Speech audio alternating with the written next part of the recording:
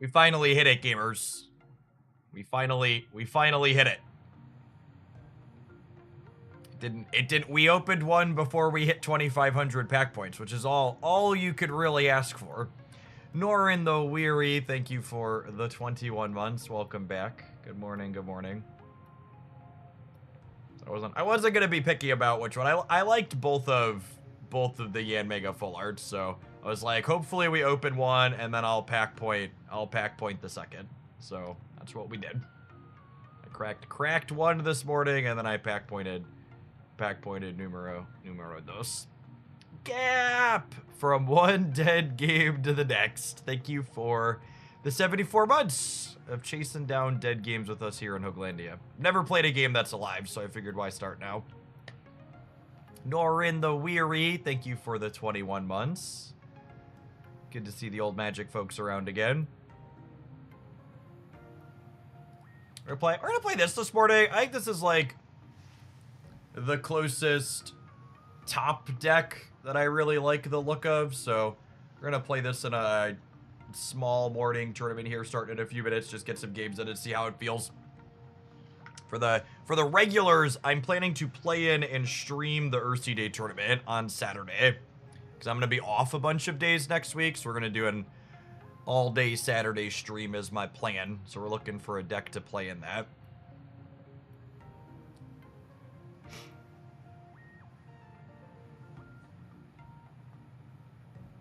We do have wonderful, wonderful sunsets in our arts. The Mew kind of fits in too, right? All the rainbows.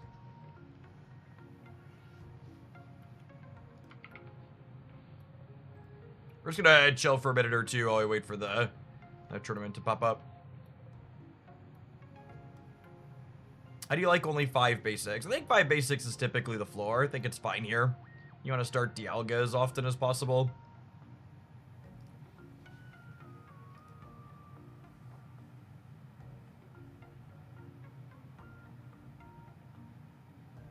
I'm digging the YouTube video for this morning. Yeah, I recorded that one off stream on Sunday.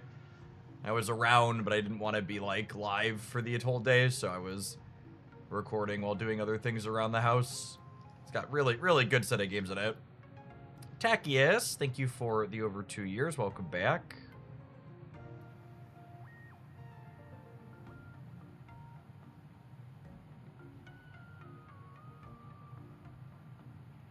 I haven't played the Egg Celebi deck with only 3 basics. Does it struggle with consistency? So, I mean, the opposite, right? Like, you play 3 basics, so that way you're hyper consistent getting Execute into Executor.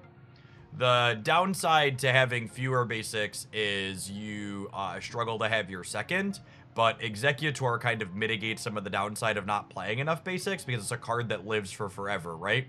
So, like, with any other Pokemon, if you're only playing 3 or 4 basics, like, they only need to clear, like, even if it's an EX, like 140 or 150 damage to, like, make you need the second, right? With Executor, they need to deal 200, sometimes even 300 damage if your Ericas and your Potions and your Capes line up, so you get a lot more time to find your second basic.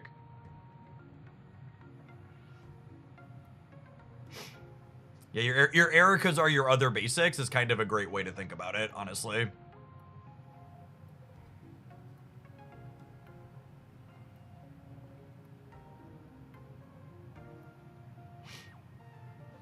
The YouTube stream should have ads whenever I run ads on the Twitch side, so when we take our scheduled breaks, I push the button over there. I don't think they do, like, a pre-roll ad like Twitch does.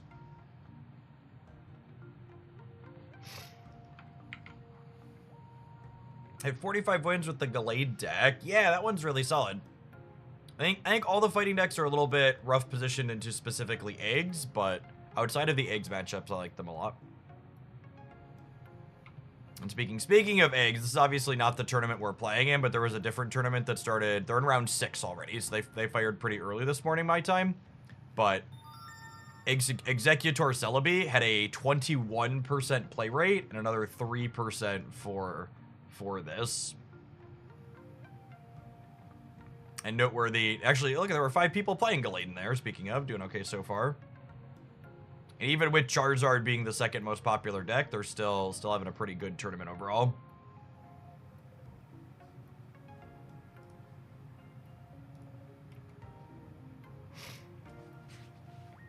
for the 22 months, Francisco. Appreciate it.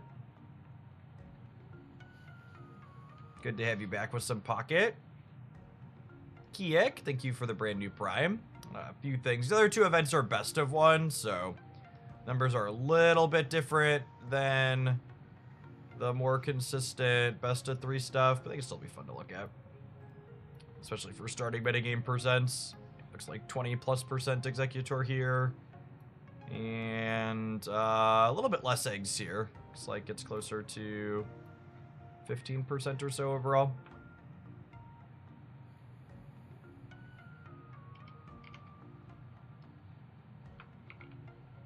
The lack of deck slots this game is so nice. I think Magic Arena is literally the only digital card game I've ever played that gives players an appropriate amount of deck slots.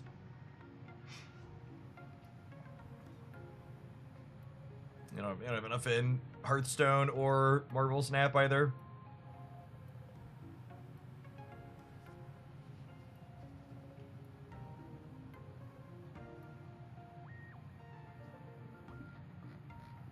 Yeah, people talking about Infernape into Executor. It's unfortunately less good than you want it to be because most of the good builds of Executor have started playing 2 capes.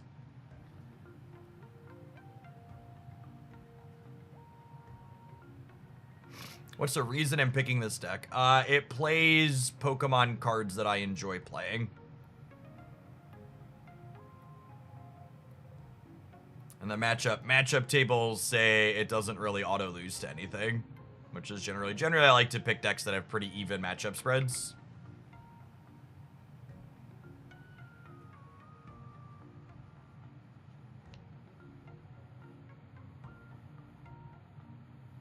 Thoughts on Magnezone Mewtwo? We actually played Magnezone Mewtwo in a tournament yesterday. I like that deck a lot. There will definitely be a highlight with it at some point on the channel. We might run it back in something tomorrow. It's one of my... I'm between 3 decks for the Saturday tournament. The Mewtwo Magnezone, this Dialga Yanmega, and then Blastoise Palkia. I think are the 3 I'm going to pick between. I'm leaning towards Blastoise right now. Just because he's my boy and I like its matchup spread, but...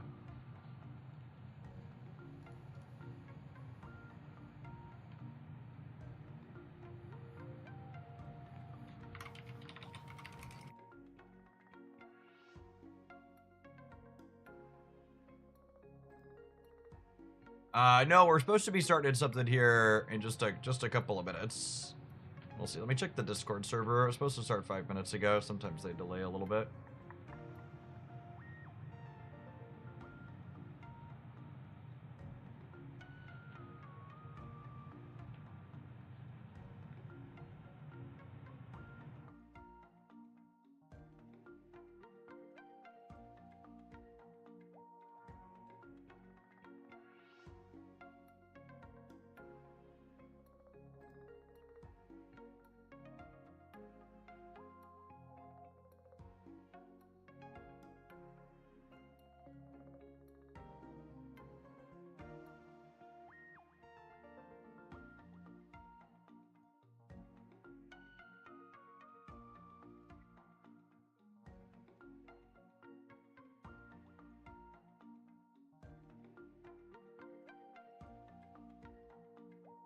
When did you have time to play the tournament with Blastoise from today's video? I was a Sunday tournament. It looks like this isn't fire yet. I'm actually gonna run to the bathroom really quick and tap an end roll. And if it's not fire by the time we get back, we'll play some random matches. BRB.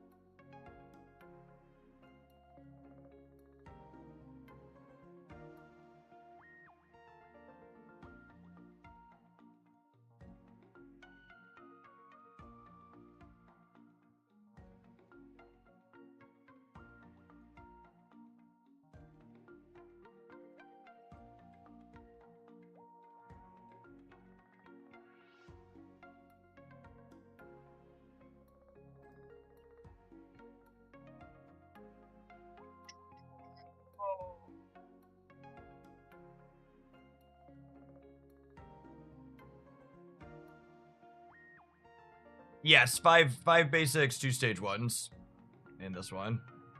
You look to lead on the Dialga. Hide, thank you for the 4.5 years. I appreciate it.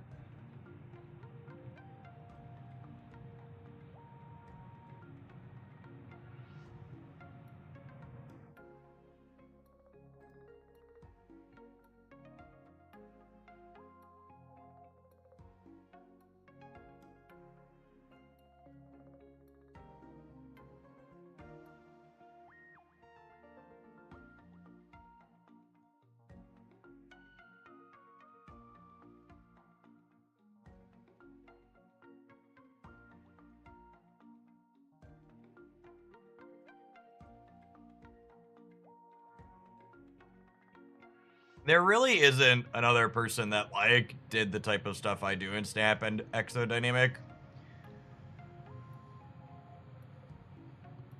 It was actually one of the things I talked about before. I was really surprised. Like, when I made and watched a lot of Magic the Gathering content, there were a lot of people in that game who, like, played off-meta stuff pretty consistently. But in Snap, almost all of the big content creators outside of me were, like, playing just, like, the good decks. I did hit my full art Yanmegas. I did. And I think part of that's a symptom of ladder play too. Like, a lot of the successful people are just like ladder grinders, and you can't really innovate if you want to be a ladder grinder, because innovating means you have to be willing to lose.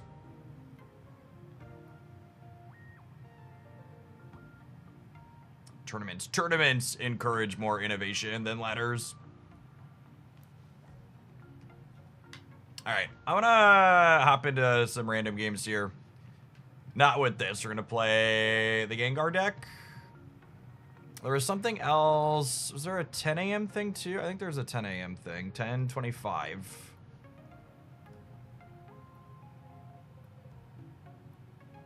All right, I'm gonna hit register for that. We'll go to the dashboard and we'll check in and submit a deck list for this other thing real quick.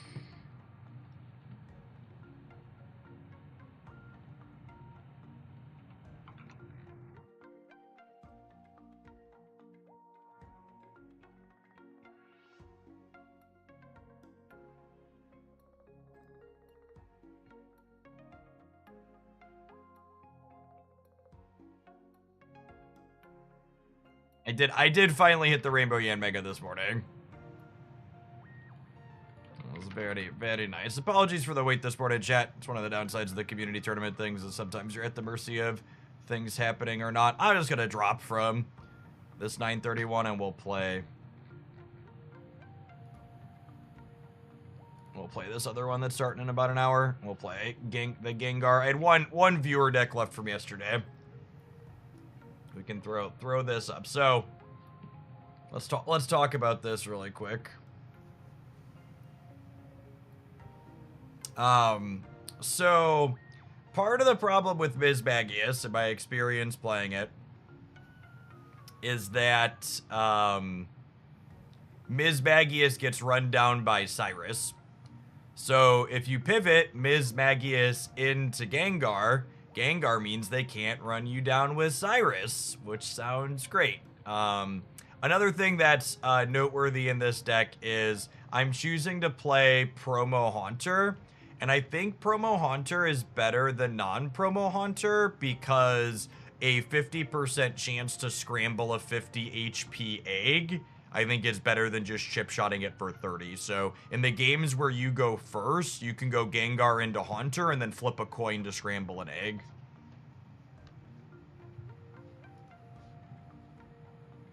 Yeah, Mana Fee as well. You have a chance to, like, clear some of these 50 HP leads before they get going.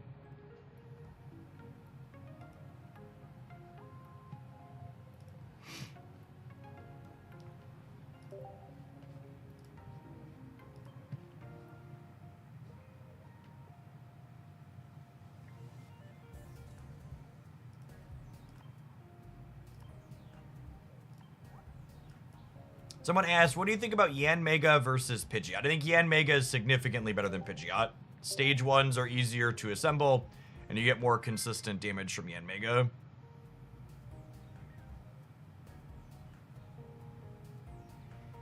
As the whole game warped around Executor. That is how card games work. Is there are certain decks that are good, and if you're going to build and brew decks, you need to build your deck so you're competitive against the good deck.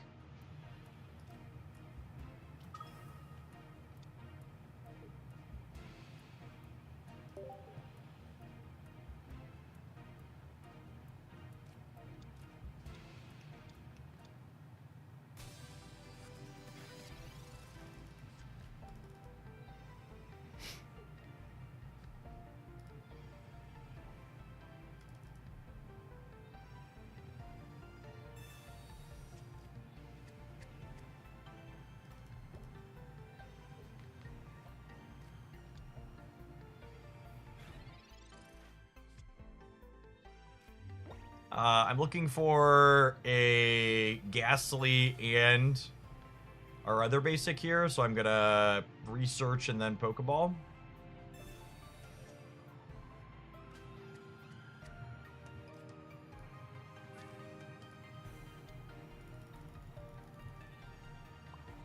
Can I do this? Just side shot them.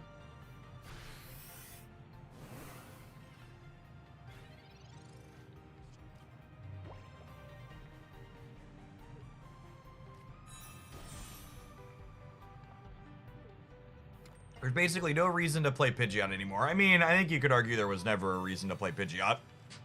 Card's never been top tier.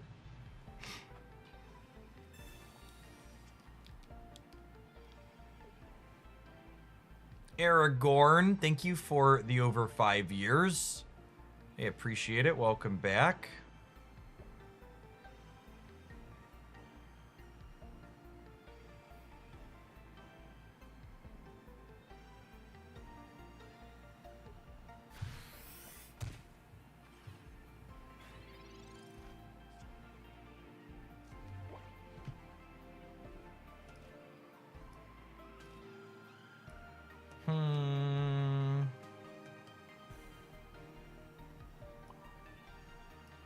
What do we think? 50% to cook the duck?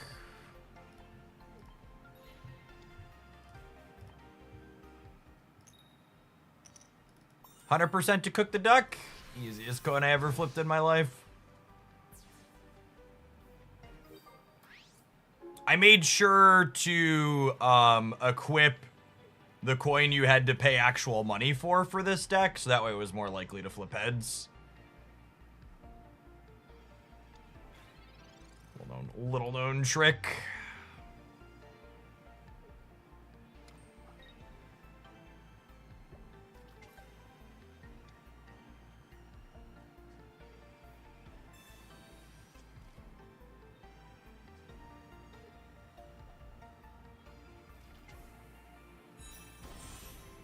That's a funky monkey. Wait, did they just evolve without attacking me? They totally should have attacked, right? Because now I get to do this. And I don't die next turn. I thought we were just gonna let this die to the Flare Blitz, because they would have hit me for 30. The 30 plus, what's it called, would have cleared the Gengar.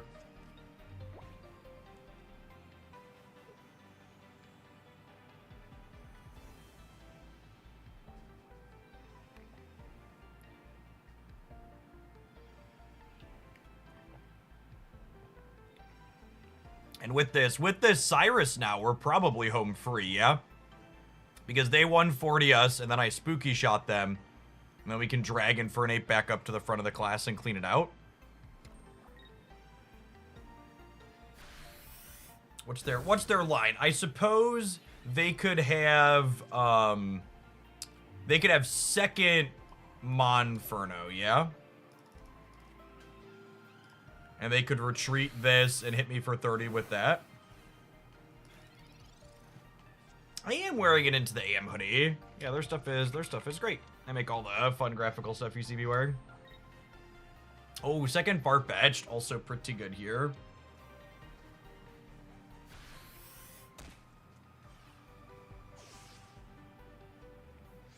I think we're still in an okay spot though.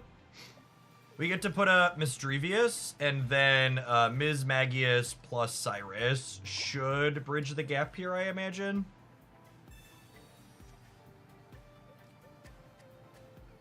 I think we're gonna be okay either way.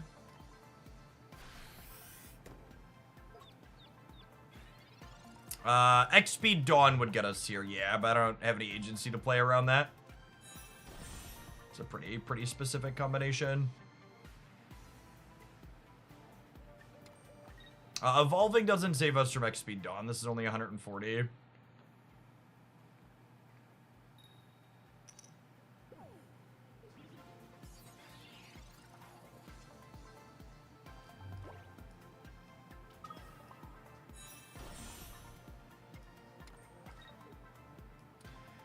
Infernape, can you please step into my office?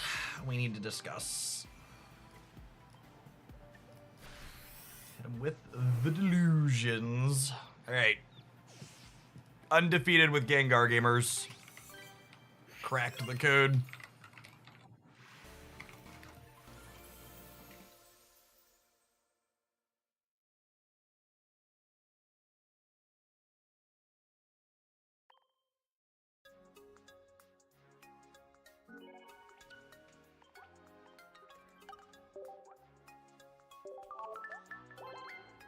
Unstoppable Gengar deck.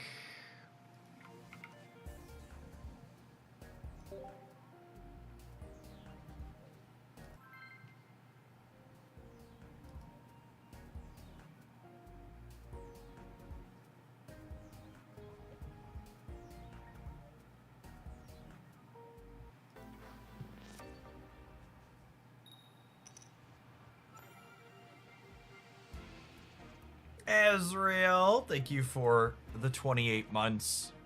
Another month speeds by. Glad to see the pocket content standing strong. Thanks for helping it stand up. Appreciate it. Is this a Manaphy? Show me Manaphy. Bring me your Manaphy.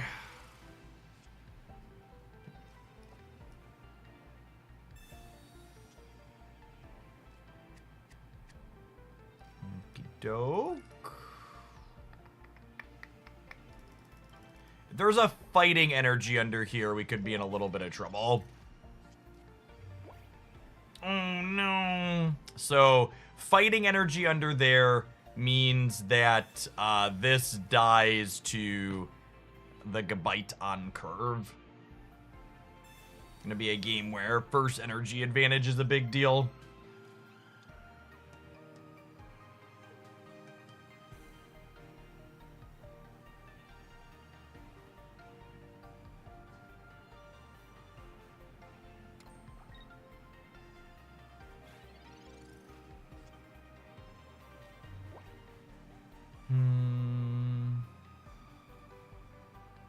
Oh, they didn't put the energy on the active one. Well, that's good for us. We take those. Rip.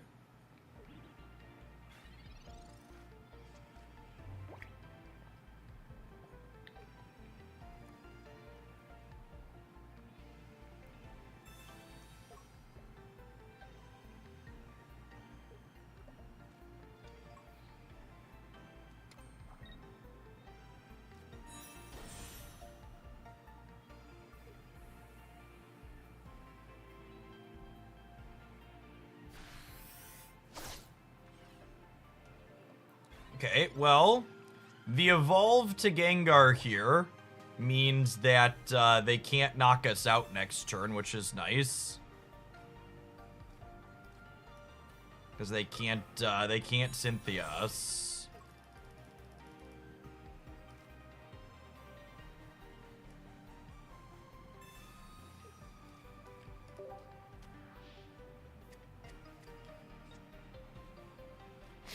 What do we think of powering up Ms. Magius in the back here?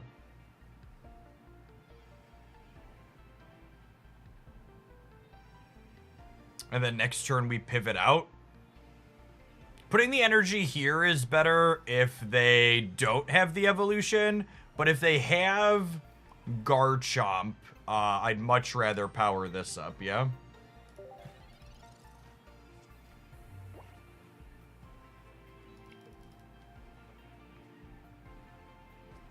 Hey, Pickle, thank you for the over 2 years. I appreciate the Prime. Welcome back.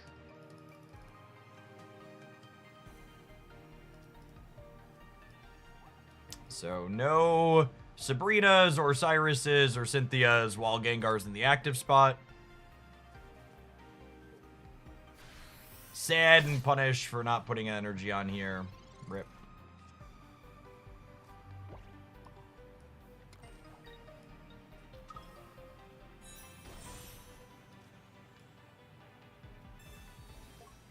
I'm going to put a Cape on Ms. Magius because Cape on Ms. Magius plays around... Cape on Ms. Magius plays around Chomp Cynthia.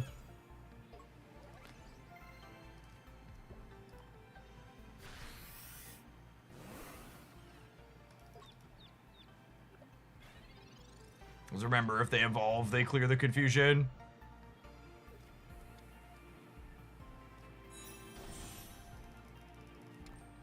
Oh, they're playing Baby Aerodactyl.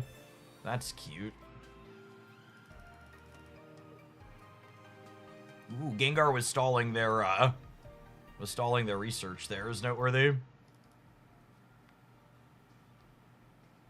They can't Cynthia. Gengar's ability only works from the active spot, unfortunately.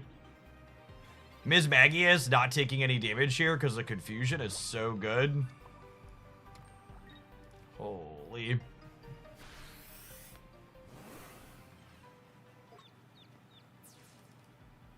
You have a good Lucario Rampardos list. I really don't like Lucario with Rampardos. If you want to see my preferred Rampardos list, you should check, it was Monday's deck highlight, I believe. Thank you. I think you'd much rather simply, you'd much rather just kick Monley to get your extra damage in rather than trying to get Lucario stuff done.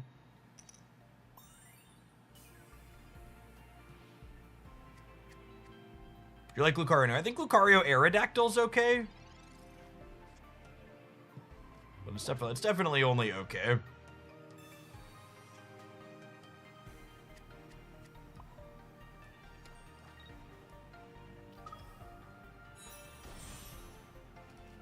This clearing Poké Tools too is a big deal. Our cape just got burned for no value. How do people make Garchomp decks work? You should check out my tier list video. My tier list this week highlighted 2 different Garchomp decks that have found success.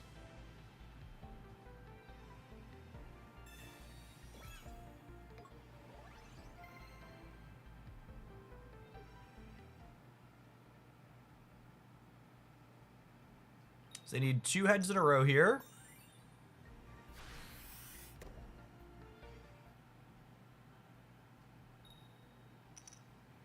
And we're dead. That's unfortunate.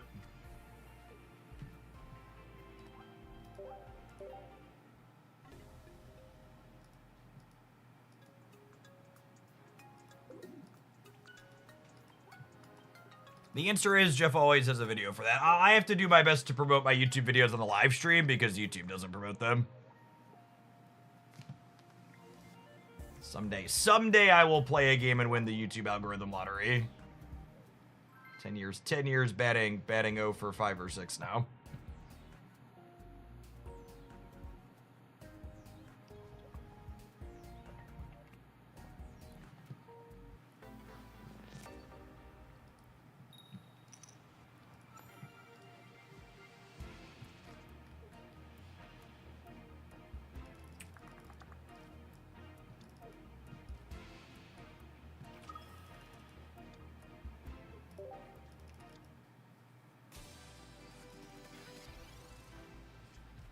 You really like Ms. Baggy. She is my bad card I can't stop playing for the season, for sure. That brand's my standing desk. Flexi spot makes my desk, the chair you see me leaning back in, and the bike we pedal on occasion. I make great stuff. If you're looking to make your ergonomic setup more, your office setup more ergonomic while also supporting my stuff. Check them out using my link. I've worked with FlexiSpot for, gosh, probably close to 2 years. I think only 2 years this summer. And my code has generated like 20,000 USD-ish in sales at this point. A lot of Hoaglandians enjoy their stuff.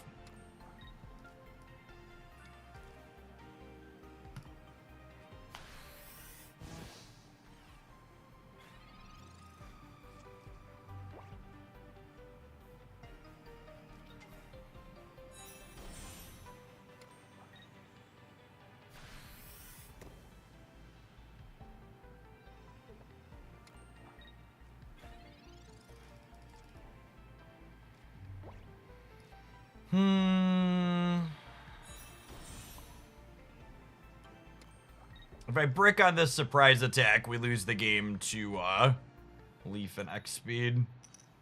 We hit on the surprise attack. Got him.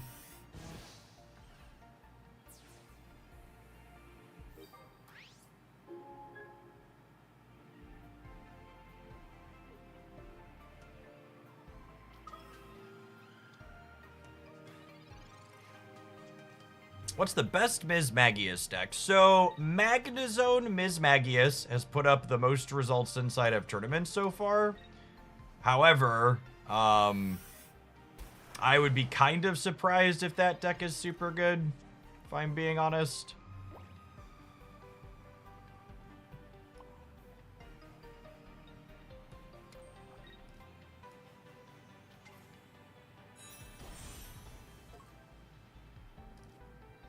So, this still dies to the big hit, but I think I just want to mark the damage.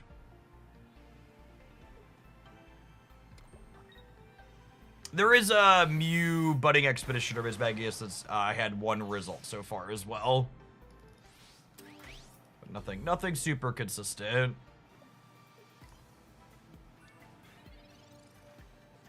Hey, OB, good morning.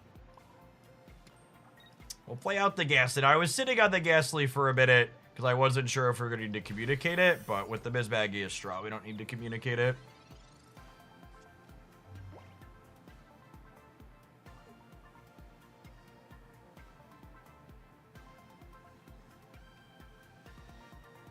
So they need to make like a tree and leaf here or they're dead to our follow-up next turn. OB, thank you for the gifted sub. That's very generous of you. Good morning.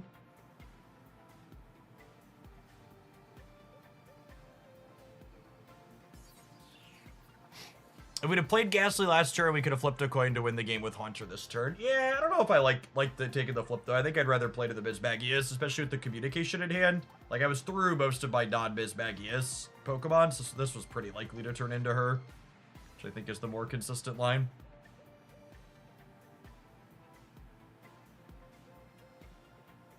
Thought you forgot about us on YouTube today. No, you just need to make sure you have that bell on. I've been live on YouTube for 35 minutes already today. The wait for Giovanni. I mean, even if they have a Giovanni, they're still a coin flip, yeah?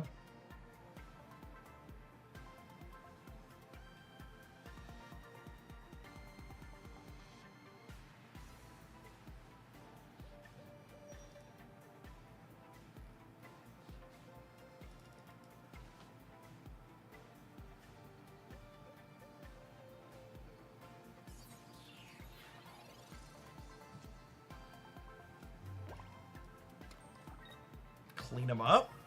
So far the EXEX, Gengar, Mismagius, Gengar's been executing in theory reasonably well.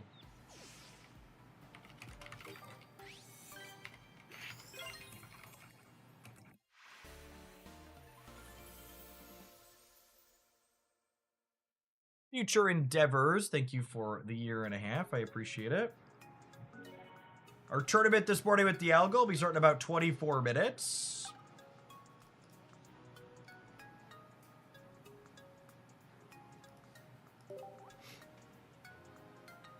(2-0) win like a pro incoming. I just need to put a fossil in the deck so that way I can tell you win with this one trick.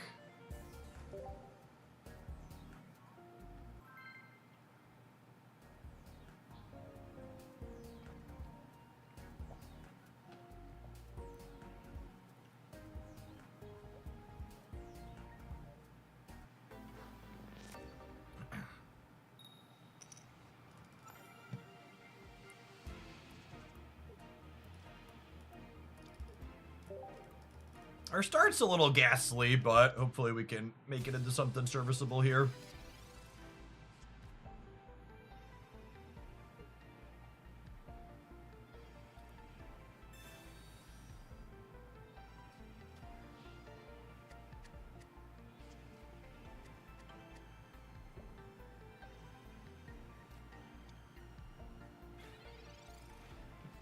To go dig in with the research.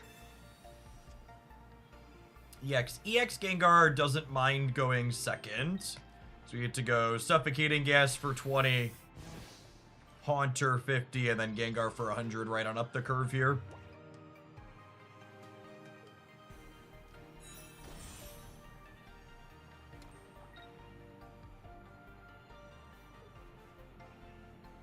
Although I suppose if... I suppose with their fighting energy, if they have their Garchomp up the curve, I could be in trouble. So we're kind of hoping we need to pull Misdrevious here. Is what we're looking for.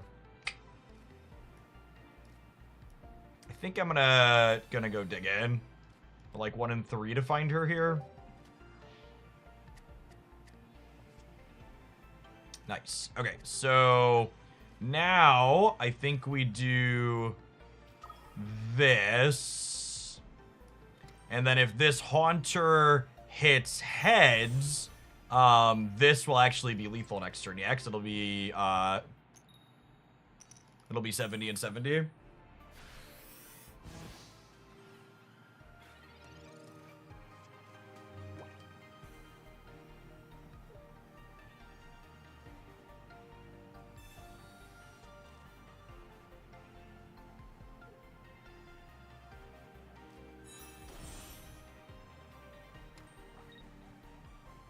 You have a cape or a potion? They're going digging for it.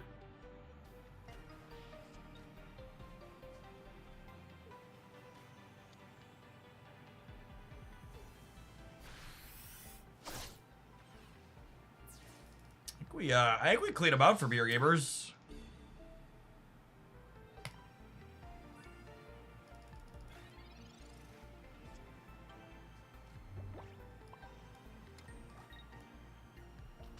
Look at our lovely rainbow hat lady.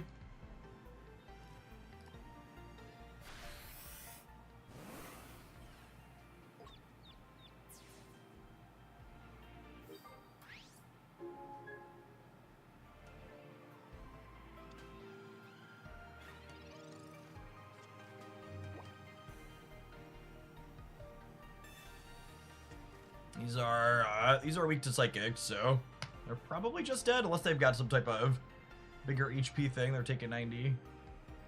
Oh, I guess Garchomp. I always think Garchomp gives me 2 points. That's so funny. They're still dead long term, but forgot we only had 1 because Garchomp's not an EX.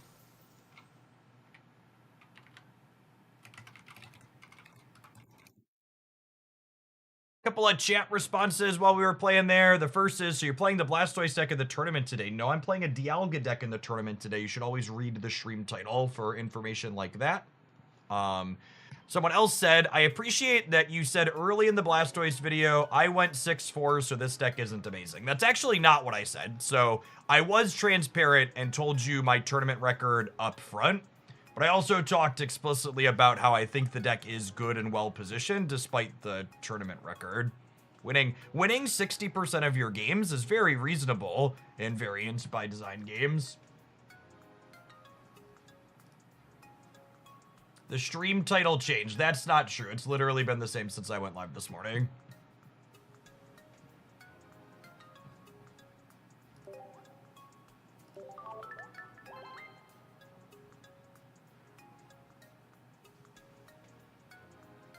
Because you enjoy deck building and theory crafting so much, did you ever enter tournament restricted card pools? Now, I honestly think those types of things are... I'm glad other people... I want to, like, prefix this with, I'm not here to yuck your yum if you enjoy it, but... The only time custom ban list formats are interesting to me is when the stock standard format is really bad and you can't brew or innovate in it. And we've literally never had one of those in Pokemon Pocket. So I think if you're actually a good deck builder, there's plenty of good, interesting, innovative things to be doing and trying in Pokemon Pocket standard format, and it's way more satisfying for me as a deck builder to build and brew in established formats than it is to, like, throw random noodles at the wall. If you're a bad deck builder, it's much easier to play in non-established things because you're going to play against lower average power levels in non-established formats. Yeah, but I view the custom format things as matter of last resort.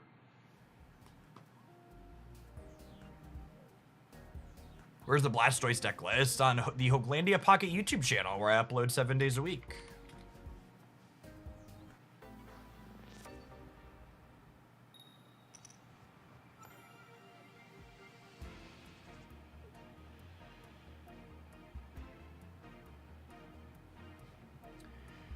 We're going first.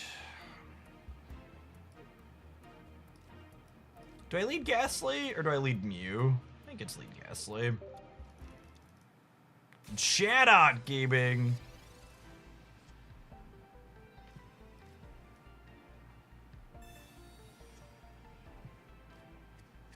Any cards you're hoping for in the next set? I hope we get a design that... The two things I've been asking for since this game launched was a design to help stage 2s, which we got in our most recent expansion, and next up, I hope we get a design that helps mitigate 2-color energy variants.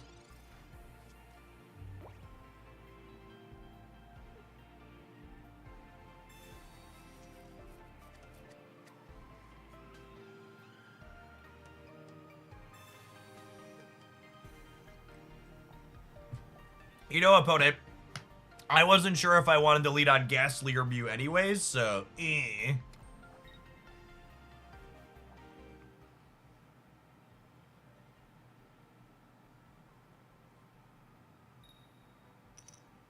Actually, you know what? I have an answer to that. You know what I actually want thinking about it? I hope we get a tech card that's splashable, that is a Pokemon ability that stops people from healing.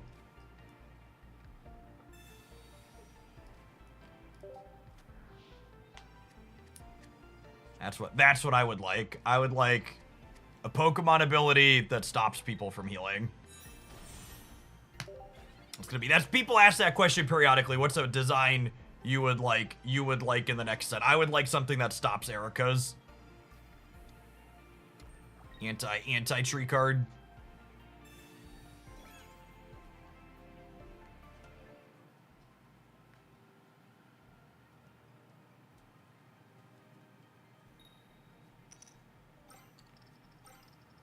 Holy, chat out is busted.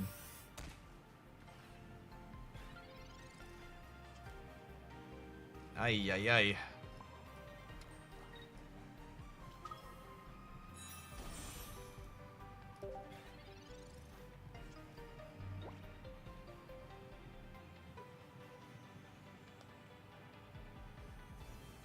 What did that make Darkrai decks more prevalent? I have no idea.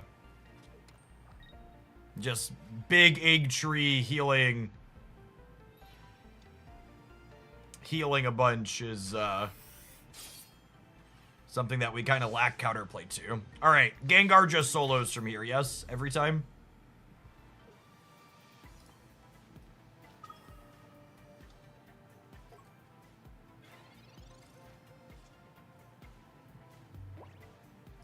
Just dodge second Sabrina. They can't Sabrina. They're spellbound.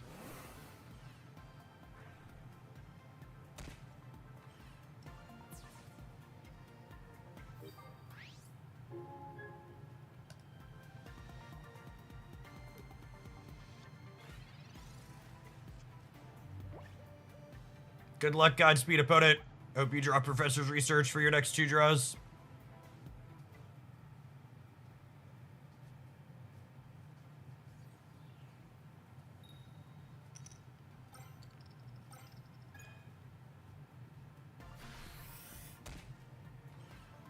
I believe they're just fully cooked here. actually fully cooked Gengar.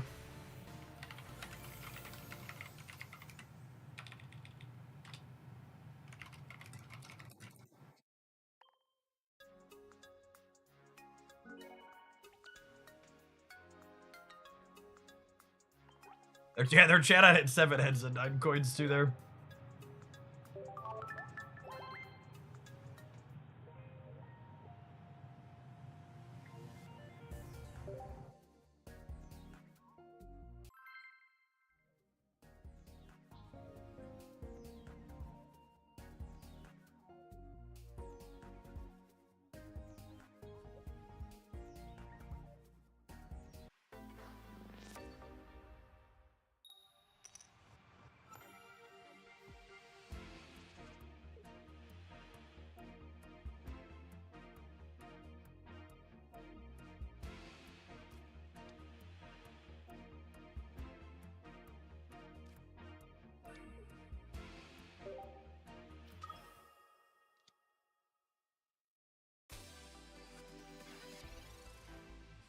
You'll note I held the second Misdrevious here. We are a double Pokemon communication deck. I'd much rather throw this back than my stage 1 or my stage 2.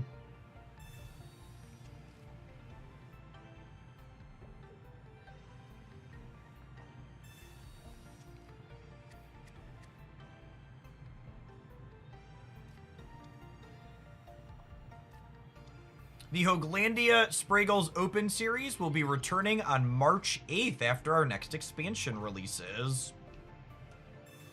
We're going to have a 550 USD prize pool, as well as some sweet prizing from an additional sponsor that I am not allowed to reveal yet, but it's going to be hype.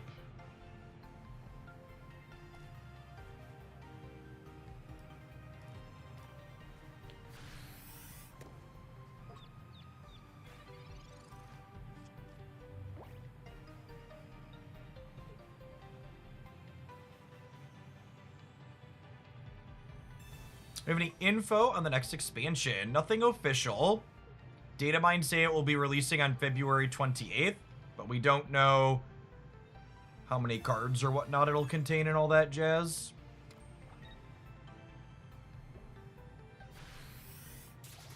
Putting the Execute up without the Executor is a bold strategy, Cotton. Let's see how it pays off for him here.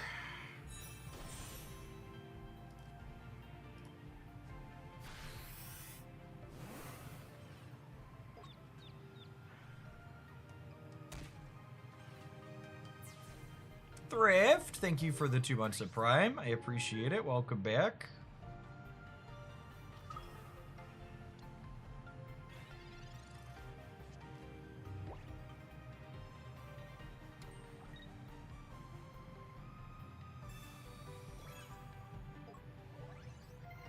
Magical Delusion on their Celebi for when the coin flip card needs to flip some extra coins. This is guaranteed to be a Ghastly, yes. Lovely.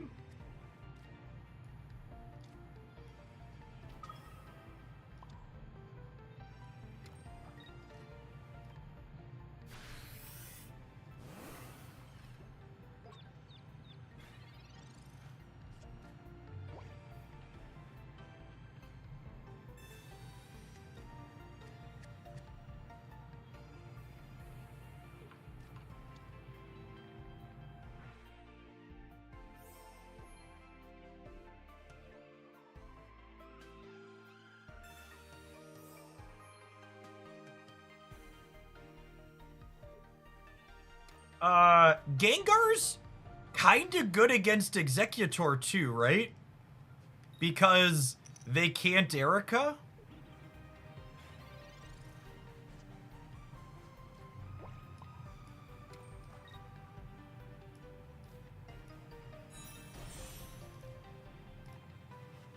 And then Cyrus is here to close things out for us, yes?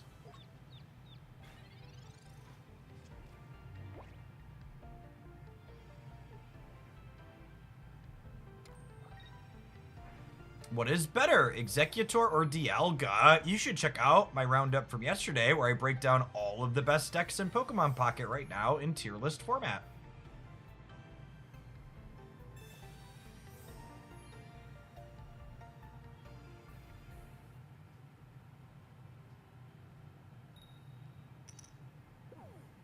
No coins for you.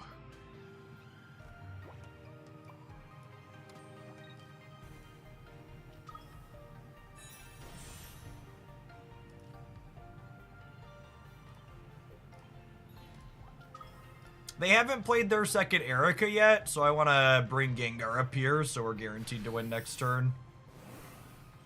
Hit him for the 100.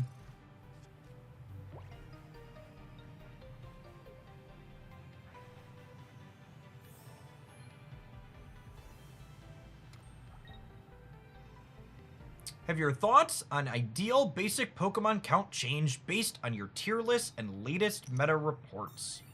So, one of the things that I say a lot that people enjoy ignoring is that you shouldn't have hard and fast heuristics for always and never in games like in card games.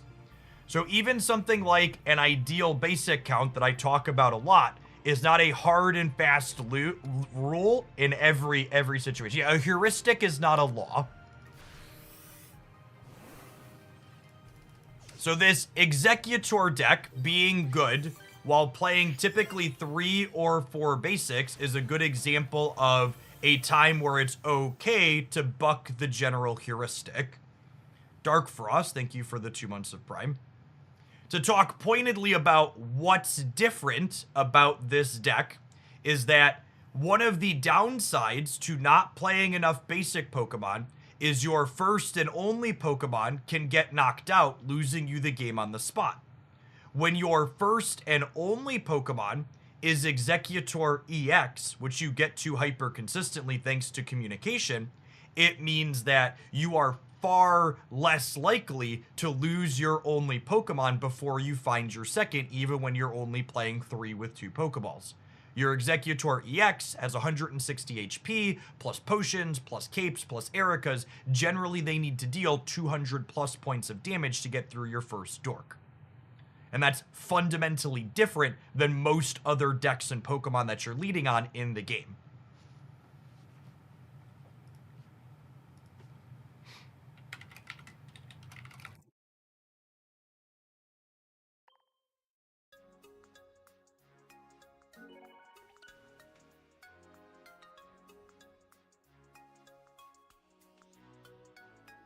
So as is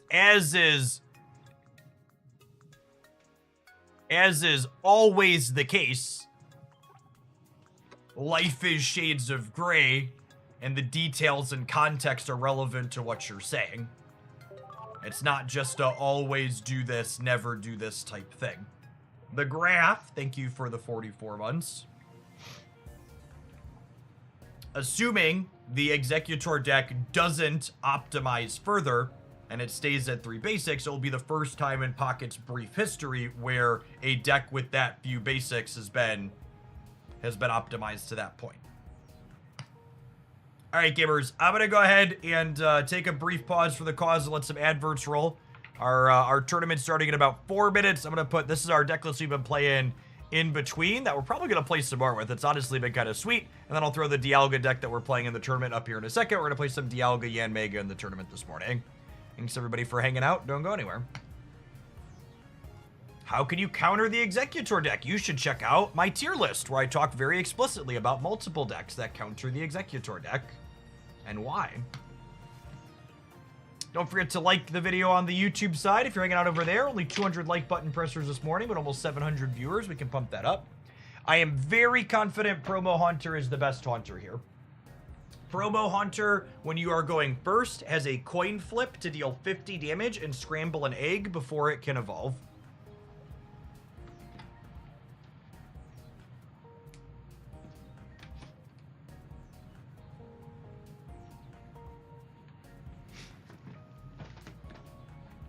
There is not currently a way to get Promo Haunter if you missed it. You'll have to play the old one.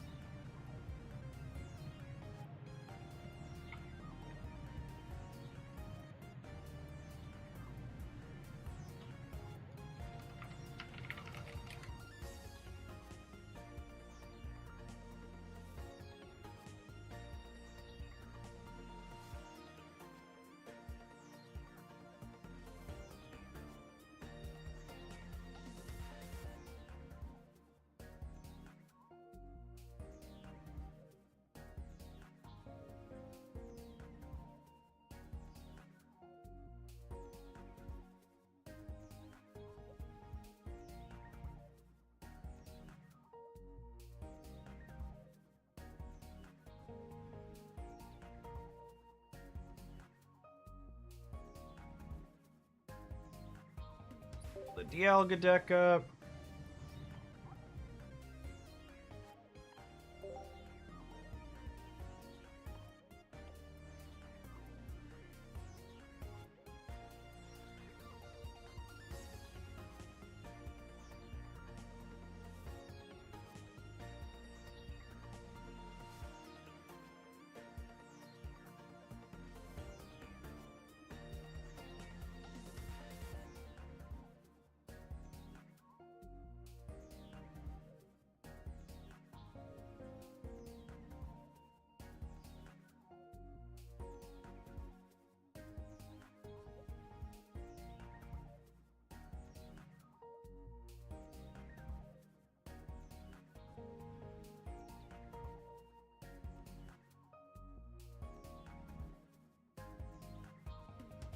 I did. Part of the reason I decided to pull the trigger on this is I hit my Rainbow Yanmega this morning.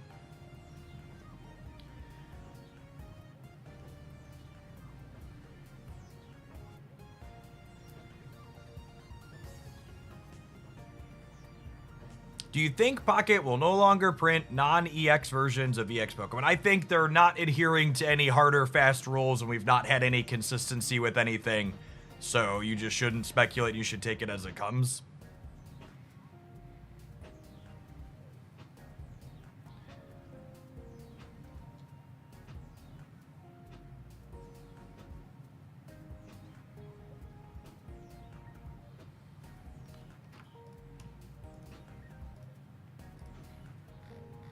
I think people use the word power creep far too frequently, and it's mostly lost all meaning. A card like Giovanni isn't not seeing play because of power creep. It's not seeing play because both breakpoints are different in the format now, and there's more good utility cards that it's competing with.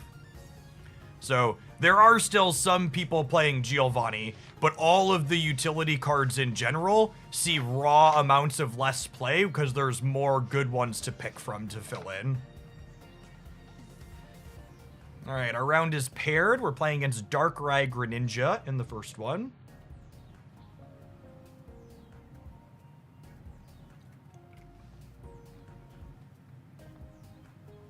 Alistair, thank you for the over 5 years. Welcome back.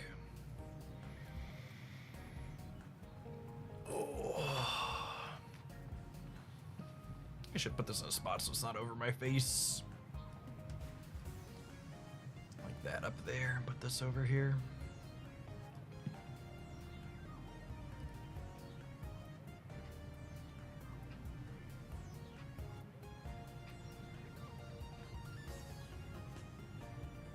Yes, something falling out of a metagame does not mean it's been power crept. Is exactly correct.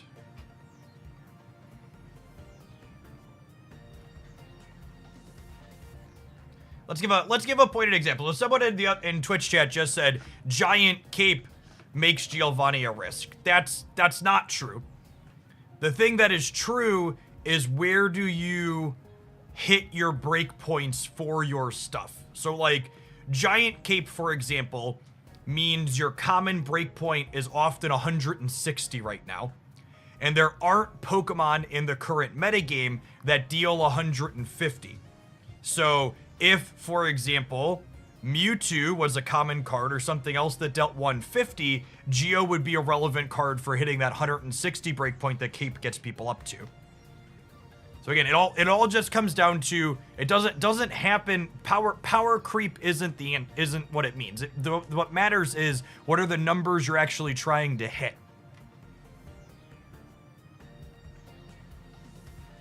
Power creep refers to a new card being a strictly better version of the old one. Or all of the numbers across everything getting raw bigger, which isn't really what we've had happen.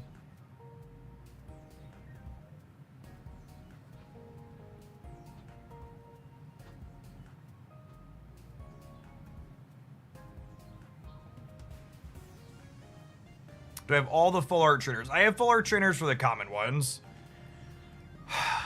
Around what opponent tough morning for tournaments, huh? The first one didn't fire, and this one our opponent does not check again. Rip. That's fine. We'll just go back to playing more of the... We'll go back to playing more of the Gengar deck if this doesn't happen.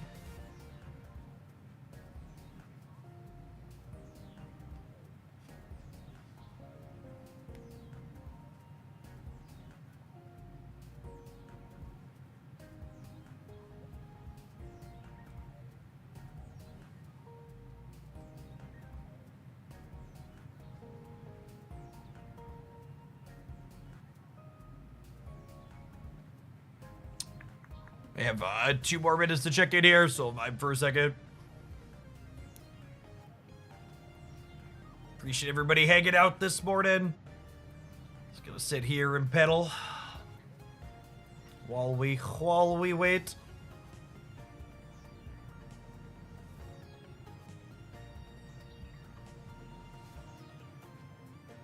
They've checked in! I would love to play a game. Alright. It's alive!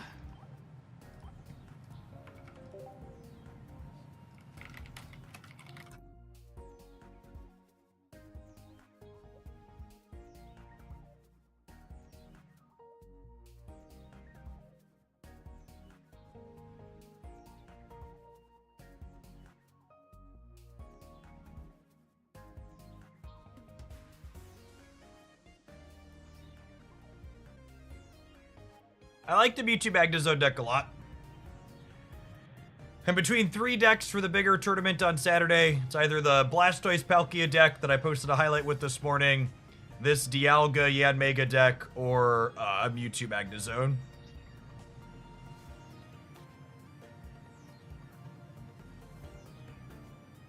Frog Cup will be our fallback if we scrub this one. Gap is my plan. Yeah, I'm gonna stream all day on Saturday because I'm gonna be out of town Monday, Tuesday, Wednesday next week. So we're gonna do might do back-to-back Saturday streams actually.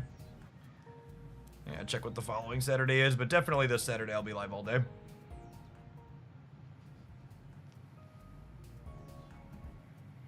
All right, as always, we're gonna focus up a little bit for the tournament match. Behave or the mods will bonk you.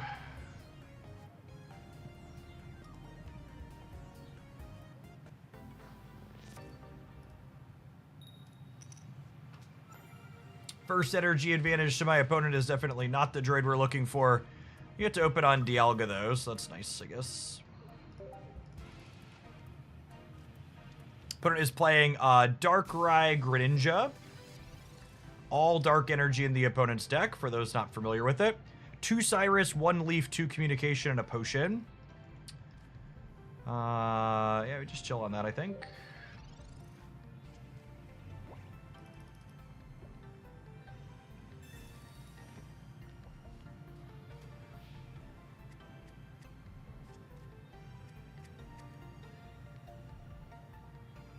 Communicating, digging for basic is good for the home team.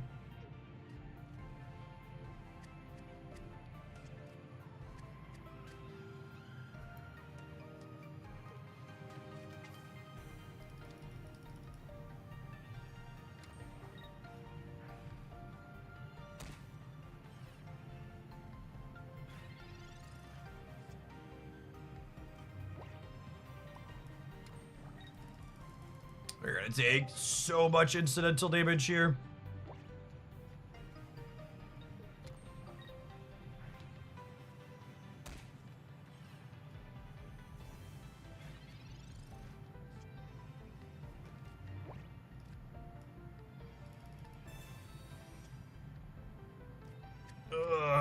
No.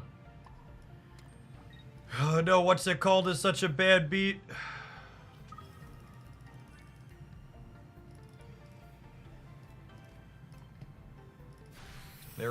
There's no copies of Cape in my opponent's deck, which means that their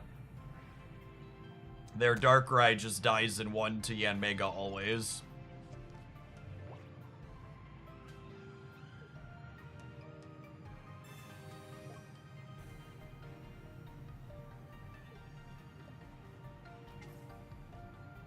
Okay, well I messed up. Should have played around this.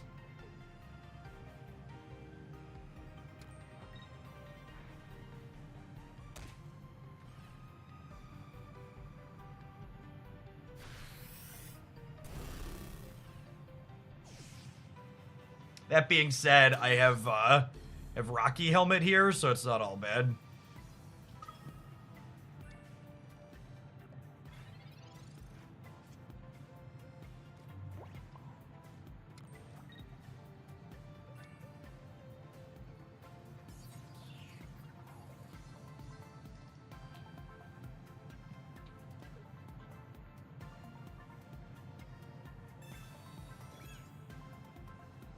Them not having Greninja is a big deal. There's no copies of Sabrina in their deck either, so I don't need to play any more bench Pokemon.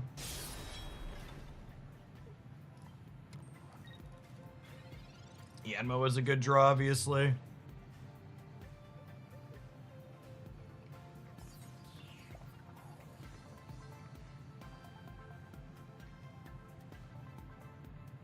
I think this is checkmate with the Yanma draw.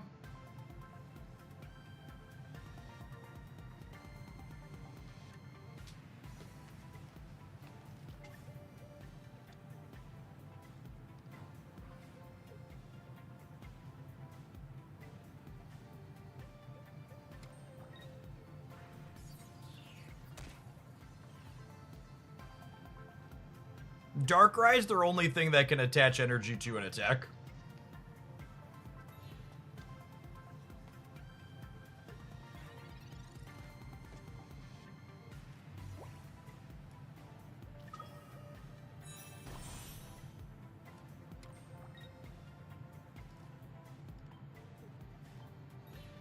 I'd like to dedicate this potion, stopping a copy of Cyrus, to every gamer out there who told me Cape Power Creeps potion this season. This one goes out to you.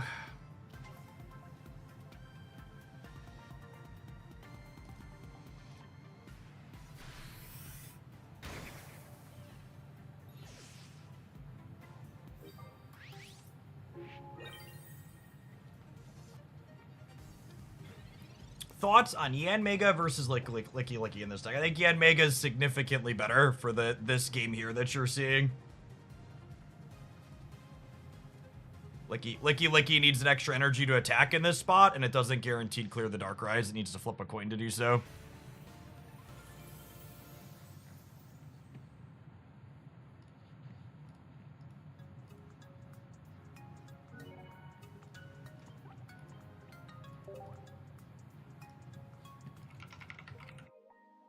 Yeah, seeing how that game played out, I don't know that not playing around the leaf was a mistake. I don't know. I had to draw the Yanmega.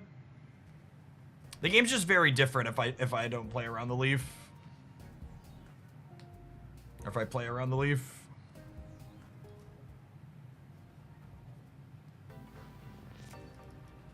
Alright, game the second.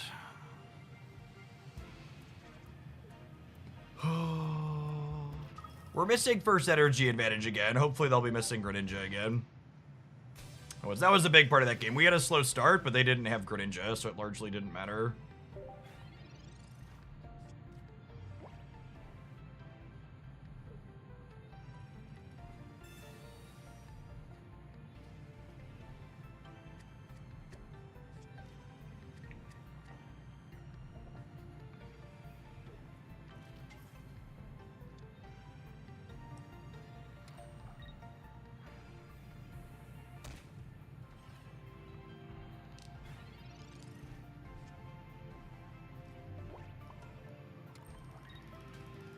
All right, 4 basics, 2 Pokeballs, 2 research.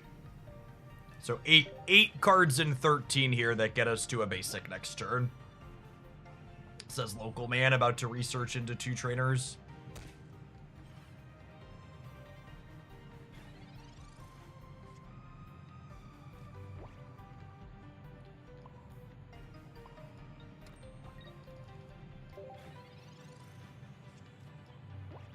Eight cards in 12 that find us a basic.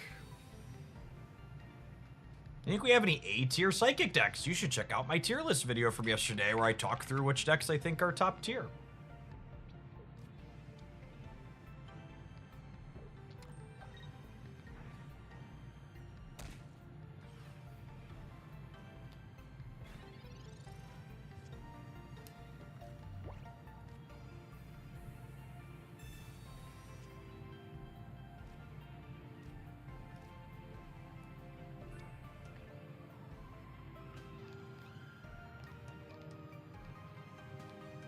I mean, unironically, top decking the Yanma here means we can still win this game, yeah?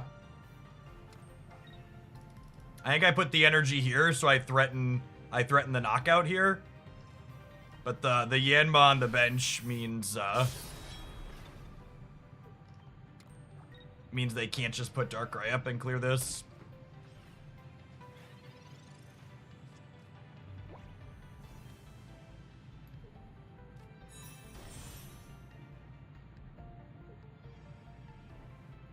They're not playing Cape, no. Now, they're out to win this game is Greninja into Cyrus, my Yanmega up. But I have 2 Capes and 3 draws at a Cape to make it so they can't do that.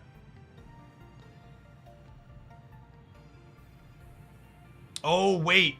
No, the Cape's not even enough, right? Because if they do that, they do 2020. No, wait, am I good? Am I good with Cape? Because I'd be 160. They do 120. No, am I good regardless? I think I'm good regardless. Math and stuff.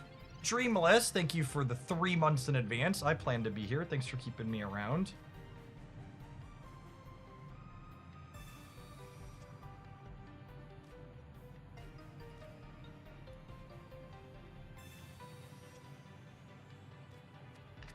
Okay, so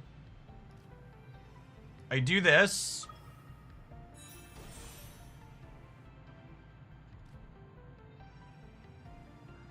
I don't know if I want to play this out. I think I'm clearing this.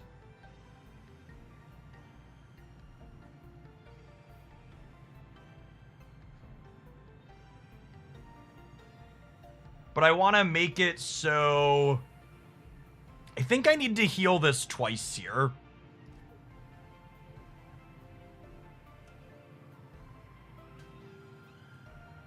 Do I? No, I don't. Do I need to heal it at all? 1 heal's probably good. So that way just the Greninja trigger doesn't kill it. Because I think if they put this up and clear it, or put this up and clear it, we're just good to go. So I think it's just this.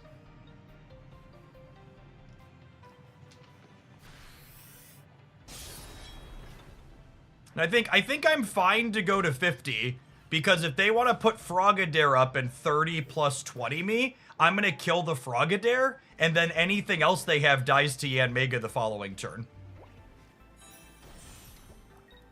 So I think any way they'd kill this turn would end up being profitable for me.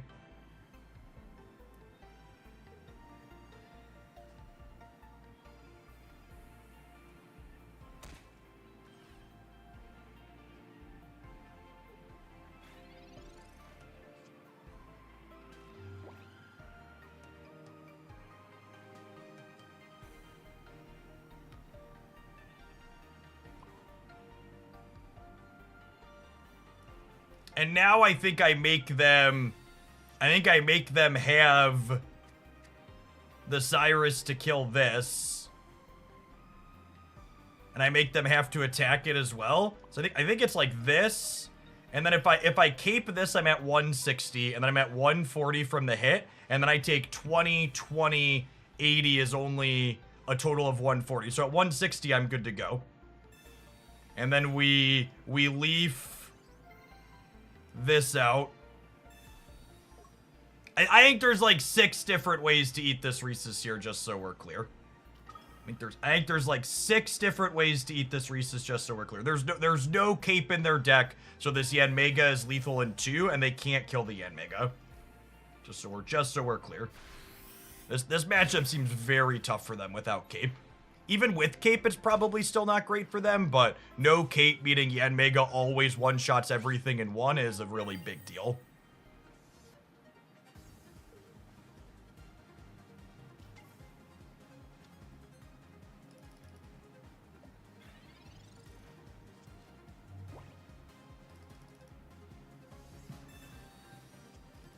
Yeah, real good breakpoints here for us.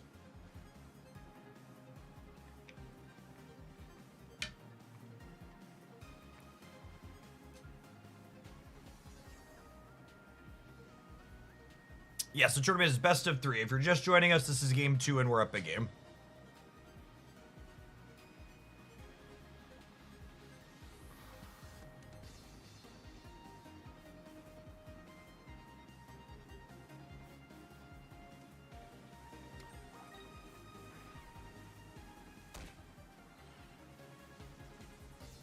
So they can deal 100 here and get us to 20. They're just double checking, making sure they're not missing anything, but they're just dead.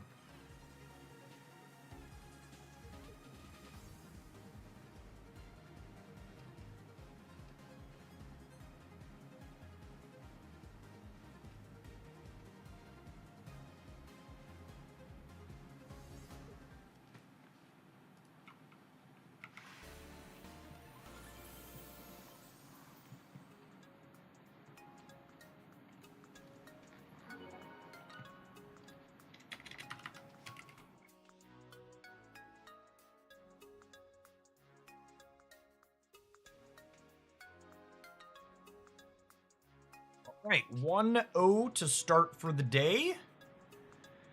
Those that haven't been around for tournament stuff before, we got about 20 minutes till the next match. There's a little bit of waiting in between.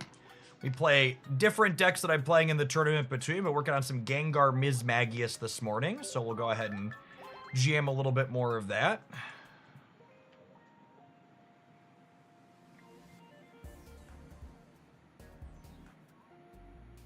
Dawn does not trigger Darkrai in extra time. Darkrai specifically only triggers when an energy is attached to it from the energy zone.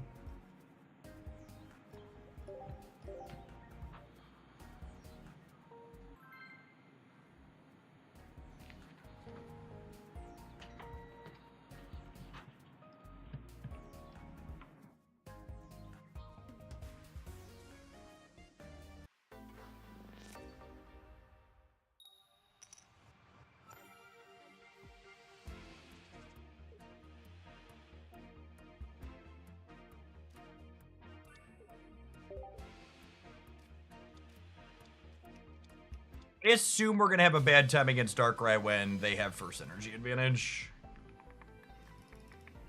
I don't really want to communicate for a basic when I'd be giving up my stage 1 and my stage 2 here.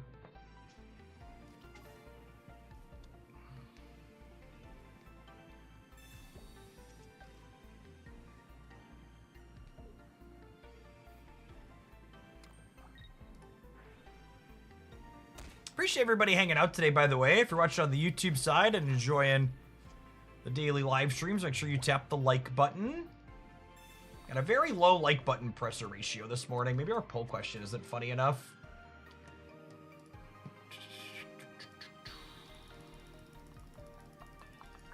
Might just be a build the Gengar angle.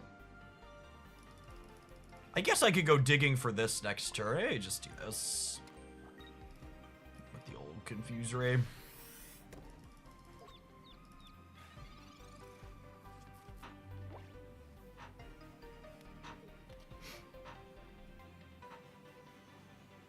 have to give up one of my guaranteeds here, though. I might be wrong. I might be right. Just let this die. I just don't know that. I don't think Gengar can solo this matchup, right?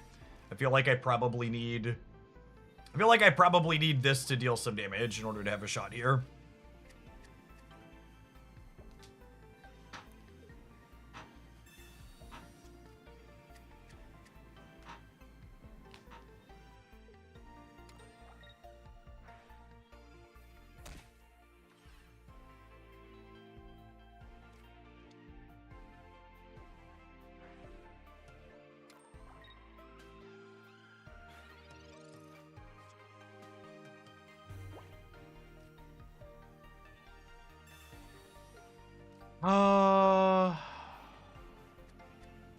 Problem here is even if we hit it, we're just dead, right? Yeah, I really needed first energy advantage to have a shot this game.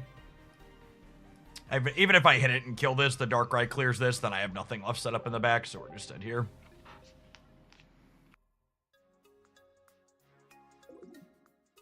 Muzzlewoo, thanks for that brand new Prime support. There's a ton of great creators you can support every month with that on Twitch. Thanks for sending it this way this month and keeping me around. That direct support is a big part of what makes my job possible.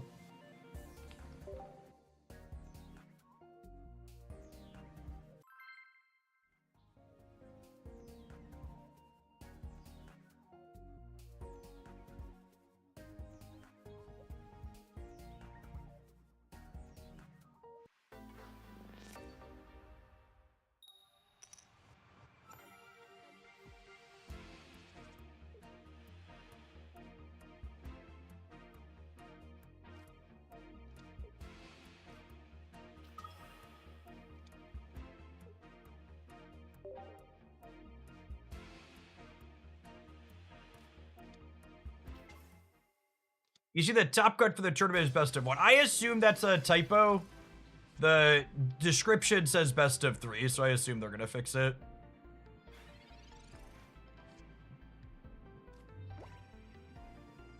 Ooh, Ms. Magius here means if we hit the Misdrevious, we're gonna put the energy on that first with this X speed.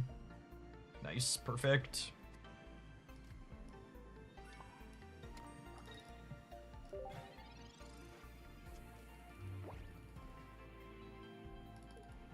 This card's so good when you have first energy advantage. Just legitimately. We're only gonna get 1 activation on this. We're gonna get to gobble it up.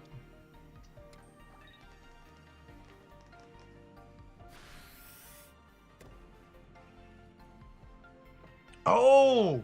Yeah, that's true. I should have X-speeded this turn. We could have had a chance to stop the Oceanic Gift. That's a good call. I was just so excited to hit my thing. I didn't think about it, but yeah, part of the reason why the promo one is good is because it can stall Manaphy and Moltres. Just pretend they flip Teds. But you're right, I missed that.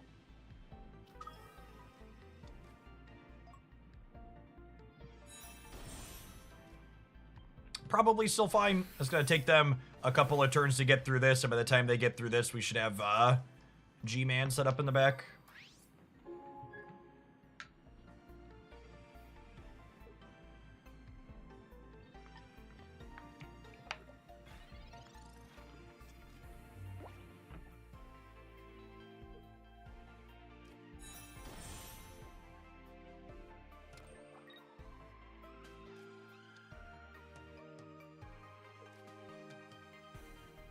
Ms. Magius art is very good. Being the proud owner of 2 of these is a big part of why we've been playing so much of this card. I desperately want it to be playable.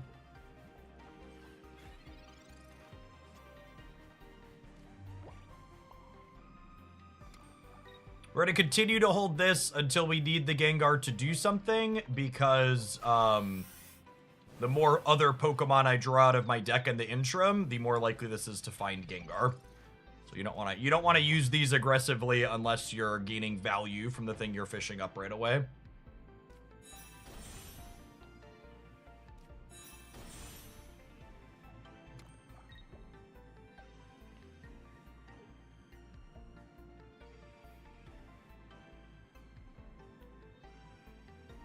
Yeah, I think the all 1 knockout point versions of Manaphy are interesting. Oh, and they just retreated rather than... They just retreated rather than take the Confusion Flip. That's good for us.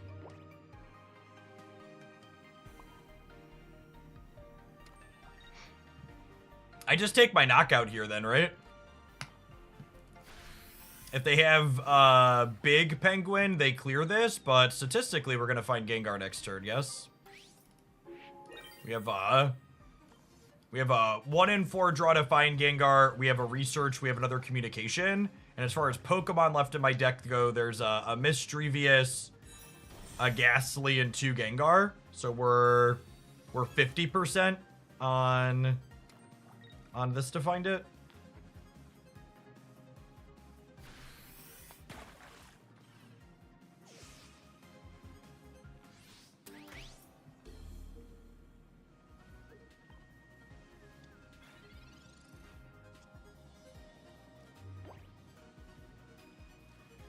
Okay, so this is 66% to find the lead.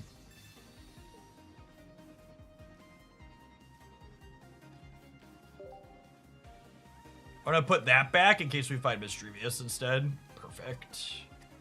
Never doubted us for a minute.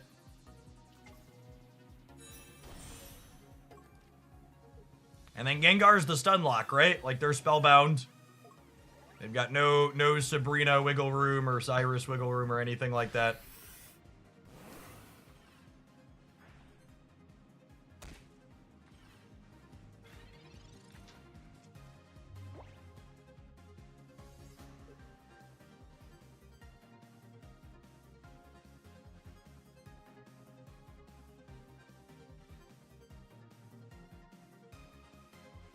It's crazy how many, you look at this card, you're like, all right, well, these are their permutations, and none of them work.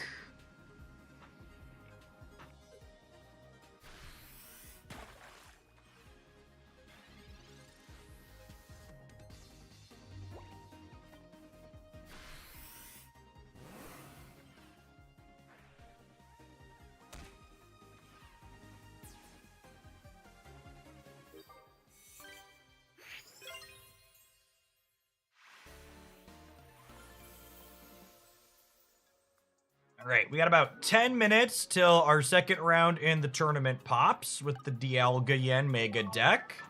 We need to take a brief pause for the cause and let some adverts roll. We'll throw the deck list up on screen in the meantime, in between time. Appreciate everybody hanging out. Don't go anywhere. We got plenty of Pokemon Pocket coming up today, as we do 5 days a week. If you're watching on the YouTube side, don't forget to tap the like button on live stream. And close to 400 over there on that.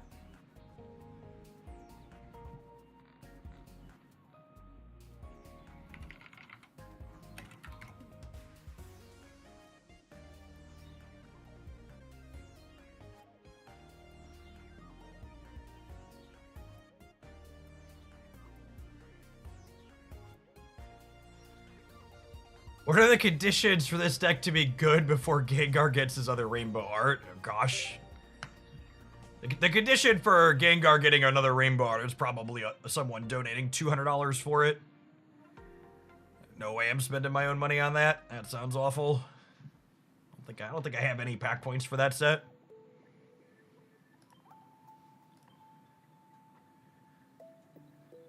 Yeah, actual past Jeff was real particular. We opened right up until the 1250 mark, claimed the last 2-star, and was like, we're out. Griffin Bruce, one of the esteemed members of the Triple Digit Sub Club. Thank you for the 102-month resubscription. I appreciate that. Welcome back. It's a long time. We are 1-0 with the Dialga deck, beating Darkrai in the first round.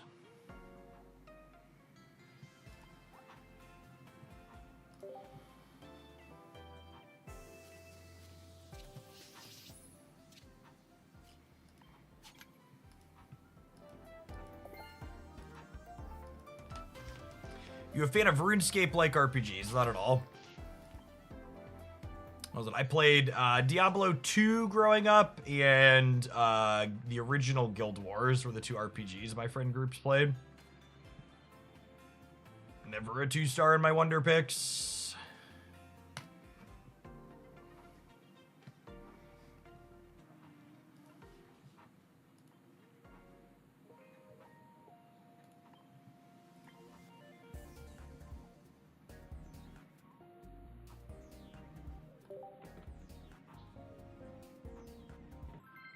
Yeah, for the transition to Pocket's been doing very reasonably.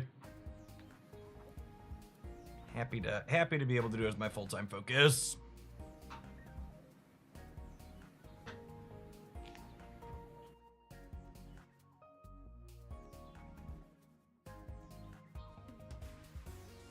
Get in 1 or 2 more Gengar matches on our next tournament round. Should be up, hopefully.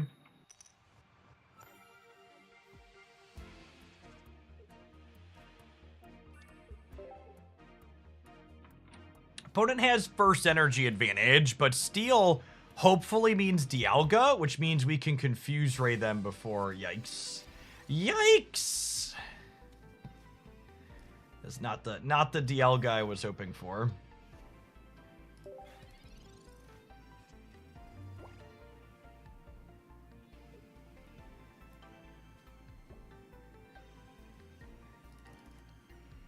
Do you think this Magius deck is better than the one you have up on the channel? I think all of the Magius decks are probably trash, and you should follow your heart.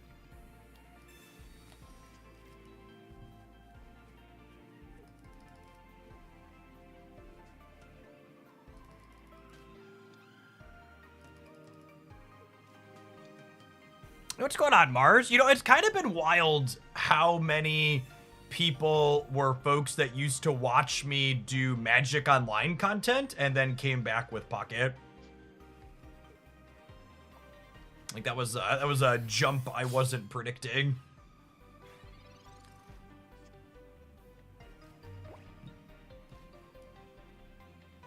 For people who aren't familiar, I hit full-time content status making Magic the Gathering Online content a long time ago.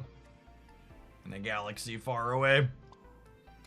I think our hope is they just like brick every confusion coin flip here, but gonna be in trouble, I think, either way. I was a big fan of the Hearthstone tournament setup where you bring multiple deck and then your opponent bans a couple of them. I hope Pokemon Pocket can follow suit. I think it would be great if people who enjoy that type of thing had tournaments to enjoy it, but I personally will basically never play multi-deck formats. Multi-deck tournaments are incredibly dry, in my opinion. They are not something that I personally enjoy.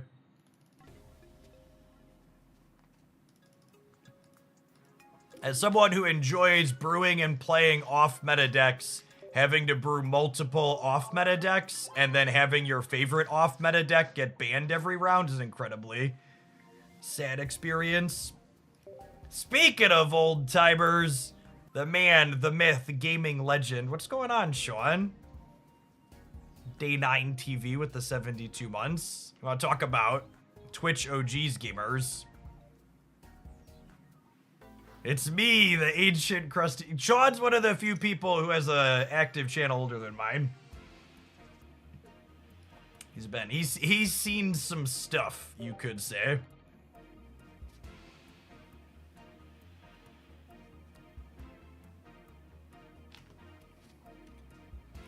Harukan, thank you for the 20 months. I appreciate that. Welcome back.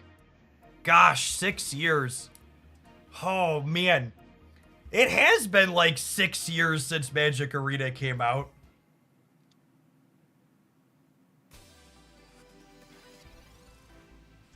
Oh, I'm ancient. I'm ancient, chat. Everything has been an eternity ago. No communication on one here. We'll have to confuse Ray the Celebi, and then hopefully we'll dig up a Ms. Magius.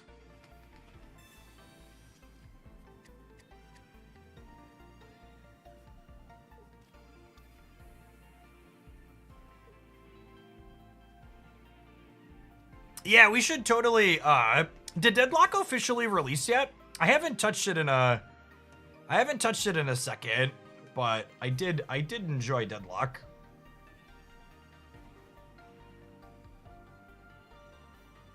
It's not official yet. Does Valve does the thing where they leave their things in testing for a while usually, yeah?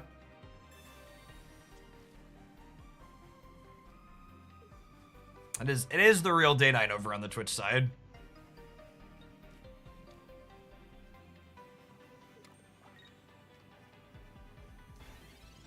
Sean's big in the Magic sphere, which is one of the places I've made card game content over the years. Okay, well, these Pokemon communications are incredibly likely to find me. Are incredibly likely to find me my Ms. Magius next turn.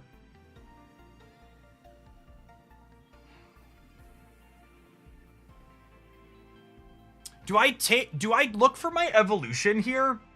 Because the problem here is if I don't find the evolution I think I need to communication this turn. Because if I don't evolve this turn, they could retreat and have an Executor, and then the Executor clears this with a single heads. So if I confuse this, the Celebi needs a bunch of heads to clear this.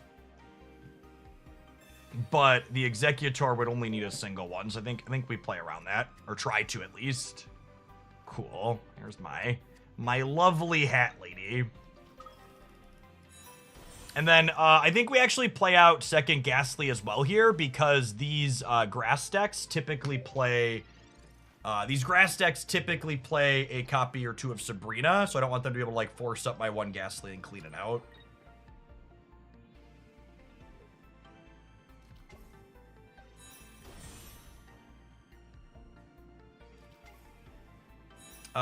Dota and League were two I never got into.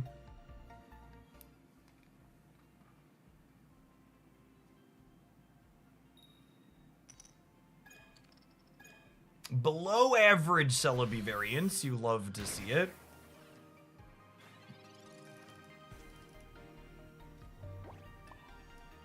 And I get 2 Haunters? It's like Christmas. So I assume once we hit this with the Delusion, they're going to pivot to one of the Executors, but Ms. Magius into Executor is actually kind of a funny pairing, right? Because they have to flip a coin to do anything, and then they have to hit again to do 80. So their odds of doing 80 are like super low.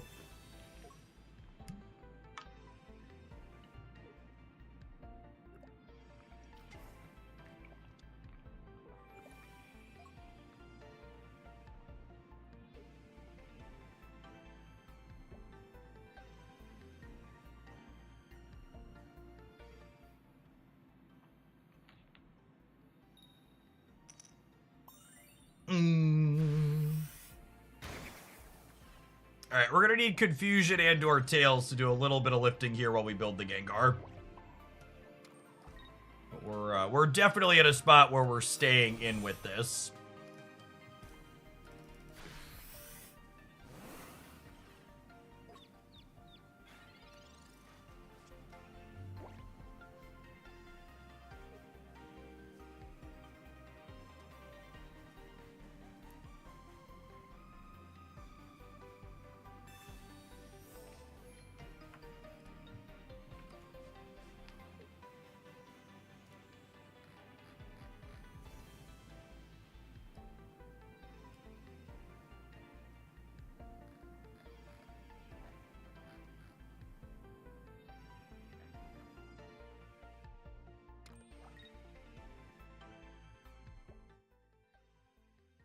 Alright, Tails on this one, or Tails on the next one. Cool. No hit here at all because my Biz Baggies gets to stay in for another turn, which is insane.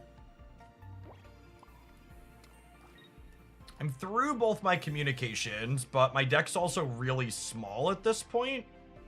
Which means that, we're pretty likely... I might play this out next turn to build towards the second Mischievous. Or Mismagius.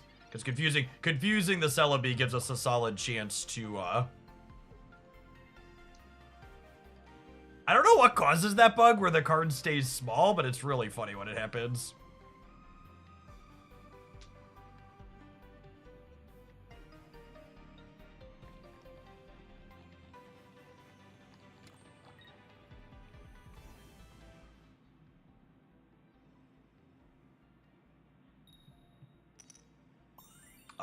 Uh-oh. Brick! Brick!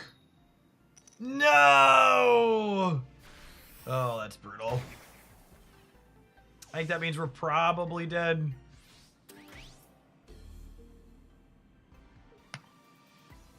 Needed one of those two to be Tails. I guess the Celebi could brick off, yeah?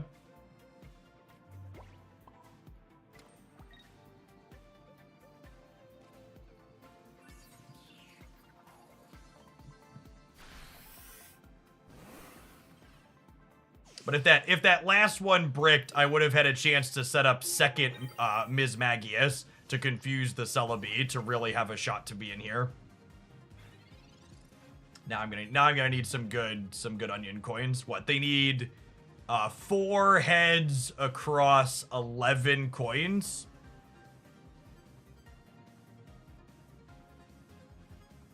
So I need to roll 3 out of 11.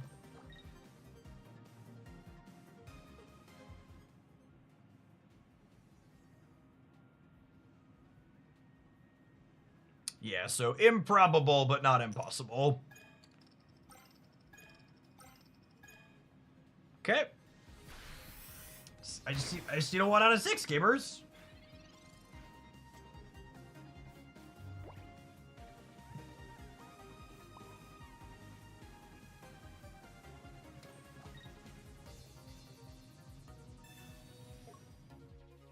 No, hold up. Stay with me for a minute if you would.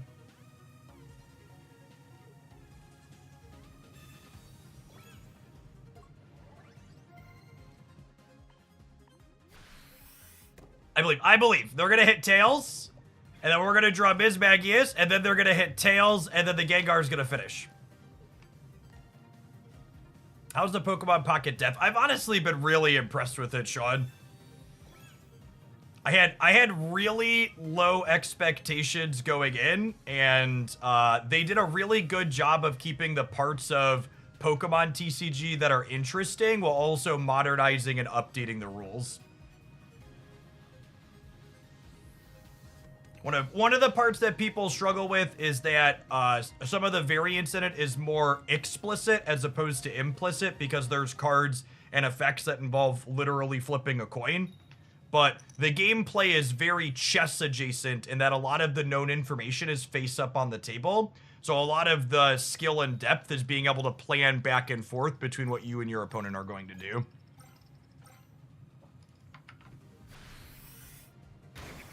And they kept one of the things I loved about Marvel Snap, which is all the deck sizes are small, so your decks and your draws tend to be very consistent. All right, it looks like our tournament match is paired. We are playing against Skarmory Magnezone here. With one copy of Mew. Yeah, one thing that's interesting, Sean, is they don't have a ranked ladder. You just play the game for fun. But there's a really thriving community tournament scene. There's like 5,000 plus people playing in community tournaments every week. And the biggest one each weekend has between like 1,500 and 2,000 people. And there's no daily missions. There's no daily missions that make you play. You only play if you enjoy it. To do your dailies, it's literally just log in and open up booster packs. You can just like play the game as a booster pack opening simulator off and on, or if your day doesn't commit. Yes, agree, Day9. The unforced esports is great. If you want to check out a tournament, Sean, we hosted, me and one other content creator, Spraggles, hosted an almost 1,000-player tournament. We hosted almost 1,000-player tournament last weekend or the weekend before. I can drop you the link. All right, so our opponent's deck, because tournament rounds are open deck lists, have 2 copies of Sabrina. So I'm very explicitly not going to play out my Yanma and my Mew here because I don't want them to be able to Sabrina one of these up and lock me out of this. So I'm not going to deploy bench Pokemon this game until I'm ready to Metallic Turbo and boost one of them up. Having first energy advantage for this deck is always a huge benefit, so we're happy to have that here. And notably, my opponent is a Skarmory deck, and they don't have a Skarmory, which is a good start for us also. So things looking pretty good for the home team, so long as we can draw up a copy of Yanmega here in a couple of turns. Oh, and they're just building Mew. That's interesting.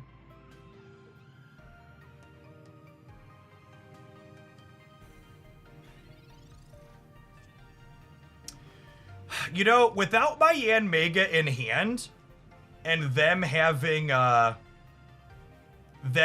2 copies of Sabrina, I think I just turbo energy onto the other Dialga to kind of be like, okay, your Sabrinas don't have text here at the moment.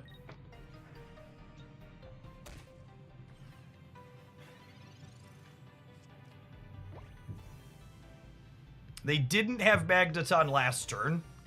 Professor's research letting them pick up 2 cards makes it pretty likely they'll have it this turn, though.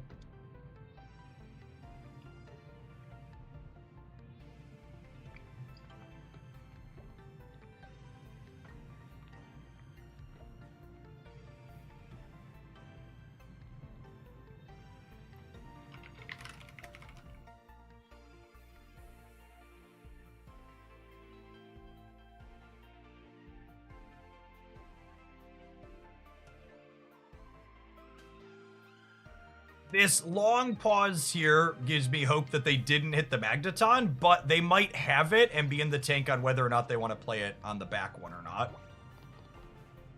I think I just go ahead and take my first knockout point here.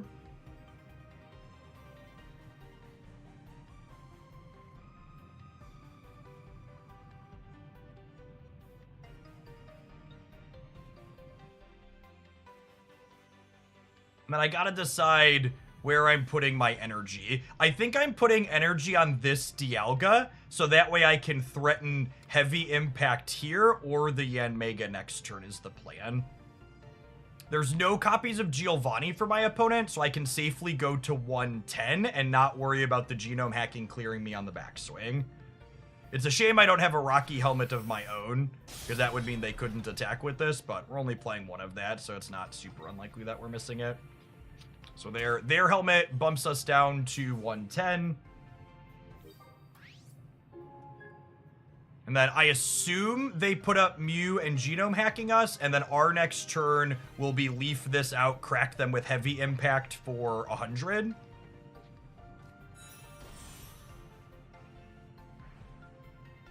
There's the Magneton. I wonder, I bet their pause last turn was they already had this. And they were debating on if they wanted to evolve the active one or save it for the following turn. Now, opponent is playing one copy of Cyrus, meaning they'll be able to run down this Dialga next turn, potentially. There's my Yanmega.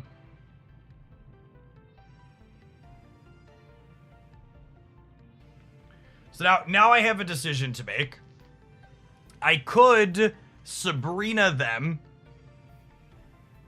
and take my second point. However, there's one copy of Cyrus in my deck, and if I mark 100 points on this Mew, I will be, if I mark 100 points on this Mew, I'll be able to, win the game at any point if I top deck Cyrus.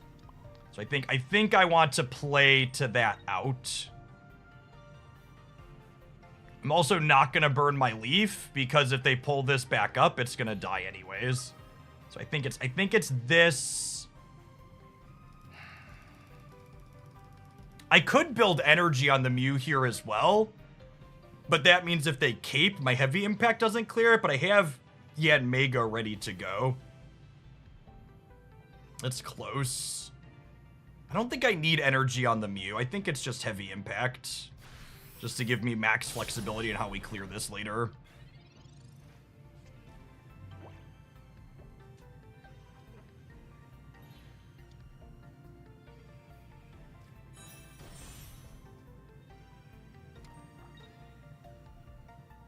Oh my goodness, my opponent. Oh, we've all been there, chat. They forgot to charge the Magneton before evolving, so they couldn't attack. They were in a tough spot regardless, but they were in a less bad spot. They had some lines if they don't mess that up, but they were a Cyrus away from death either way.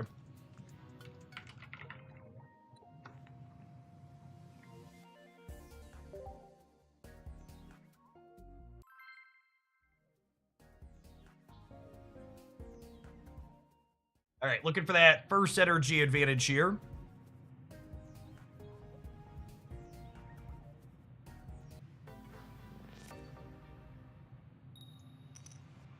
We are missing first energy advantage. It's going to be a big swing in the opponent's favor.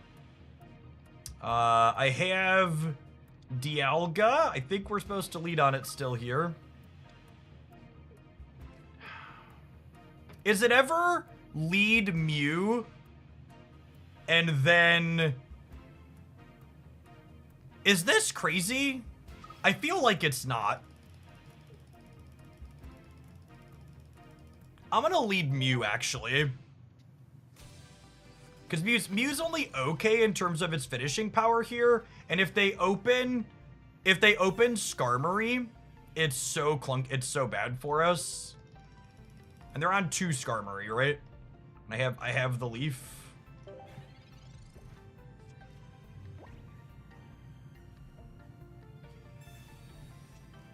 Is there tech for Dialga to mitigate the downside of going first? Potions and capes. So having lots of sustain is how we're mitigating the downside.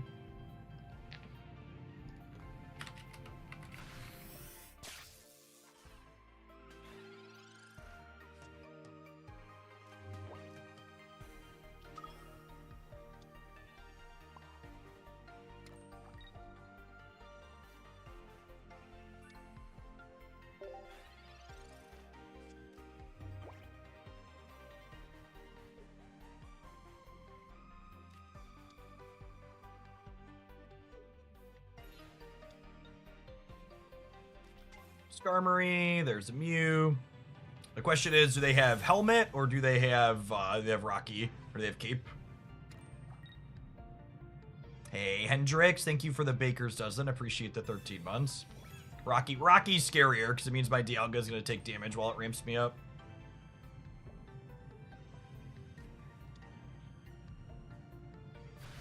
They are almost out of resources here this turn. Down to just one card in hand. Let's make like a tree and leaf. I'm going to go ahead and evolve the Yanmega this turn. So that way if they Sabrina me, I have the option to pivot into that without losing it right away. I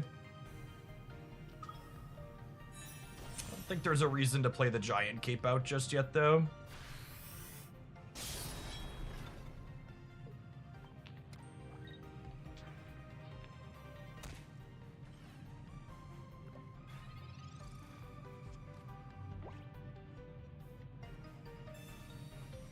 Okay, so that's another basic for their hand. So it's guaranteed to be Skarmory in hand because they don't have, they only have 5 basics.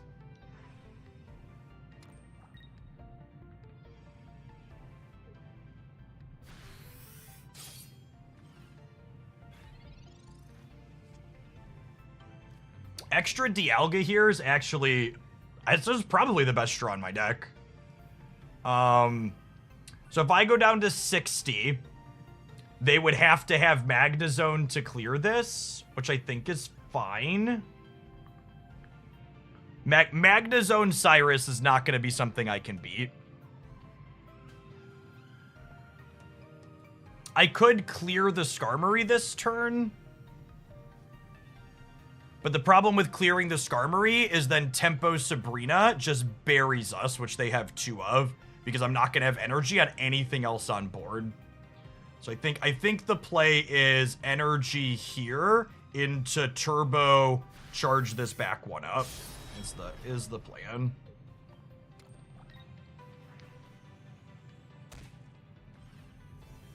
If you cape Dialga, you stop it from getting knocked out by Magneton's attack. If they want to put Magneton up to kill my Dialga, that's a win for me, because then I clear the Magneton before it hits Magnezone. So, if they're pivoting to this and clearing with that, I think that's a win for me.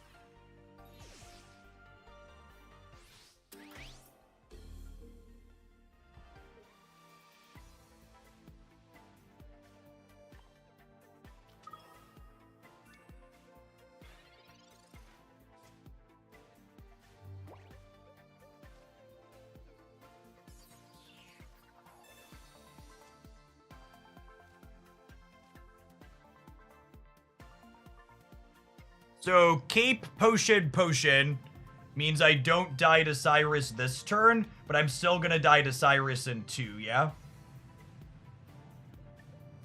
So I don't know that it's worth playing around that.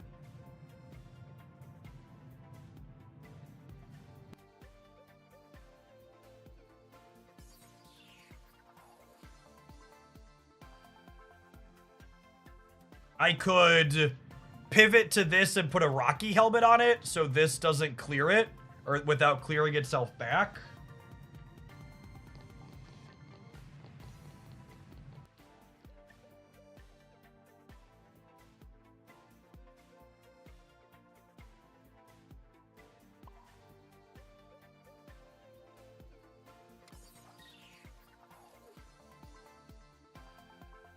I think it's just this. So that way Yanmega clears this next turn through a copy of Giant Cape. And then obviously we're dead to their one of Cyrus here, but this is just going to be a game where I need that to not be a thing.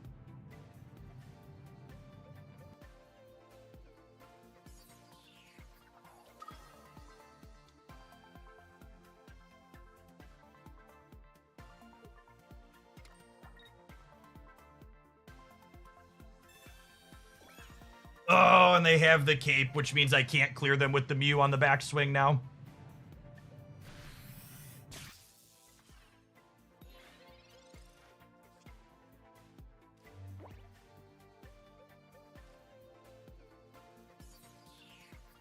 We could have cleared the Magnezone with the Mew, but they have the cape in addition to that.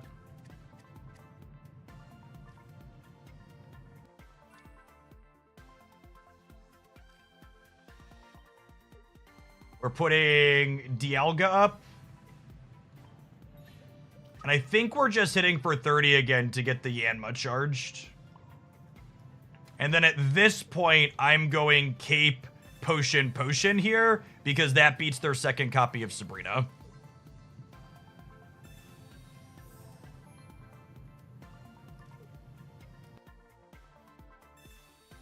Yeah, we need Cyrus to be the bottom card of their deck.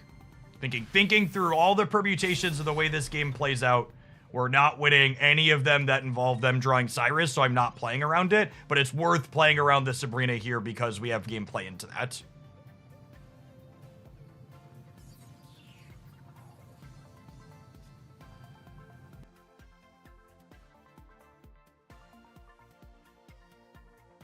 This game is surprisingly competitive considering they had first energy advantage and Skarmory early.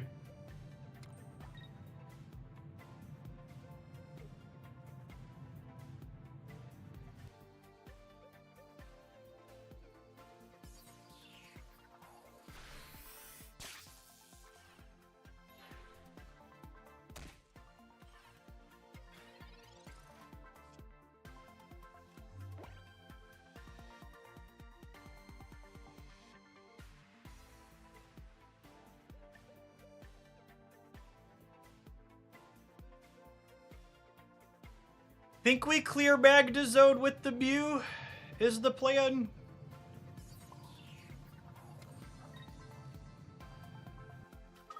I play this out to continue playing around the second Sabrina.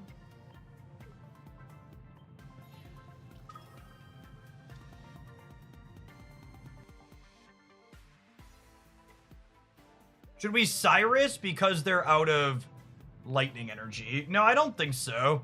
I think them not letting us mark damage on their Mew has value.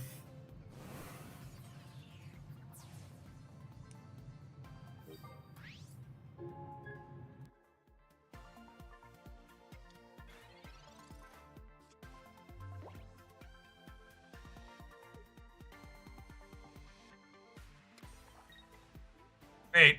1 in 5 to be dead this turn, 1 in 4 to be dead next turn, 1 in 3 to be dead the following turn. Just gotta keep that cumulative brick. Have they played any their researches? There's still a research in their deck here too. So if they hit research this turn, we'll be dead the following turn.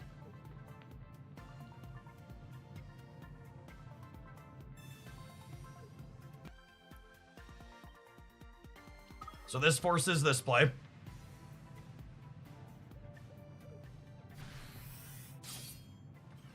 This is we played around this.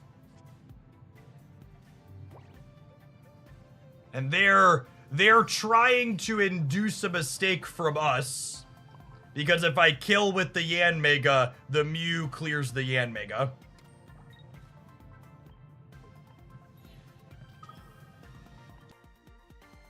And then I believe, so long as they brick on Cyrus one more turn, we're good to go, yeah?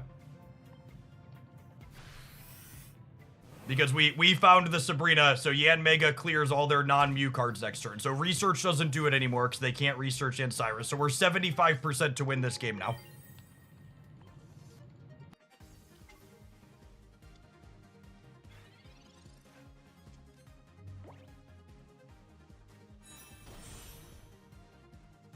That was our draw for the turn, right? So we're good to go. This game was a stellar example of identifying what cards we could beat and what cards we could play around. And regardless of the results, if Cyrus had happened, we still made the right plays. But I correctly identified that I could beat the Sabrina, but couldn't beat the Cyrus, so we sequenced in a way to beat the Sabrina and not beat the Cyrus.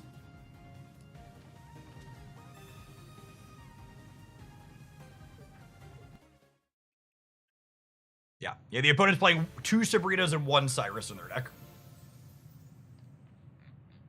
Really, really tight game.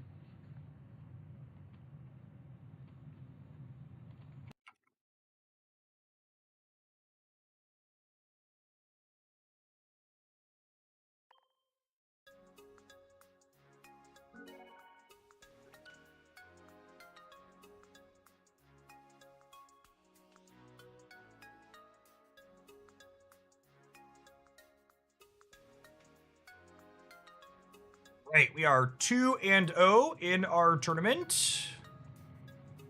CPY, thank you for the 2 months. I appreciate your re-up and welcome back. Thanks for keeping me around.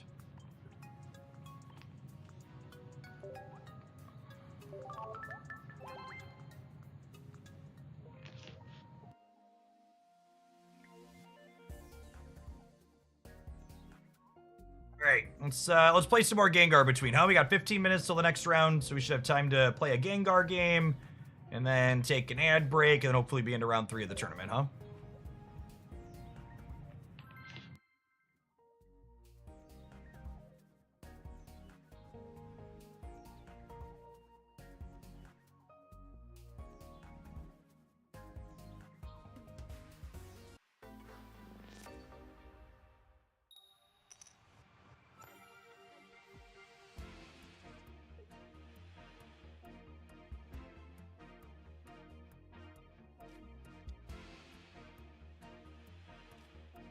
Going second, and we have a communication for our Haunter here, hopefully. Ooh, Skarmory just runs us down, though, yeah? I'm going to tell you that this Gengar deck has been better than I was expecting it to be. I'm not gonna be a typical YouTuber and lie to you and tell you that it's good. But I'm going to tell you we have been on the scoreboard in games that I was not expecting to win.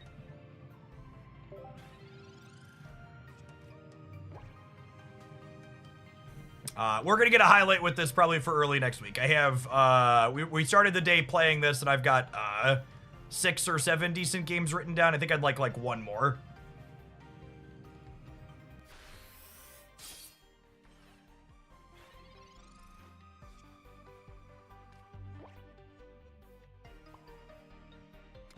We needed a Haunter Gamers probably cooked.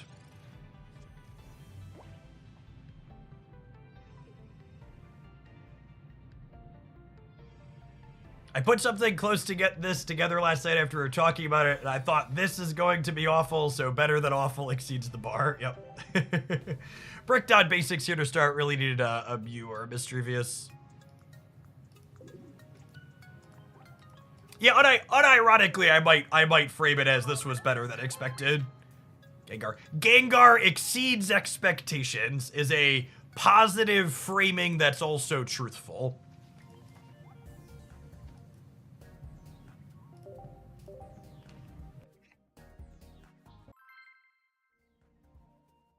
Is it normal to reveal your deck to give access to an opponent to what you have? For the competitive tournaments, having deck lists be open maintains competitive integrity, so players can't change cards in between games and rounds.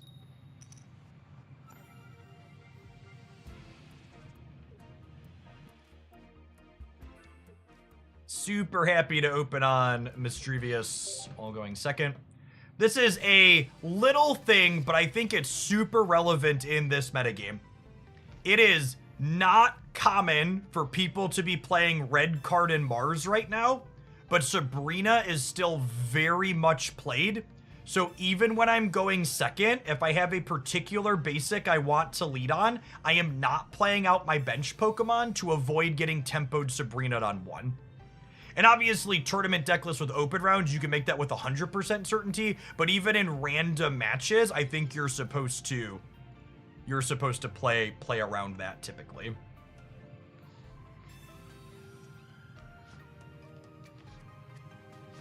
Hey, Minnie, thank you for the super chat. I'm glad you enjoy the vibes of our pocket content here.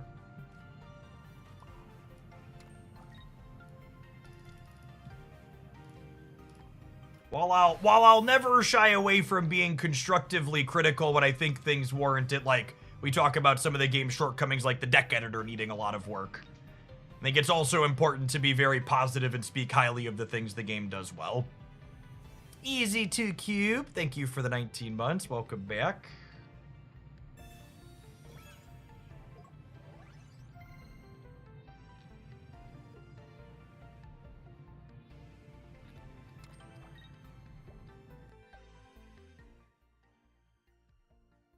Look at this Gengar mirror match, gamers.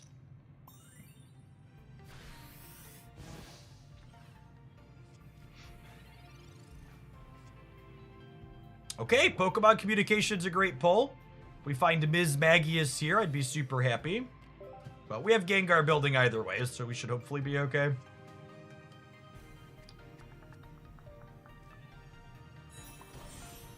Do I want to attempt to Haunter this down? I kind of do, if I'm being honest.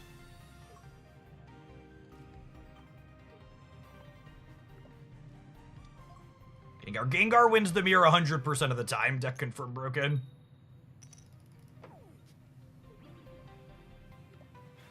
Talking about choice of Haunters, I am very confident that this Haunter is the optimal one right now, because when you're going first against Executor, this has a 50% chance to scramble their egg before it can evolve. So the deal 30 for 1 is technically higher average damage, but it never spikes an egg or a Manaphy before they can activate. Which is the relevant thing we're kind of trying to hit.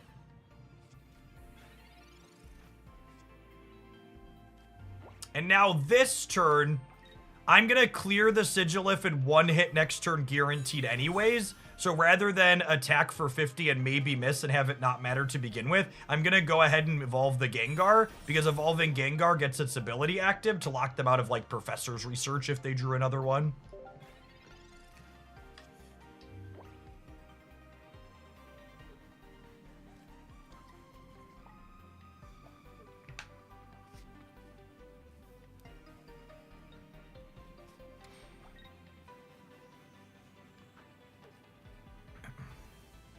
If they brick on their Haunter again this turn, we're probably done.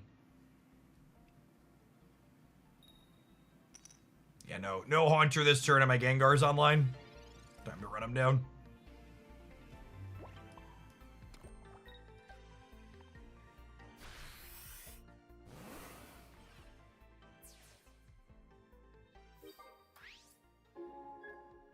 And then even if they Haunter into Gengar the following turn, I have Ms. Magius set up with my Gengar here, so we confuse their big lad. And then should be good enough to run them out, I'd wager.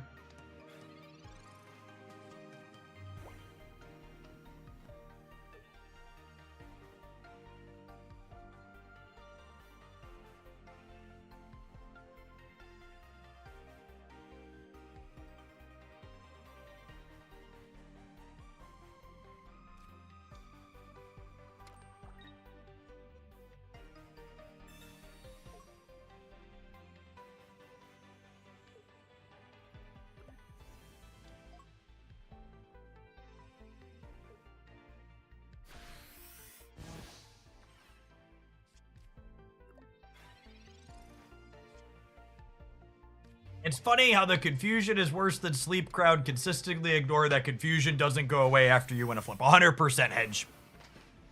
That is a big part of what makes confusion solid. How much is not having matching Gengars killing you? I die a little bit inside every time I see both of them at once. But there's no way Gengar is playable enough for me to wail for another full art.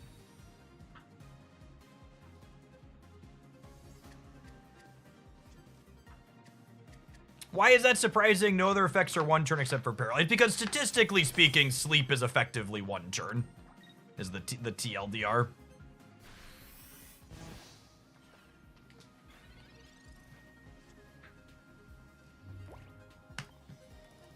All right. We need to take a brief pause for the cause.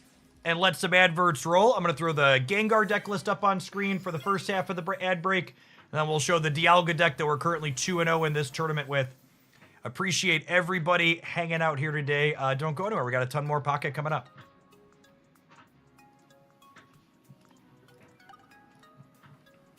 If you're watching on the YouTube side, enjoying the vibes, don't forget to tap the like button. We're very close to 500 likes on the day. I think we can get over that hump.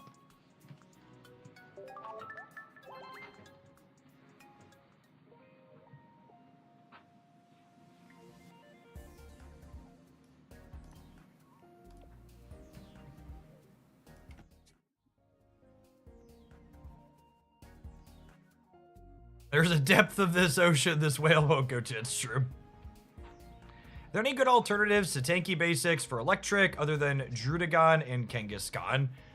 You could technically play Giratina in off-color decks and then, like, dawn the energy off of it onto something else later.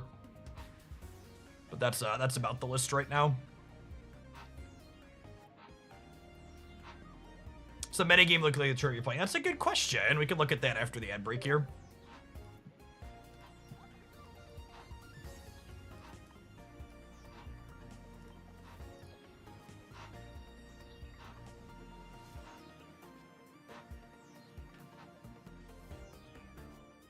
Mm-hmm.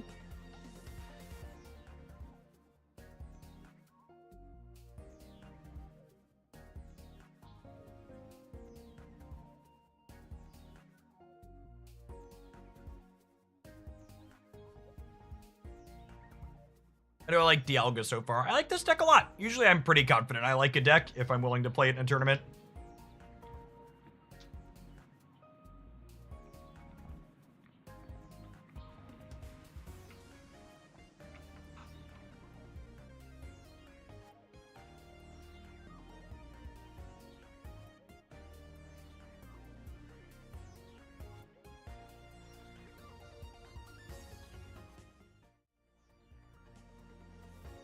So, metagame of this tournament, mostly as expected here.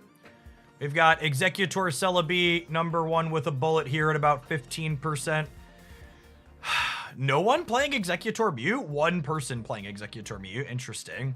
Silent Rooster, thanks for the brand new Prime support. Appreciate you shipping a couple bucks from Jeffrey Bezos to myself.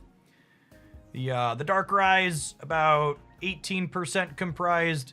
Palkia, Magnezone, Skarmory having a real bad first round. This is only one round's worth of data, so all these scores are low. So these numbers are going to change pretty dramatically here in a second, I would assume.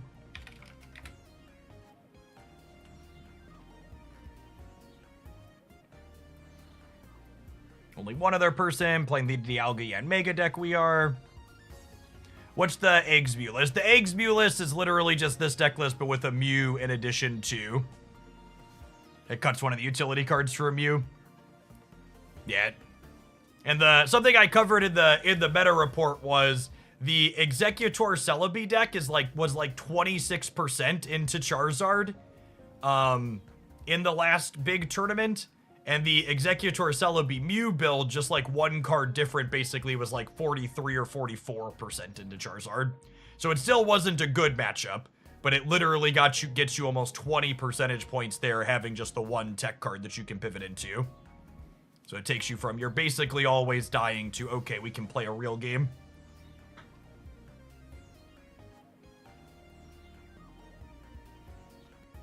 Yeah, Charizard not super popular in this tournament, which is great. I'm not a huge fan of playing against Charizard, although our current deck's not too terrible into it. I think the only of the top decks that our current deck is bad into is I think it struggles into Gyarados. You're not unwinnable, but you don't want to queue into that one if you can avoid it.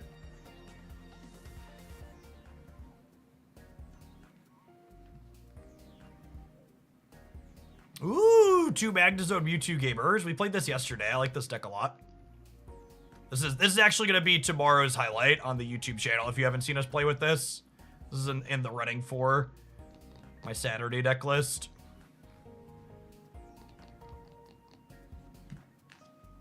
I did not look at the big one from this morning. Is that one about done?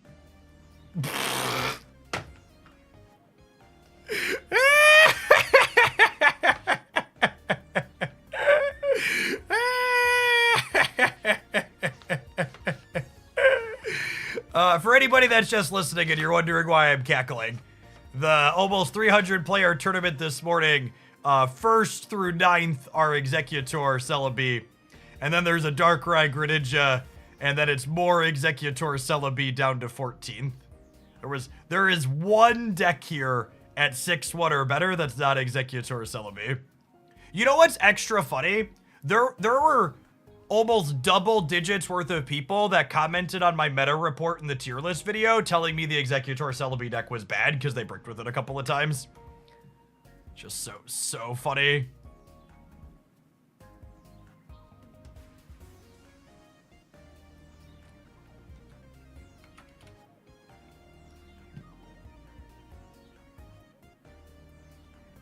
That one deserves a post.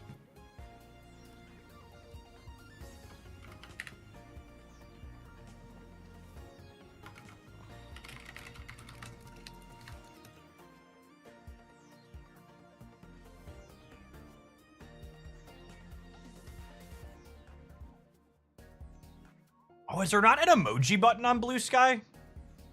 Oh, there it is. I'm just blind. Thinking.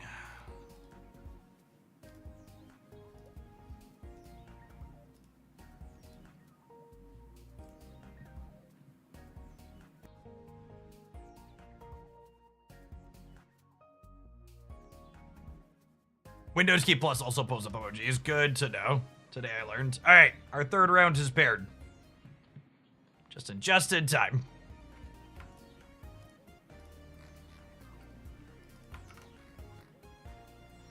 Speak of the eggs, and they will appear.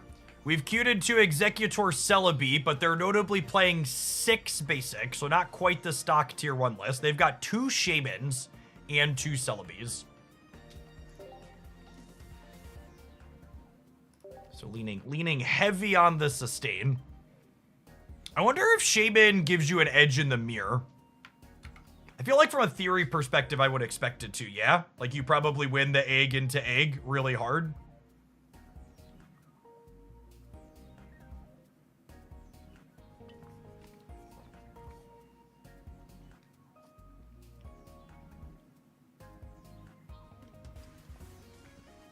What's the chance we get a fire that's not a stage 2 that does 140? Maybe? I hope they give us something that stops healing. We were talking about that earlier.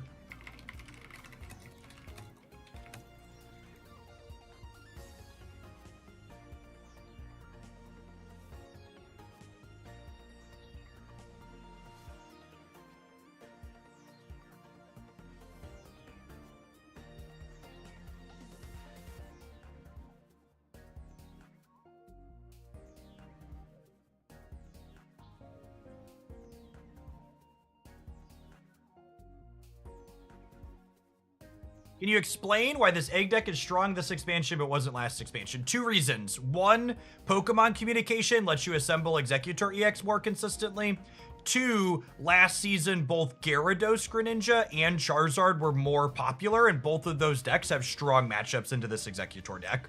So, the Executor deck is metagaming Darkrai control decks in a way.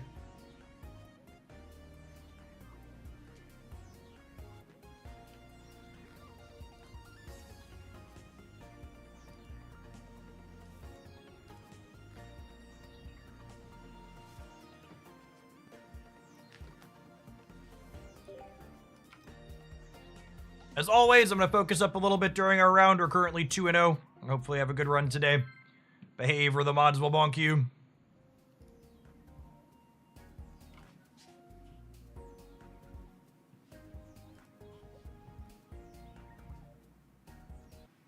We are playing against Executor Celebi this round, featuring 2 copies of Shaymin. They're on 6 basics, a little bit different than the stock list we've seen going around.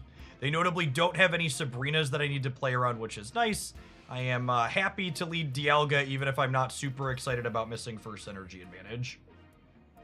Rocky Helmet here when we're missing first energy advantage is nice, though.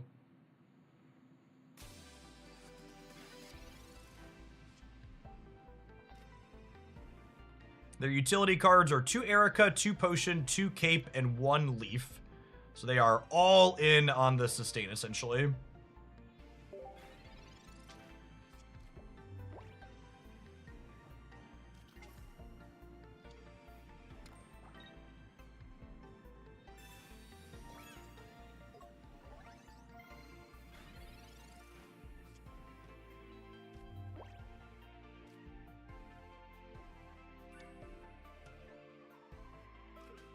think I put a hat on this.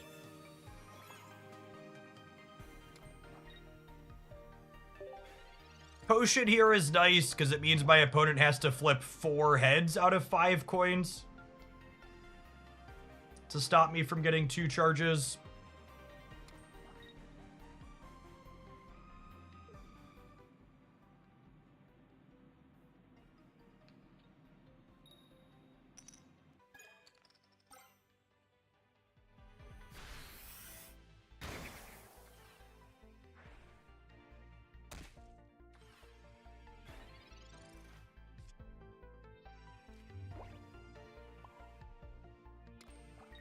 So they're going up to 120, and then they're going down to 100.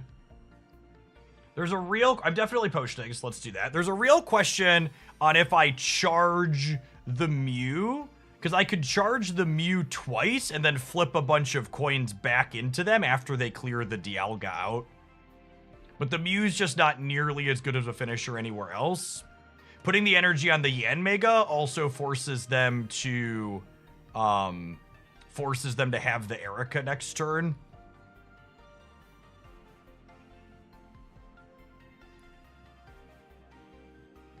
Putting this up to 5 energy is kind of appealing, though. Having the Yanmega ready to go is just really good in the event that they find their egg tree, because Mew does not want to fight against an egg tree, whereas Yanmega is all right there.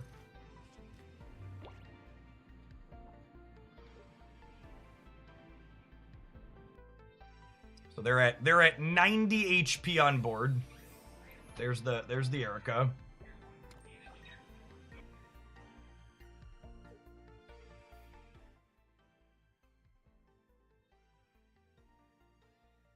We need to not get supremely high rolled here. Perfect.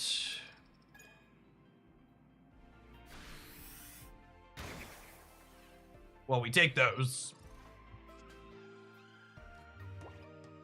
It's funny. My brain went, wait, why didn't they... My brain was like, wait, why didn't they take 20? It's because they dealt nothing.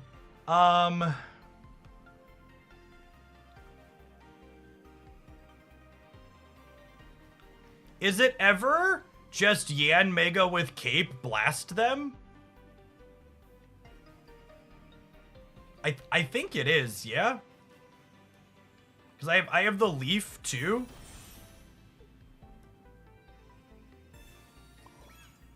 They'll need 4 heads next turn to clear this.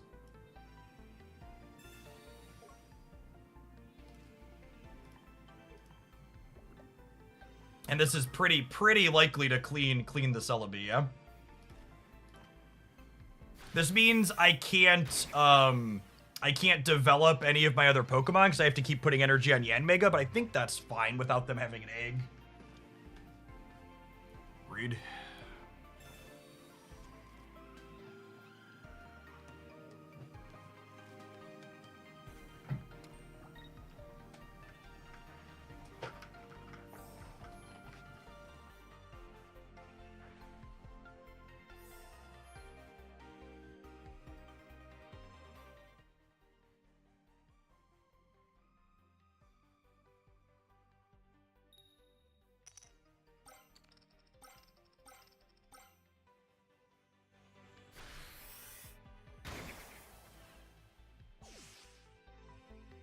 Oh, man, those swings.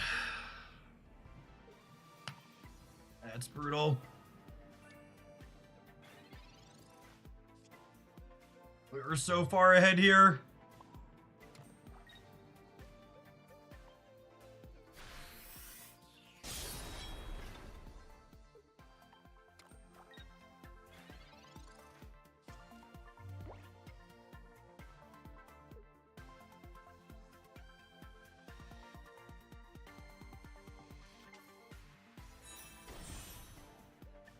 It was actually the singular worst possible outcome for us, too. Because if they would have hit this for even 50 damage, the Metallic Turbo here would have knocked it out. But because they hit literal 0 into the 1 in 16, we're just in an awful spot. Like, it was actually best possible on both outputs for them.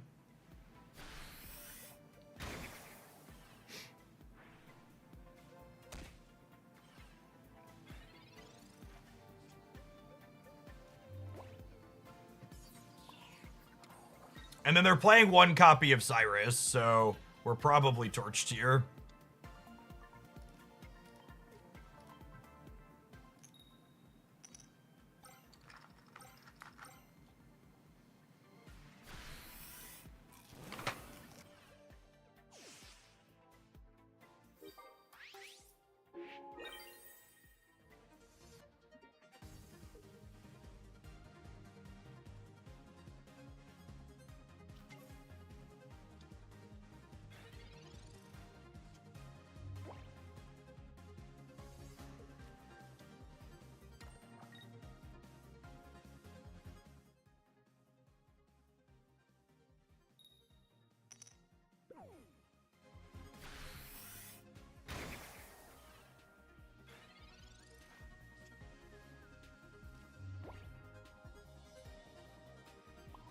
Yeah, we're an incredible not favorite from here.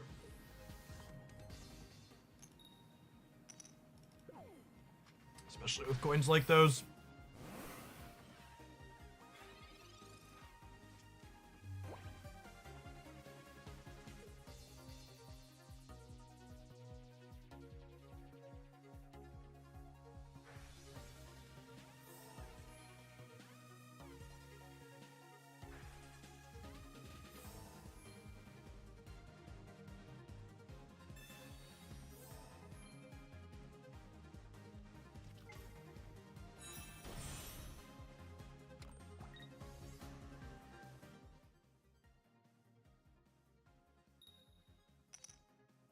Someone unironically posting that the Executor Celebi deck is whelming not 5 minutes after we showed a tournament result, with it being all of the top decks, is just so funny. It's just peak cognitive dissonance. Just average 2025 human beings. No, this is only game 1, Bob.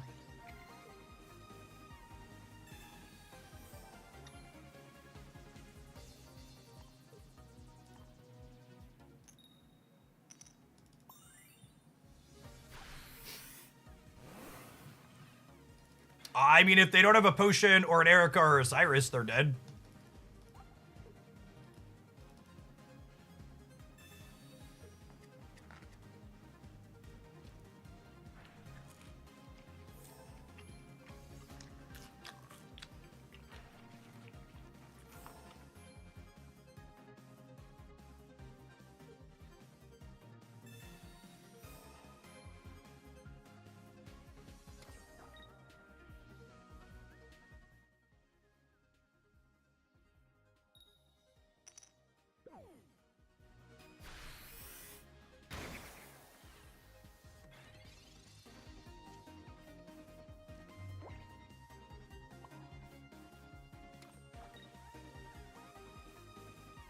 All right, we hit a heads, and then Cyrus plus this other Dialga wins next turn.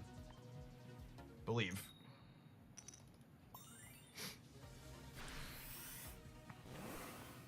%20 to lose the game to top deck Cyrus on the spot. All through this.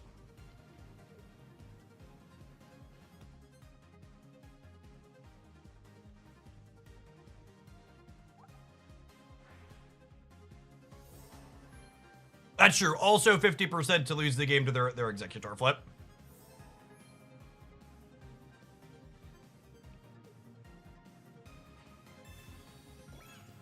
Oh my goodness, I forgot they still had a cape in their deck.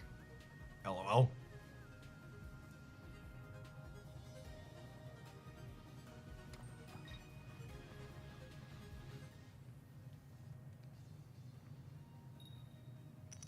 On to the next one.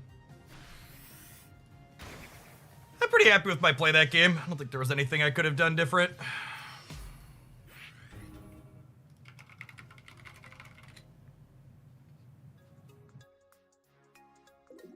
We needed them to have 1 heads in one spot, 1 tails in another to win it very handily. Sometimes you make all the choices and right choices and just die.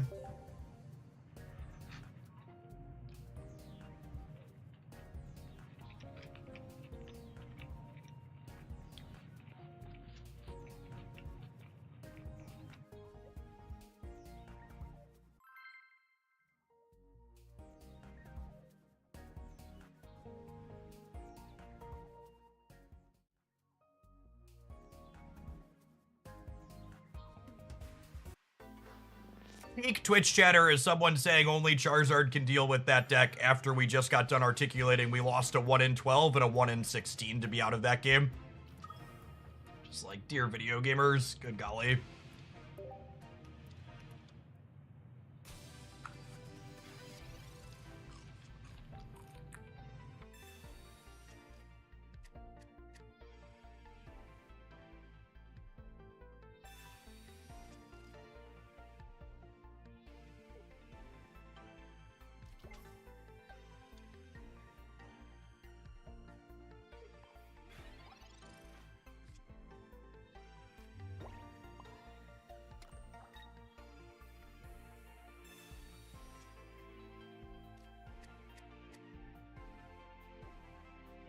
Hey, we have all our things.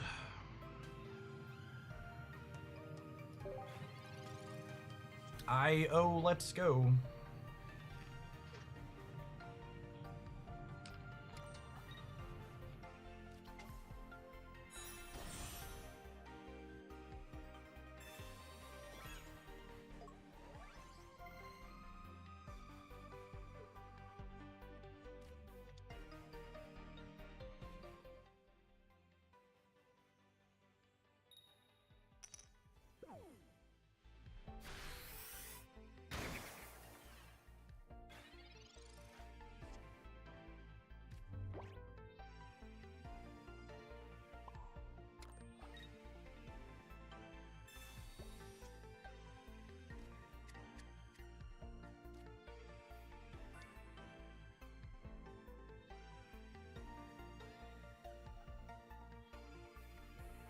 I show them this yet?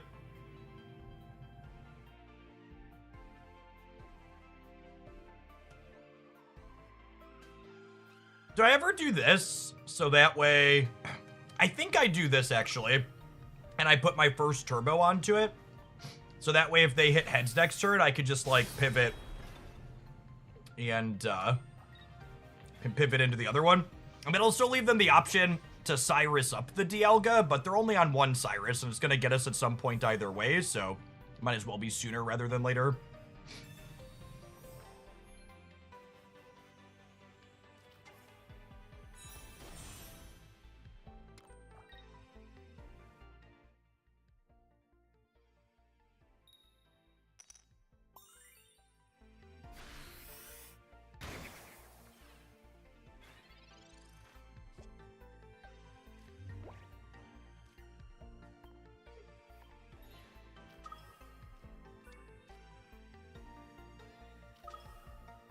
Do I want to just start building Mew? Probably. Well, there's no reason to put more than 2 on here, right? I don't think I'm Rocky Helmeting. Maybe I'm supposed to Rocky Helmet. Yeah, that's probably a mistake. I'm supposed to Rocky Helmet. Although the cape with potions might buy us time later. It's so close.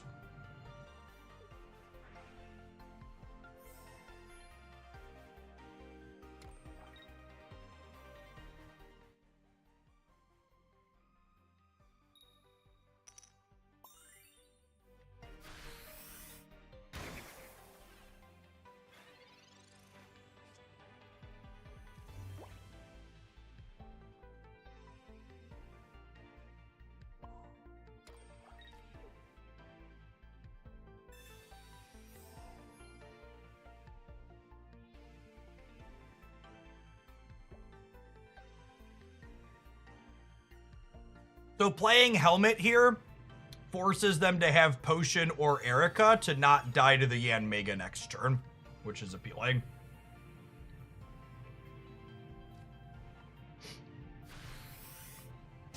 It'll be minus 50 plus 10 from the Shaman.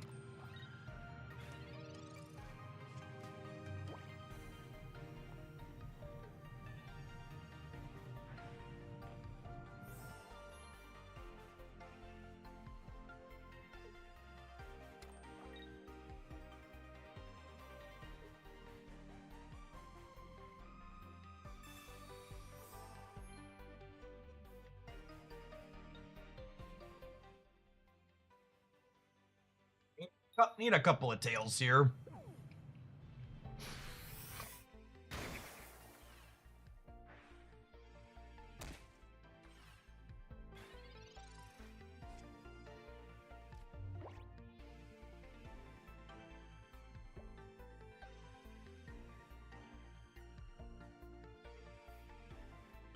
Think I want 2 more on the Mew. It could be right to just pivot into Yanmega here. And just hope that Mew with 5 energy clears the Celebi. What's more likely? Mew with 5 energy clears the Celebi? Or they get tails? Mew hitting 3 and 5 is more likely than a 50-50, right?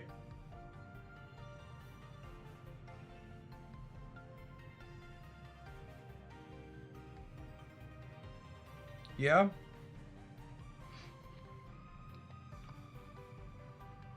Three out of 5 is also 50-50. That's interesting.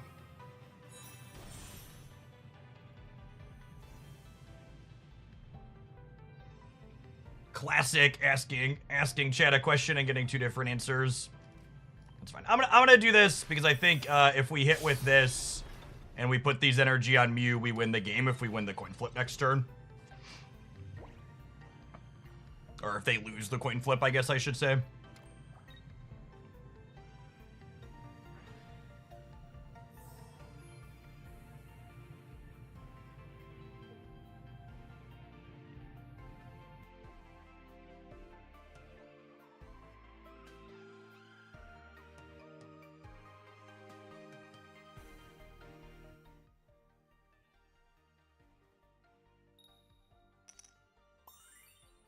Probably means we're dead.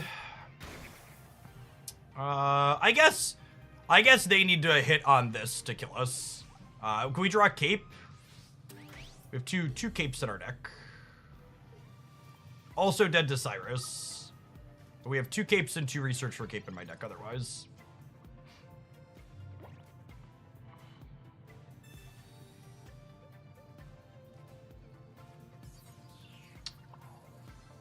Sedge. Okie doke.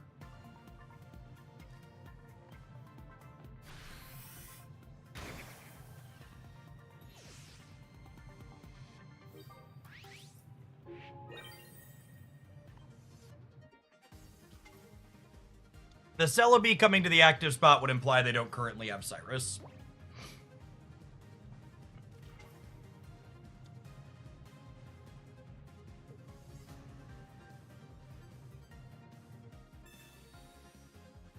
Oh, I could have potioned the Dialga to play around the Celebi.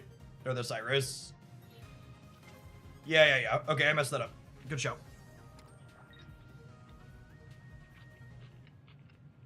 Classic opponent taking extra game actions.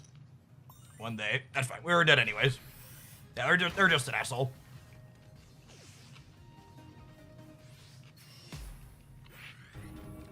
Average. The game's changed, but the gamer is taking lots of game actions despite having the win guaranteed remains the same. What a turd burglar.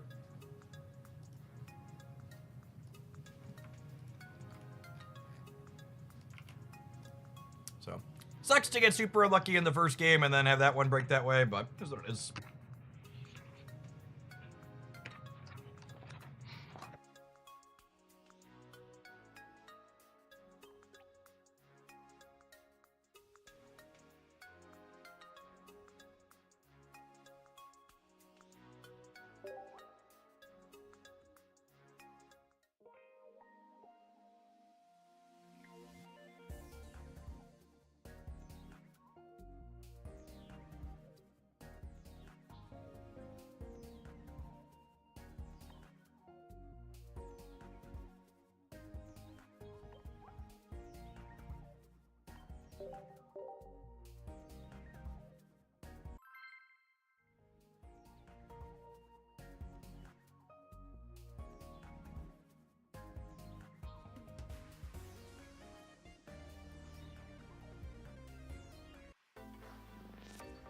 No, I don't enter tournaments that are single elimination or best of 1 round, so.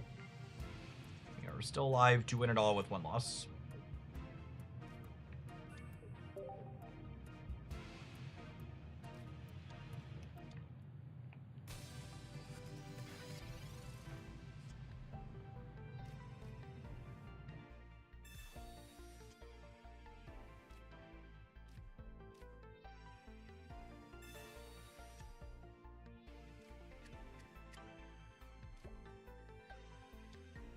If the Yanma stays in, we could find our esports haunter and clear it on a coin.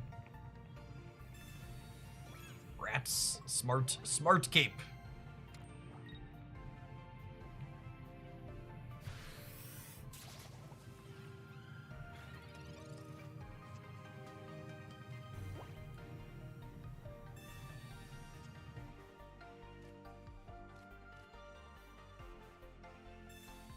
Do we communicate for Haunter? I kind of don't need it this turn, so I think we wait.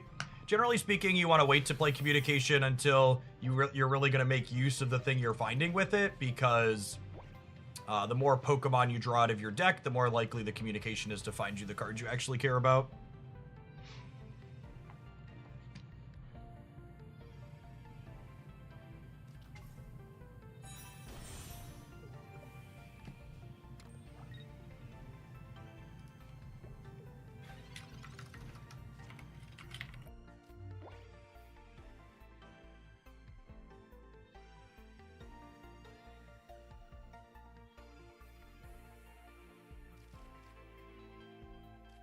We have Ms. Magius. We have Giant Cape, so that way we live their hit if they hit heads.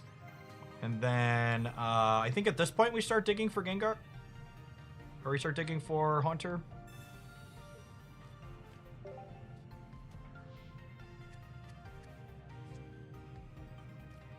Ooh.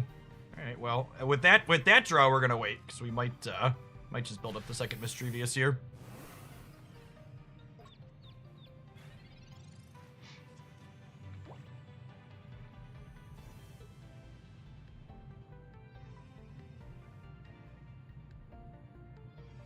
Yes, if they flip Tails on Confusion, they will not discard an energy, because discarding the energy is part of the attack happening. Confusion stops the attack from happening. Unironically, this Miss Magius deck has felt better than the other Miss Magius decks we played yesterday. I'm not going to tell you it's good. It's probably not good. But it has felt better than the things we were doing yesterday. This game, obviously not really much of a game, though.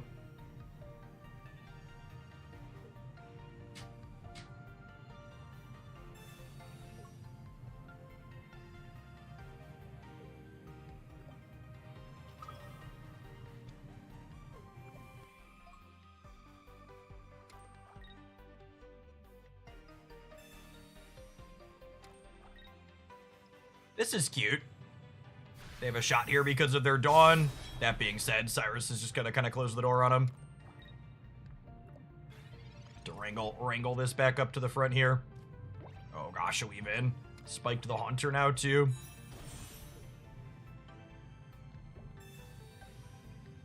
I've enjoyed Ms. Magius and Mega Mew. That's fine. The problem is all of your Pokemon really want to go second, and it's hard to build 2 of them at once.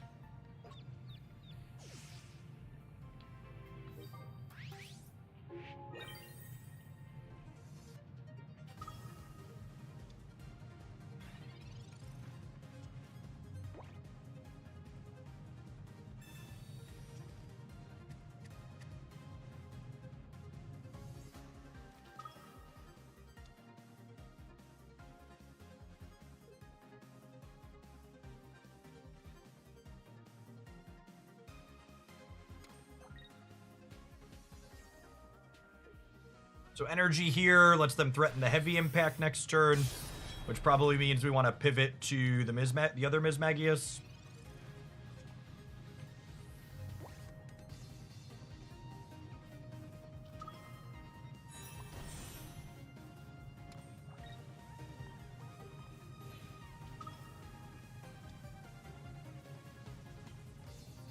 turned into a bit of a game here. Opponent maneuvering around a bit. The Dialga Yanmega deck's super scrappy. It's one of the reasons I've enjoyed it. I think we're probably going to be too much for them to overcome here, though.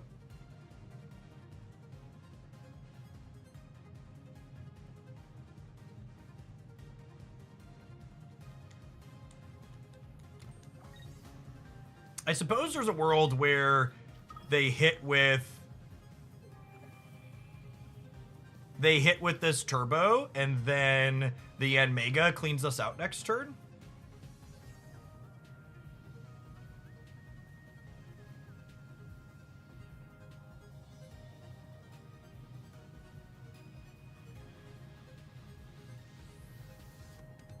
And then the question is, can Gengar carry?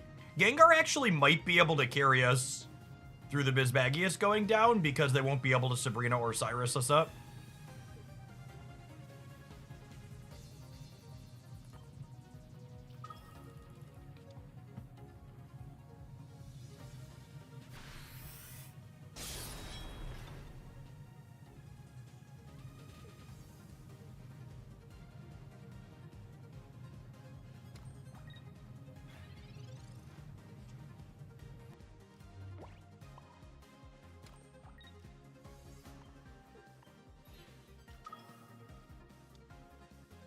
So Cyrus gets them these 2 points, but I don't know how they convert to 2 more from there. If I have a healthy Mismagius that gets to confuse something again after.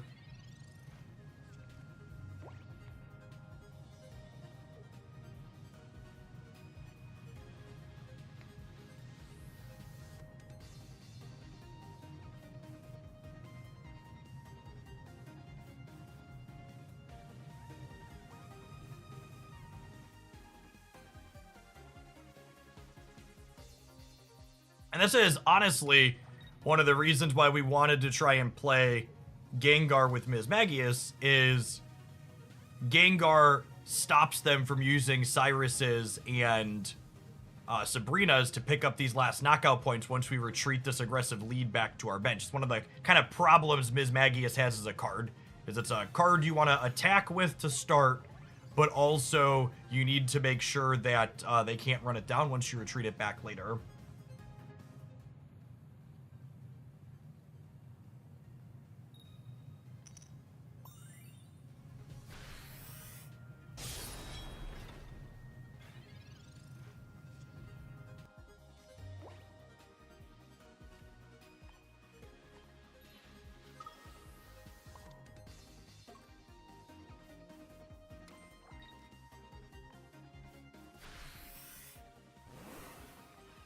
Just didn't have a line here.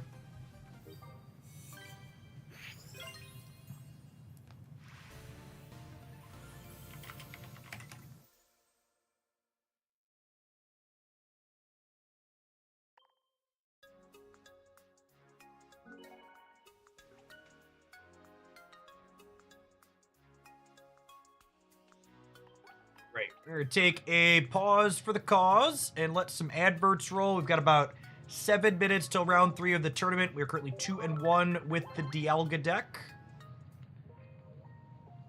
Our opponent hit a 1-12 into a 1-16 with their Celebi to beat us in the last round. It was a little heartbreaking.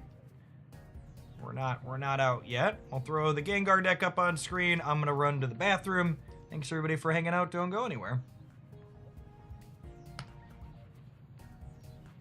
Watching on the YouTube side, consider tapping the like button on the live stream. Got over 900 viewers there, but less than 600 likes. We can get that up. BRB subs. We'll run to the bathroom.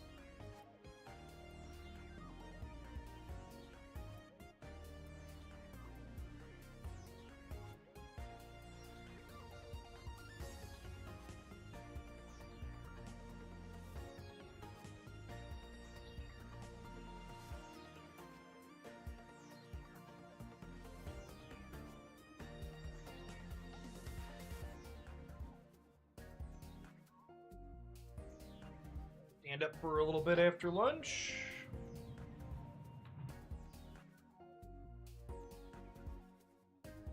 Hey, Grexy, thank you for the almost 3.5 years. Welcome back. What do you think of a Gengar Dusknoir deck? I think that sounds atrocious. I think sounds like 2 inconsistent Stage 2 Pokemon, neither of which can carry a game entirely on their own. I also think pairing a 1 knockout point Pokemon into a 2 knockout point Pokemon is bad deck building in the current metagame.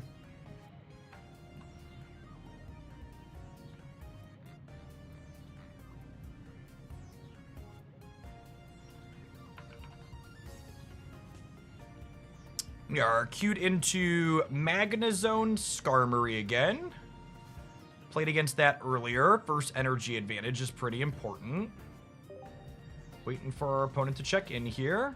Throw up the Dialga deck for a second while we wait. So all the regulars out there, just so you know my schedule, the family and I are taking a small vacation at the start of next week. So I'm going to be off Monday, Tuesday, Wednesday next week. But I am planning to be live this Saturday. We're going to play in and stream the Ursi Day tournament is my plan. So we'll get a weekend. We're going to go up to an indoor water park for a few days.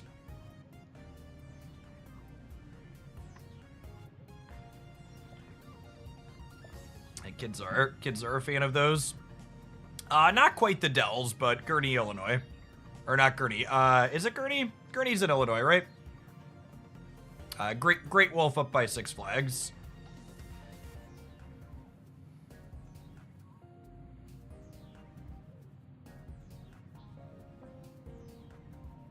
I'm planning to play Blastoise on Saturday. I'm between Dialga, Mewtwo, and Blastoise for Saturday. I think I'm leaning Blastoise just because he's my boy, but I feel like I could talk myself into any of those 3.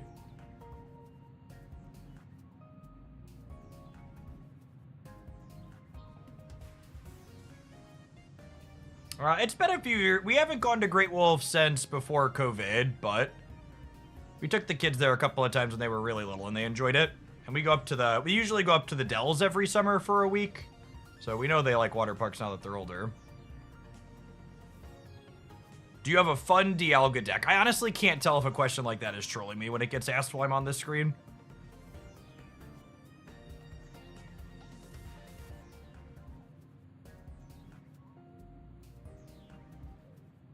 You pulled the other Yanmega. I pulled the first Yanmega this morning, and then Craft Pack pointed the second.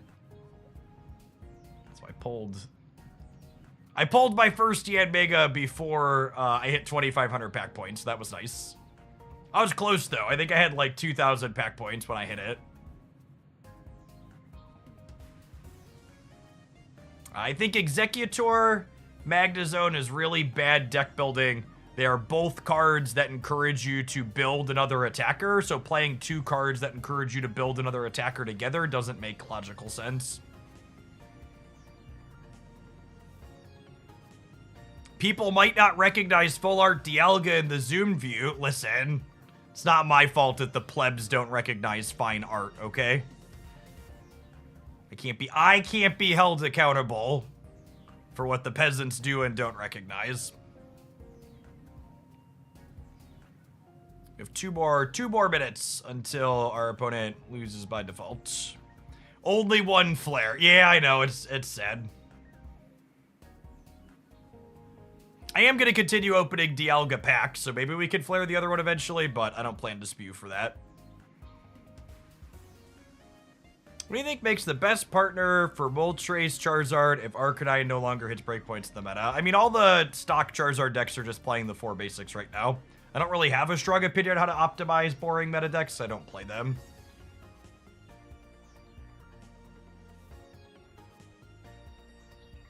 No, we're 2-1 in the tournament we're currently playing. Whenever possible, I prefer to play tournaments that start at like 9 or 10 my times. That way, if we do well, I don't have to stream till all hours.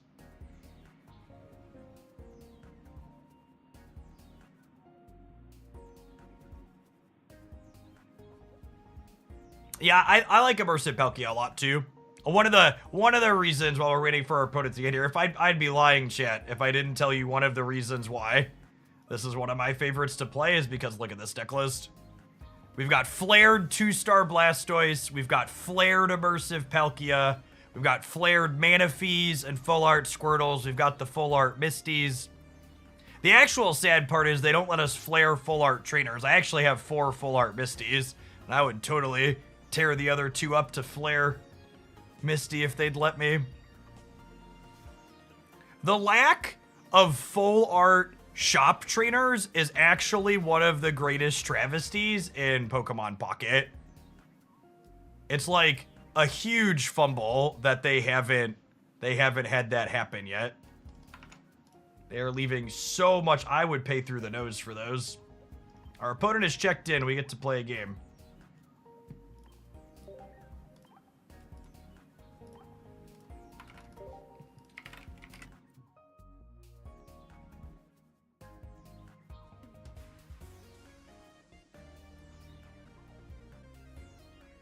I believe we need to X1 to top cut the tournament, but I haven't looked. I don't look at that until we take our second loss.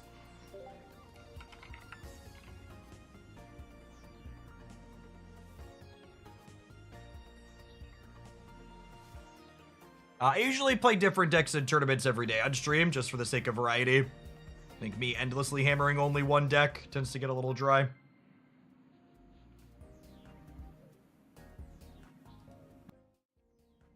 Especially if I have multiple things that I really like playing. Last season, I mostly played Lumini on Starmie, because that was the only deck I was super into.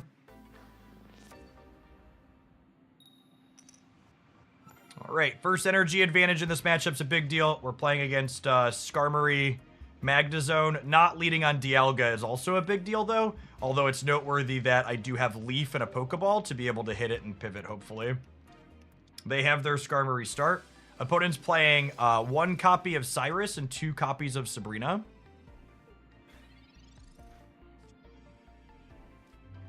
I want my highest probability chance to draw Dialga, which means I want to research before I Pokeball, because if research draws into a non-Dialga basic, it makes Pokeball more likely to draw Dialga.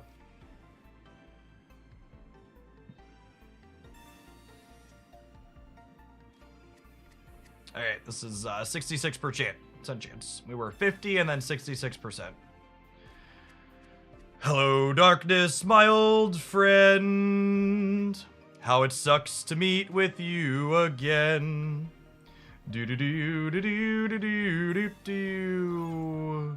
Do do do do do do do do do do do do do do do.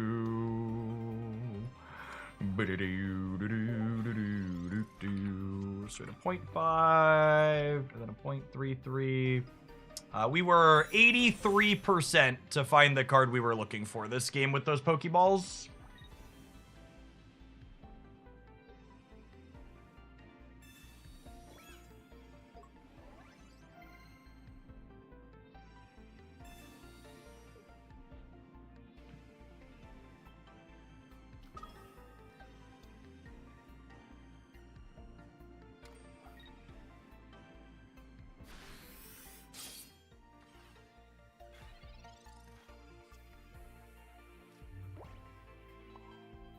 This is going to be a game where, because of how our variance is lined up, we're just not going to be able to beat a Magnezone on curve, I don't think.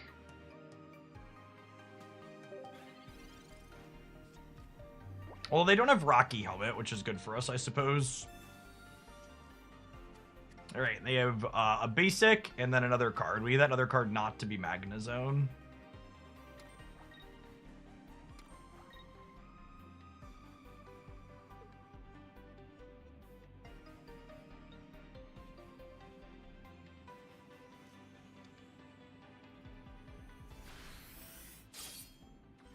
So they have a copy of Cyrus that can let them chase down this Mew.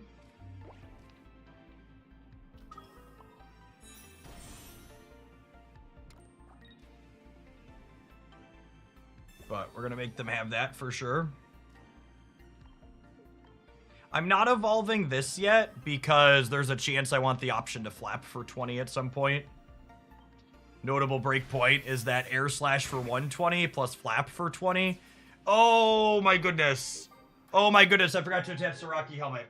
Oh my goodness, I forgot to attach the Rocky helmet. Oh, man. Well, that's embarrassing and frustrating. Maybe they won't have it.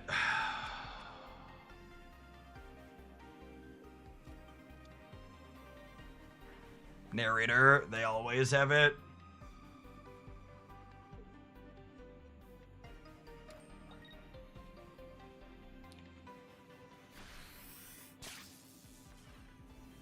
Whew. No justice in the world, just us.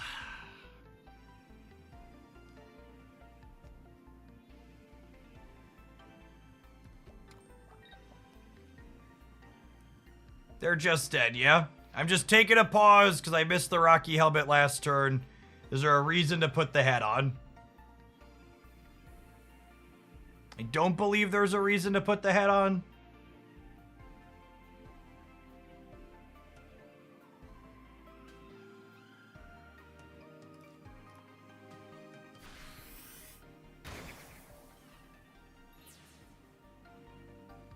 Yeah, they put it as no copies of Jail Money.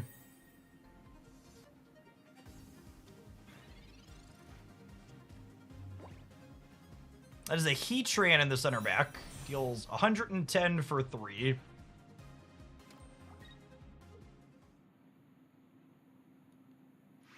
Alright, no stage 2 for them, but we also bricked on the 84%er to have our Dialga, so fair's fair, I think, there.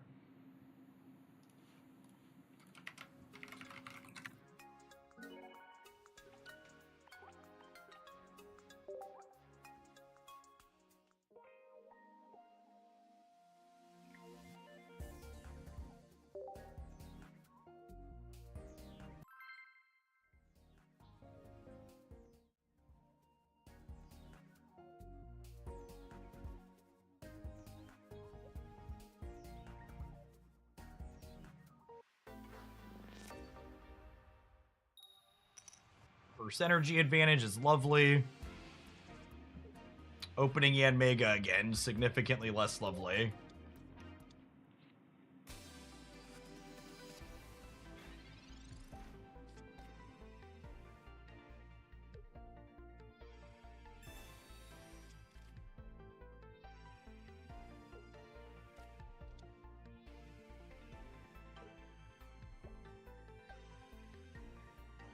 They have no copies of Leaf or X-Speed. So they can't kill the Yanma next turn unless I attack with it.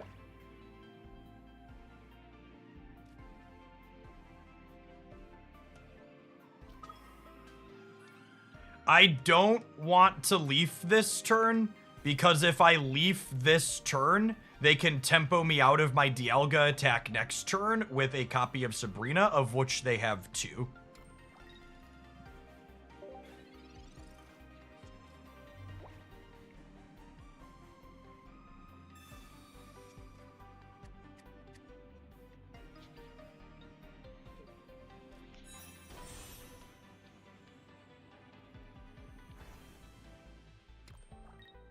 That's interesting. So that means they're staying in on this. We really want to draw another basic next turn, so that way we want to draw another basic next turn, so that way they can't Sabrina up whatever we put the Dialga energy on.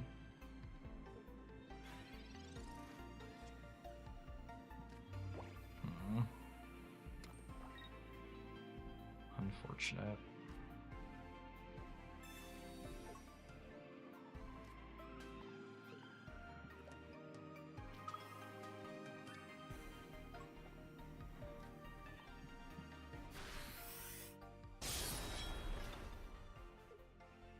Why wouldn't they clear the Yanma with the Skarmory? They couldn't clear the Yanma with the Skarmory last turn. Their deck does not play Leaf and does not play X-Speed.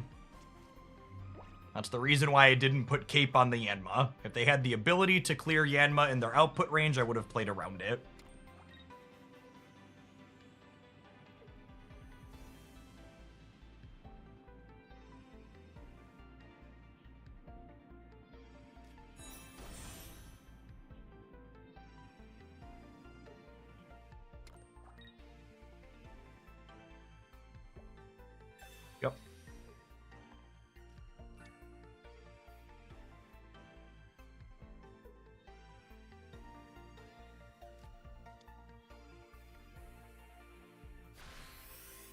Not a good spot for our hero.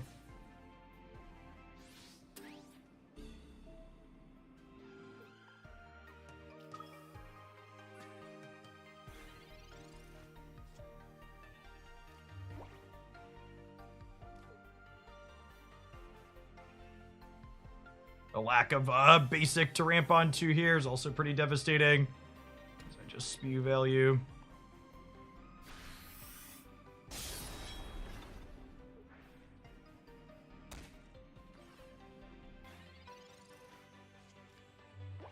Think that's checkmate.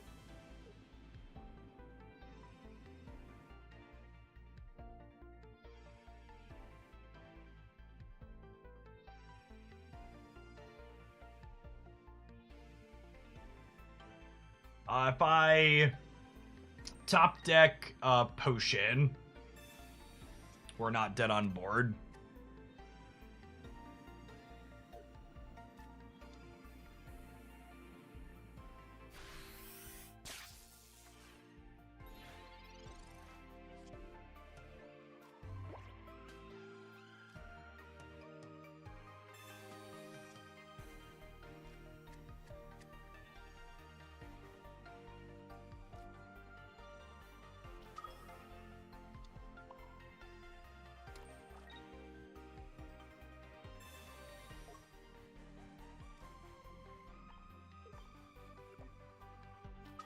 Okay, not dead on board, dead to Sabrina and Cyrus. They have one of each of those left that they haven't played.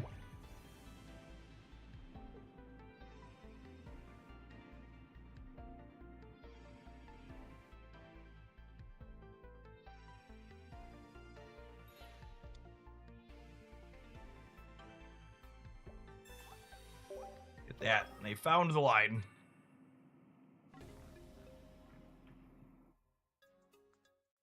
Took them half the timer, but they figured it out.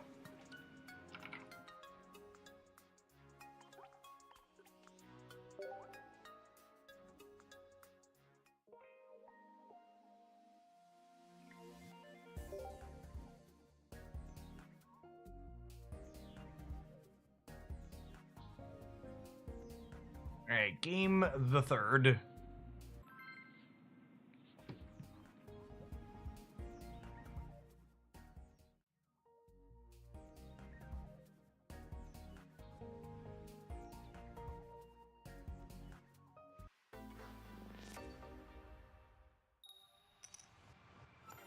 We have first energy advantage, which is not what we're looking for.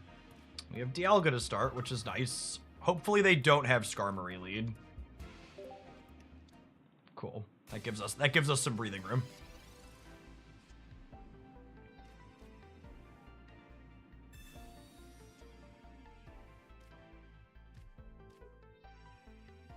I'll do this so they don't get free shots.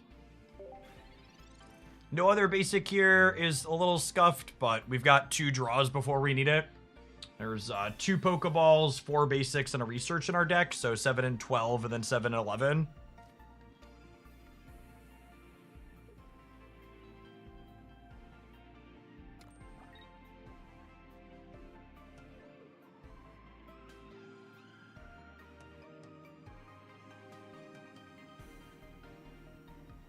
Are we thinking of trading 10 for 20 here? That would be good for us, yeah.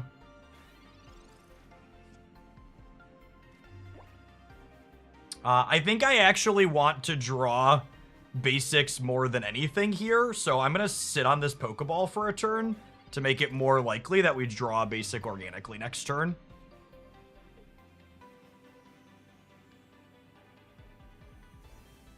We're hoping that their item for the Skarmory is Cape and not Helmet, so that way my Dialga can live longer to give us more setup time.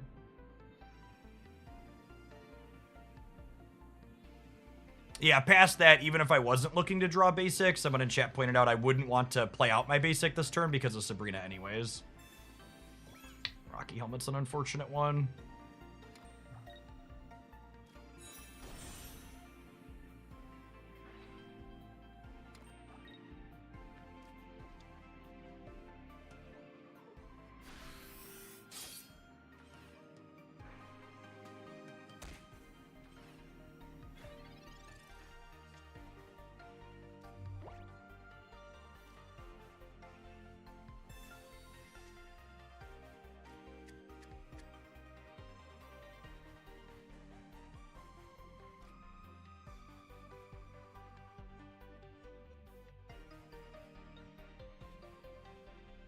think if they hadn't played the Magnemite, I would be inclined to Sabrina here, because it would clear the energy off the Magneton.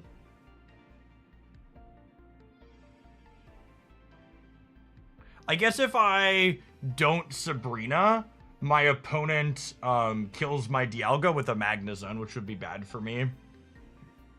So I think I need to do this.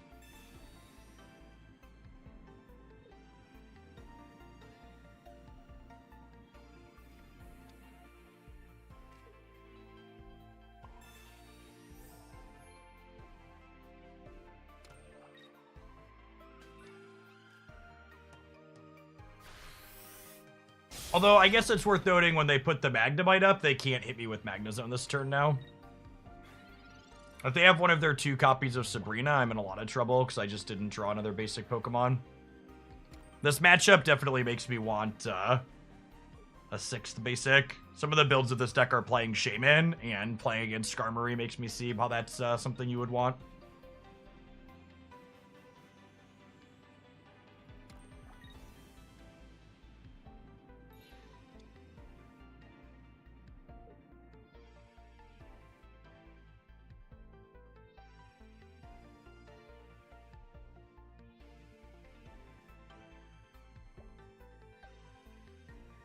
They're deep in the tank here, which doesn't mean they don't have the Sabrina. They've liked to wait to the last second to play a lot of their payoffs.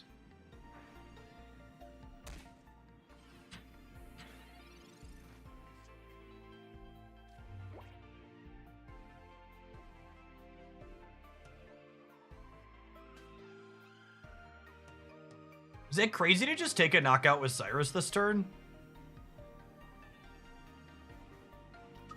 I feel like it's not.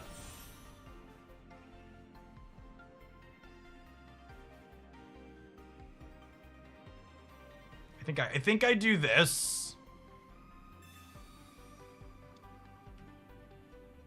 And then I think I put energy here to threaten to clear the Skarmory. Yeah, this is gonna have plenty of energy either way, yeah? And then if I top deck a potion, I can clear the Skarmory and not be dead. I don't think they're in a bad position. I think this game goes either way currently. The Magneton coming to the active spot seems like a big mistake with my Rocky Helmet. I guess, are they gonna Sabrina me? This, like, zones. They didn't have the Sabrina 2 turns ago. I guess they could have drawn it. But if they don't Sabrina me here, I think they're checkmated. Because of my hat. Oh, they have a cape. Yep. Forgot about that. Are we dead? I think that's all she wrote.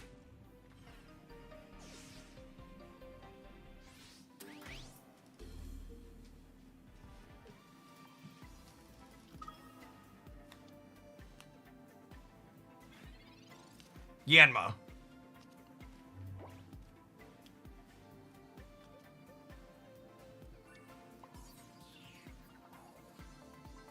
So, Yanma here lets me go 120, take a hit back, pivot to this, kill this, wear a cape so I don't die to the Skarmory. And it gives me a window to draw potion for this to clear the Skarmory and not die to it.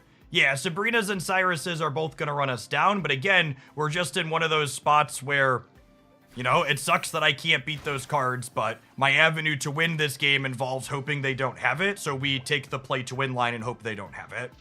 I could also draw another Dialga or Mew or Pokeball to play around Sabrina. Wait, what? Oh, yeah, they just get the knockout this turn. GG opponent. All right. We built a line. Our start was super awkward there. I think playing that, I think experiencing that match, I like the idea of playing Shaman in this deck.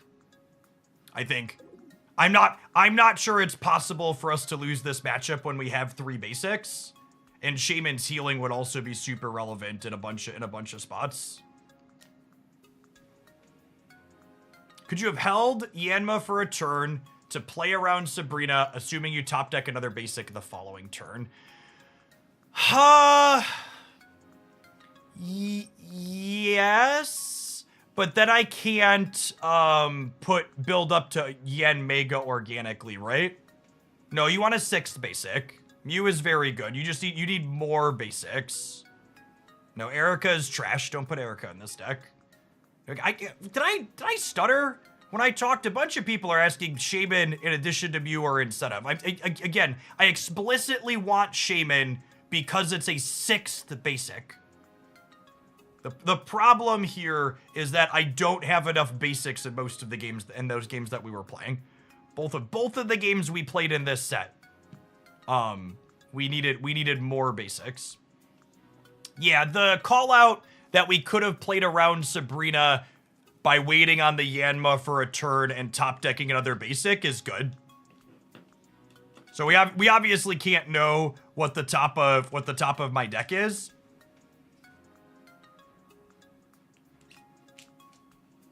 We obviously can't know what the top of my deck is, but if I top decked a basic and didn't play the Yanma, we could do it. I don't know what the cut is, chat. Stop asking me questions. If I knew what the cut was, I would have played Shaman already. I'm not playing it because I didn't have room. I don't know the answer to your question.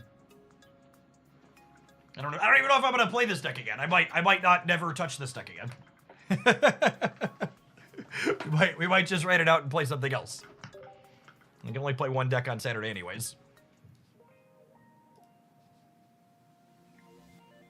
Couldn't they have Sabrina the next turn though? So for people, let's go back and explain and give a post-game breakdown of why holding the Yanma is correct and plays around Sabrina, because I think it's not super obvious.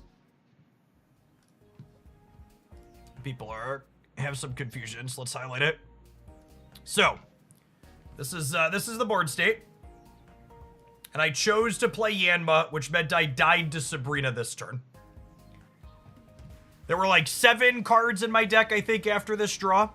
So if I would have just put the energy on Yan Mega and cracked them to 120, their play is hit this down to 10. And then the following turn, if I top deck Pokeball, Dialga, or Mew, all 3 of those cards live through a Skarmory.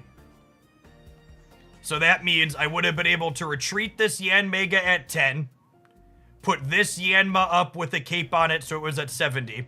We'd clear the Magna Zone, and then we'd live the Sabrina about 50% of the time because the Mew or Dialga or one we got from the Pokeball would be here to Sabrina into after they play it with this Skarmory.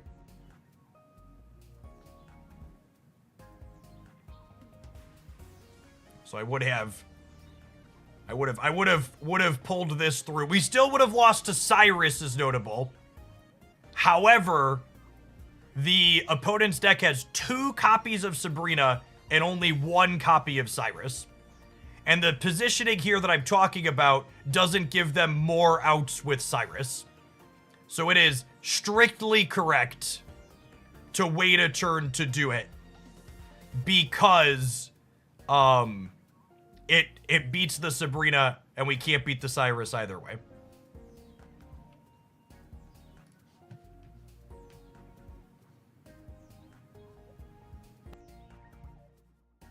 All right. What's the format of this tournament? Are we dead for top cut? Probably. Usually we are. We'll double check those. Some of them are weird.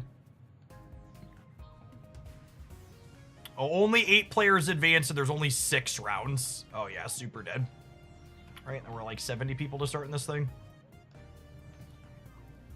Yeah, 76.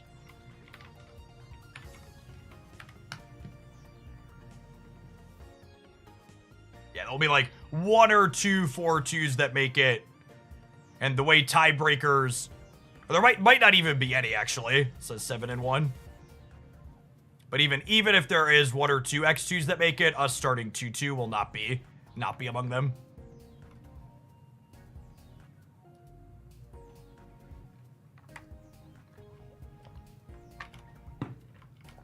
The people saying Top Cut is best of one, I'm pretty sure that's a clerical error. Because it says best of 3 here. So I assume they just selected the wrong drop down and they'll fix it when they get there. Would you be guaranteed Top Cut at 5-1? Yeah, that's exactly what this math says that I just closed. I guess there's technically more than 8 here, but the way it finagles out with people dropping, it'll be for sure. I bet 1-4-2 makes it. It'll be 1 or 0. I only saw the bottom. You should always read all of the details on a tournament that you're signing up for, gamers. Don't just look at this and then hit sign up. That's why so many people had problems in the Hoaglandia tournament. Because they didn't read.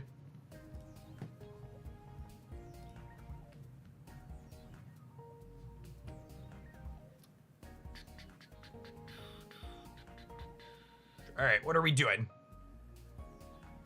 I think I have a full highlight with Gengar. This is probably fine for this. What I cut for the Shaman? A lot of other people were cutting the Rocky helmet for the Shaman, but that can't be right.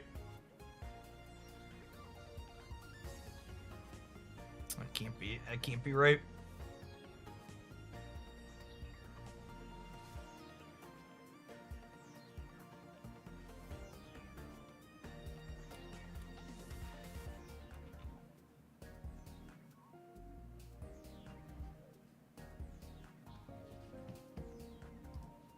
Probo Pass, what is that? Something interesting is 3-1? Oh, 2-1? Oh, Nose Pass, that's funny.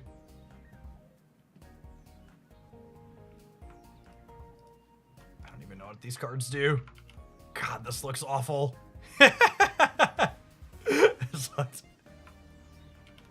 There's only one Dialga. How do you charge these things in these games? What are they beaten?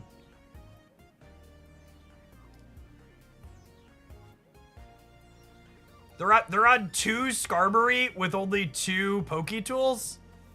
Must just be running hotter than the sun, yeah?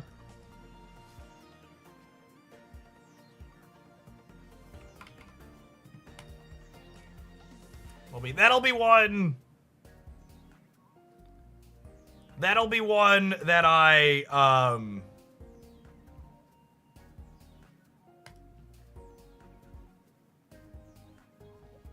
That'll be one that, what's it called?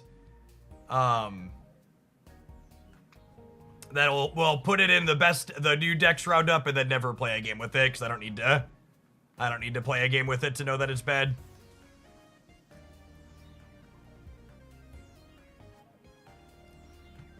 The Kaboot Ops deck, yeah, shout out to the Kaboot Ops deck.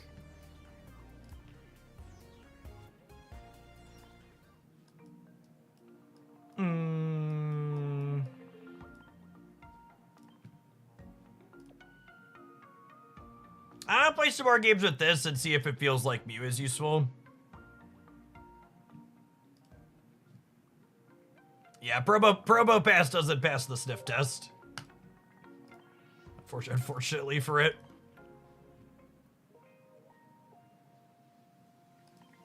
What do you think is the best egg scout? Or we know what the best egg scouter is. It's Charizard. Charizard and Gyarados Greninja both have very strong Executor matchups. That's why that deck wasn't everywhere last season, because those decks were super popular. Those decks are just, like, boring as hell to play.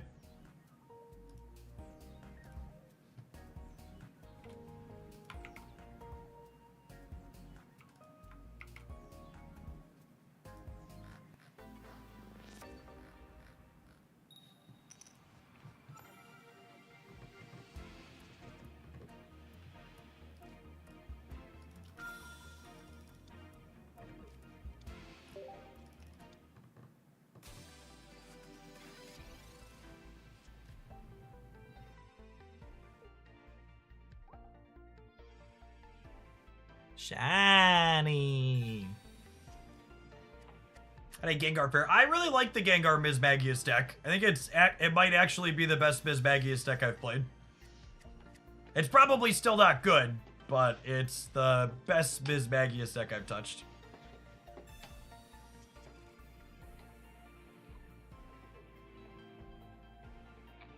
February is half done. We are halfway to our next card pack.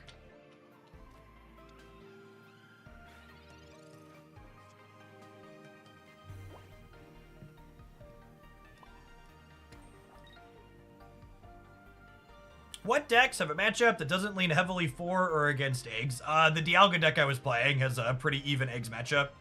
I think this one does as well. Infernape has a relatively even eggs matchup. Blastoise has a relatively even eggs matchup. There's a bunch of them.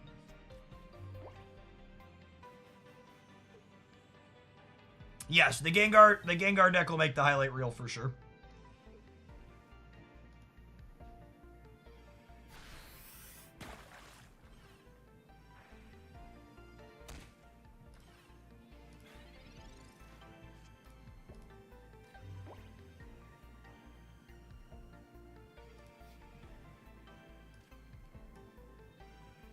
Electing to trade their Tentacruel for 20 points of damage is an interesting choice.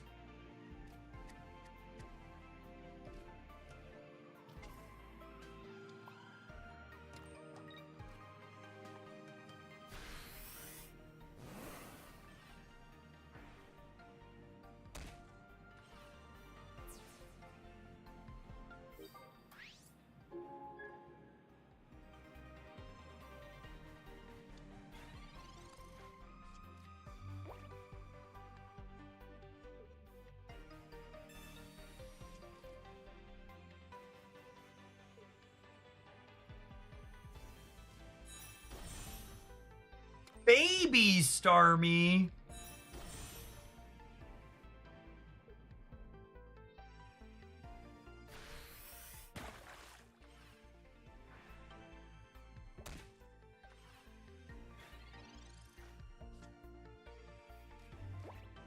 Feeling like a Tempo Sabrina angle, yeah?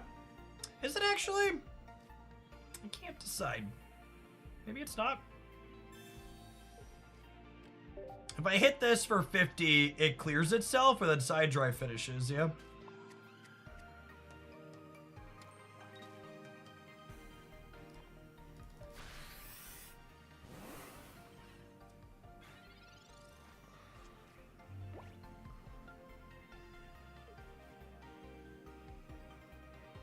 Any off-meta deck recommendations that deal with Drudagon, Darkrai, Greninja? You should check out the Shaman Greninja deck I posted, Tuesday, I think it was. That's a fun one. That generates good games into there.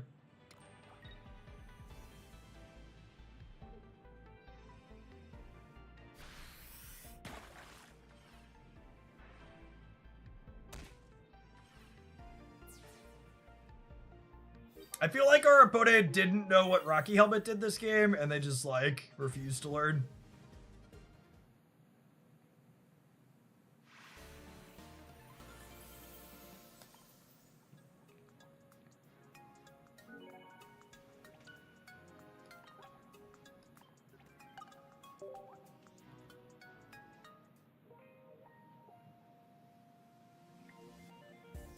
Okay, put something else this deck other than the Magnezone line. Not if you want it to be competitive.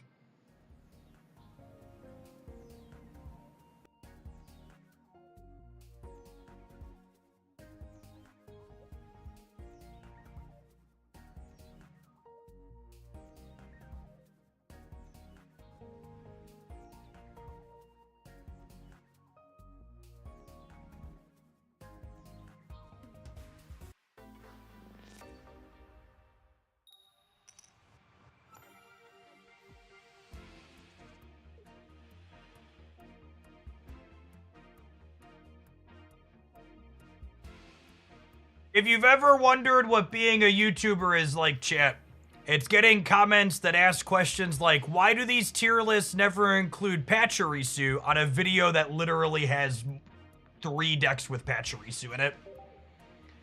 Barricade! Thank you for redeeming Shillionaire and watching so much over the last little bit. Let's make sure the trickle-down economy stays in action, and our next Shillionaire will only have to spend 999,767 shillings. Sure to ping me on the Discord server to get access to Beverly Shills.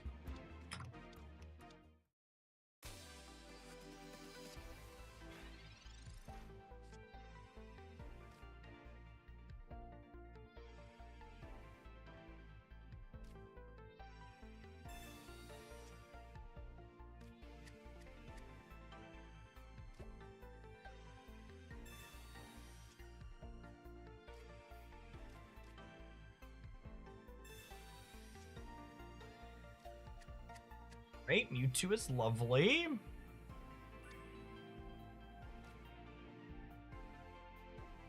Probably don't need Mew in this matchup, yeah. We'll play this out to play around a Tempo Sabrina and build up otherwise.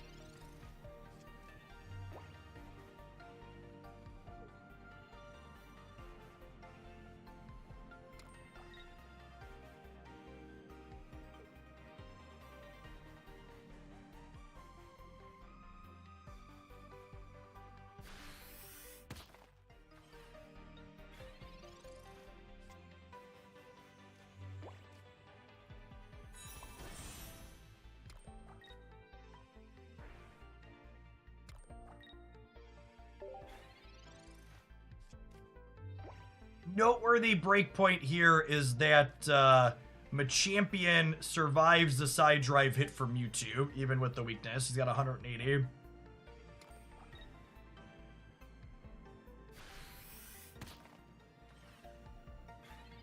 The best established deck playing Mew right now is the Dialga variation that I played in today's tournament. You can find deck lists for that in the best decks roundup.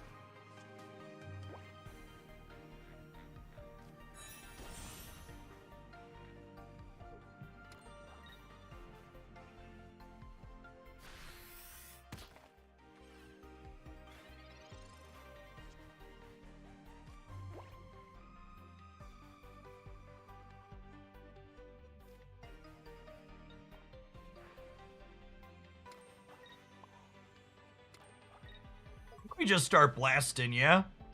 Notable that the zone survives a hit from Gallade, because we go down to 2 energy, meaning we only take 130.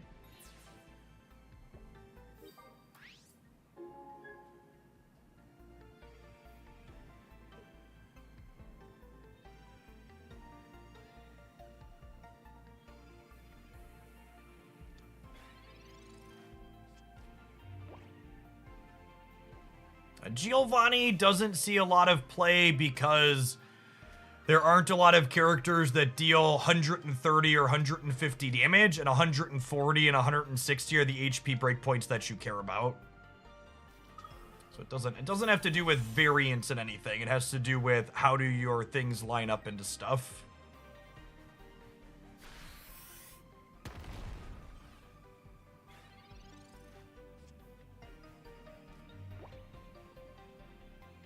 That's lethal, the Dawn, yeah.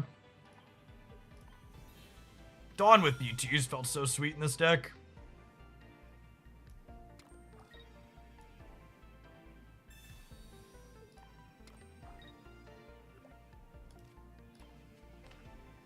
Good night.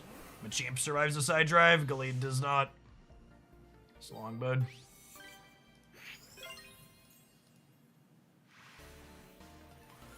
All right, we need to take a brief pause for the cause and let some adverts roll. We're gonna be back working on some more decks. Figure out what I want to play in Saturday's tournament. Appreciate everybody hanging out. Don't go anywhere. Throw the Mewtwo deck up on screen. If watching on the YouTube side, consider tapping the like button. Doesn't cost you anything and helps more people find the content.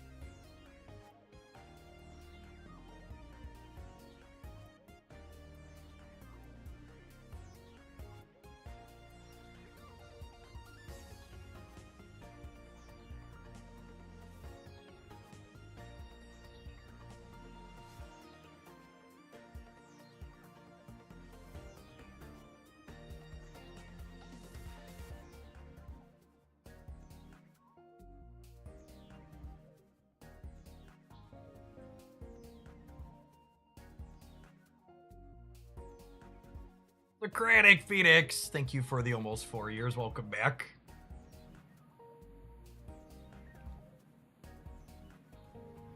It's funny how whenever I post a high basic count deck highlight, there's just always infinite people that are like, I'd cut a Pokemon from this deck list. I wouldn't do that. I'd play less Pokemon and just be luckier. And then complain that the game's all coin flips.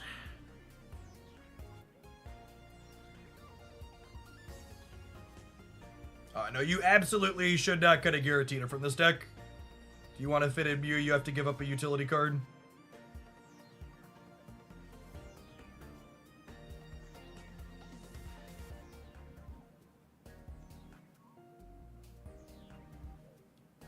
The Mew was previously Potion, which has value.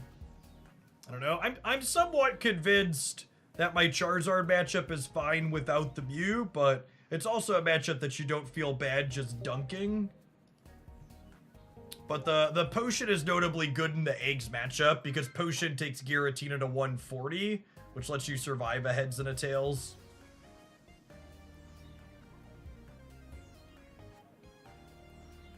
I think making the Charizard matchup better while making the Eggs matchup worse is probably not good play.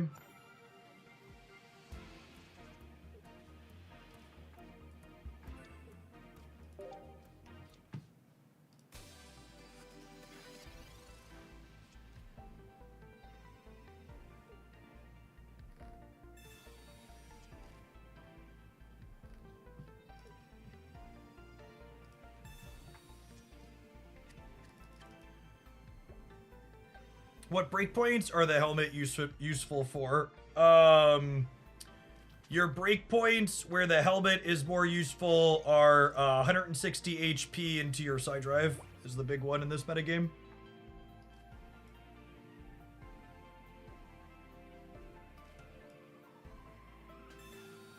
What is the reasoning behind wanting more basic Pokemon? It makes your deck better, gamer.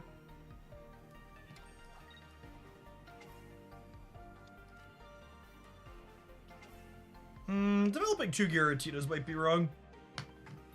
Multiple basic Pokemon means you're less likely to get bricked on basics. It means you can play around cards like Sabrina more frequently, and you're less likely to lose a game because you only drew 1 or 2.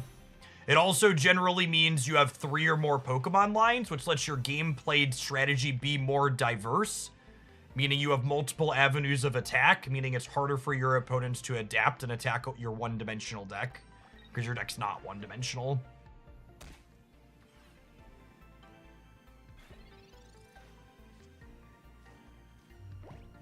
In general, gamers love being greedy turds and just don't play enough basic Pokemon, is the TLDR. I think the Executor... I think the Executor deck is literally our first example of a deck where it's somewhat optimal to play fewer basics, and that's in large part due to the fact that Executor is just so strong to lead on and lives for so long. You ever thought about trying Pokemon TCG Live for fun on your own personal time? There's parents with small children who have fun on their own personal time. What is that like, and how wealthy are you?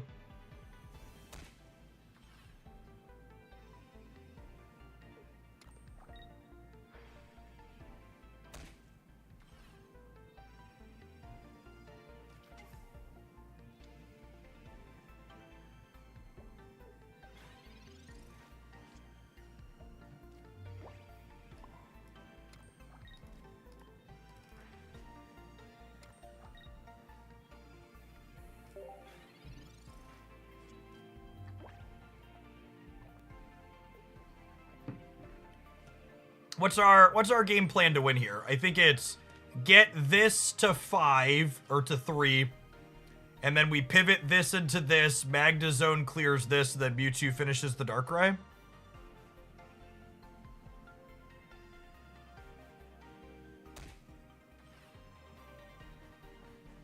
I sacrifice sleep to get it. That's the real answer. It happens because you don't sleep. Feel that. All right, and again, we're just sitting on Pokemon communication because I'm not going to I'm not going to utilize the Magnezone right now anyways, and the more other non-Magnezone Pokemon I draw, the more likely this is to find the zone.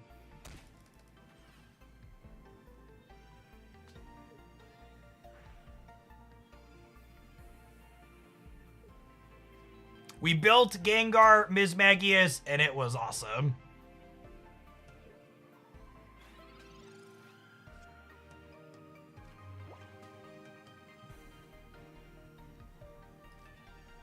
Alright, I'm excited to draw the one copy of Mew here that we're 33% to hit, which is actually one of the reasons to not play Mew in the deck, because it makes your communication less consistent.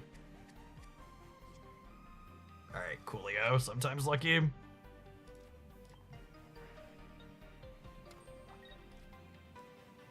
Alright, I think this is checkmate.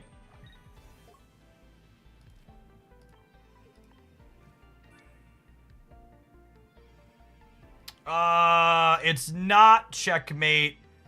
Cyrus kills my Mewtwo next turn.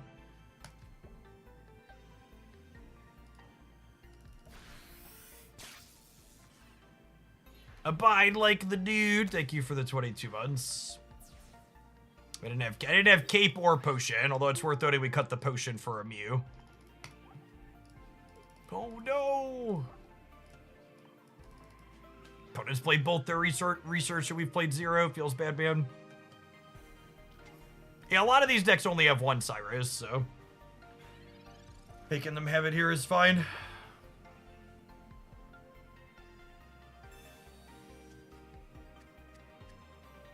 There have not been any competitive two-color decks in Pokemon Pocket's brief history.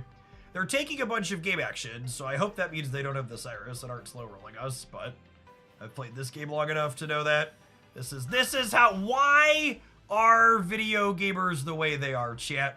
Will the world ever know? Will the world ever know why we took two other game actions before doing this? We will not. We shall not. Unironically, though, this game convinced me not to play the Mew, I think. We wouldn't have had the potion because we didn't draw the Mew this game, but I think so many of our games with this deck come down to just the question of, do we have one of our ways to heal 20 to, like, save that breakpoint?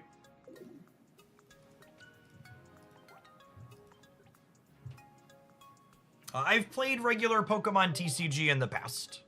My comment about not having spare time is very much accurate. I don't play regular Pokemon TCG because these types of videos are how I, like, feed my kids, and there's no content metrics for that type of stuff. What are your thoughts on auto-include cards like Pokeball and Professor's Research? I think this game is very clearly and explicitly designed for every deck to play 2 copies of those cards. And I think it's perfectly fine for that to be the case. I think if they created too many auto-include cards, that would be bad. But I think decks effectively being 16 cards plus 2 cards that reduce their variance is arguably good design.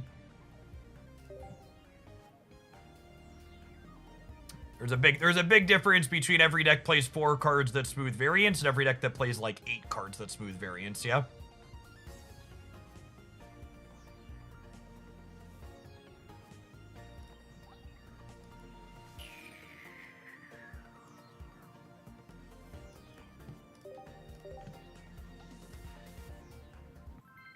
This is like my 4th choice. I feel like I need to play a little bit of it to get it out of my system.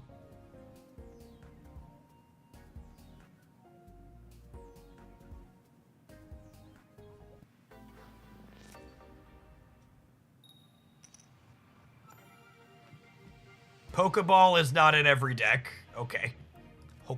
Okay. Actually, Jeff, there are some decks that play only 1 or occasionally 2 basic that don't want to play Pokeball. So saying that every deck plays Pokeball is technically incorrect. Checkmate. Okay, you got me. Caught in Technicolor red-handed. GG.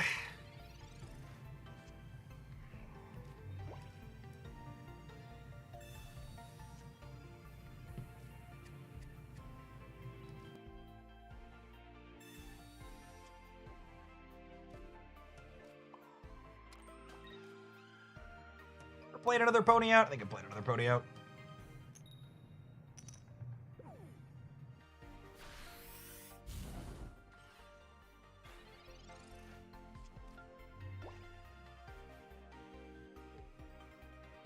Thoughts on Spirit Tomb? The combination with Cyrus feels very good. Spirit Tomb is a fine, playable pocket card, but not for enabling Cyrus. So this deck, as an example, plays Spirit Tomb because hitting your breakpoints with Infernape is easier in many key spots with extra damage from Spirit Tomb. So I kind of view Spirit Tomb's position in a deck and / when you want to play it as a proactive Giovanni that can occasionally hit more than once. So Spirit Tomb in this deck lets your Infernape clear things with 150 and 160 HP in one shot. The fact that it works with Cyrus as well is a nice upside, but that's not the reason why you play it. The reason to consider putting Spirit Tomb in your deck is if it helps you clear breakpoints that you'd otherwise be missing. A Giovanni, if you would. Love it. Can I get a baby monkey, please? Baby monkey. That could be a baby monkey. This is 40% to be a baby monkey. 3 big monkeys in the deck. Sedge.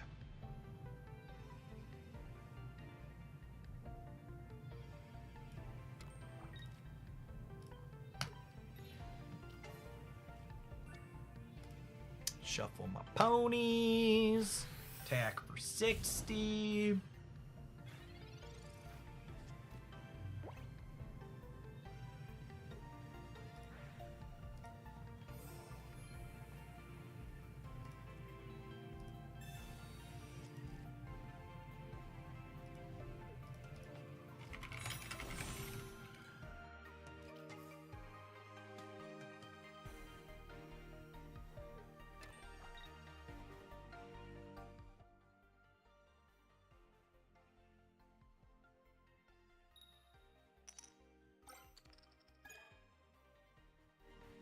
Ever worth playing a one-off mythical Rapidash in this list? I mean, the answer to that question, in my opinion, is no. That's why I'm not playing it. I know we're currently witnessing a game where, like, I fully bricked on my monkey and we've died, but in general, I would prefer if instead of asking me, is it worth it to play a card I'm not playing, because that's an inferred or an implied I don't think it's worth it. If you think there's a compelling reason to play a card, instead tell me what you think the compelling reason is, rather than me telling you your idea is bad.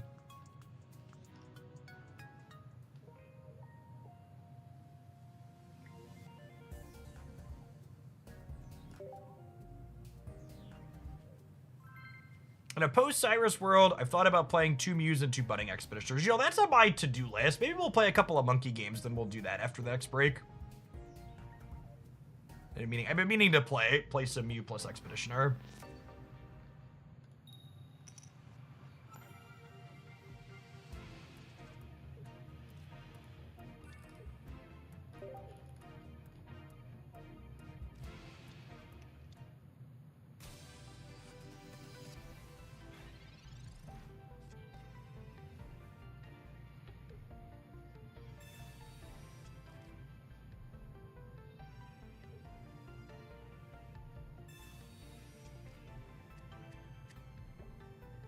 I've never played this game before. What's the experience like for completely new players? So the onboarding as far as learning the game rules go is really well done and straightforward. They're gonna teach you how to get in and understand the mechanics of playing the game really, really quickly, because the base rules are simple while the gameplay provides a lot of depth still. As far as getting cards and acquiring meta decks go, it's a pretty typical free-to-play loop where you either are going to spend time waiting to get decks, slowly building up your collection, or you can spend money to accelerate that progress. One of the big saving grace features of Pokemon Pocket versus a lot of other freemium games is that in order to progress your account, you don't actually have to play any games. You can play the game as just purely a card pack opening simulator when you start.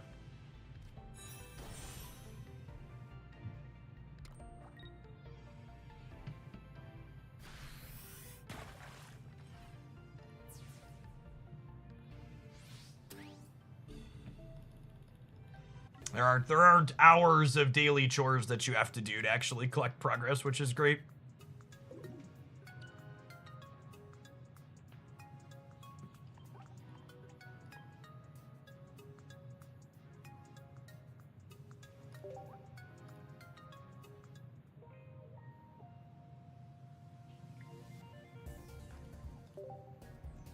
What are your thoughts on Heat War over Rapidash and Infernape? I played that the last time I played it, and I don't know that I have a strong opinion one way or the other.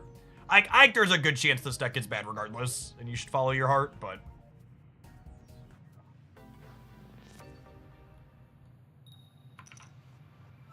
I don't know. I don't know that the more utility cards actually move the needle.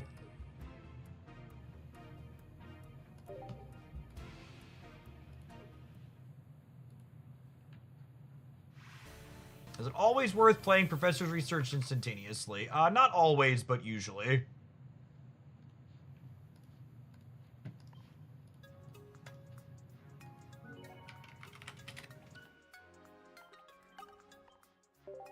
If you're wondering about the last game that we played, my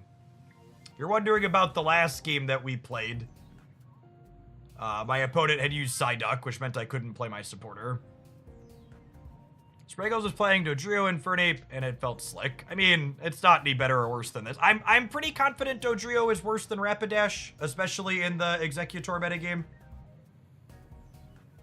Dodrio both doesn't weakness type grass and it dies in one heads, so...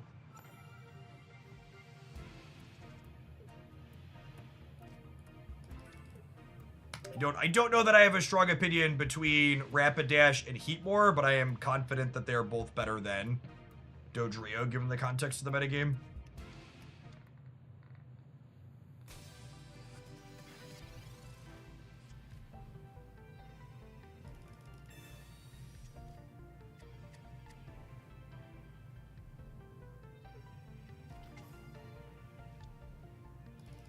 This deck's probably bad anyways, so follow your heart is my favorite piece of recurring advice on this channel. Yeah, unironically.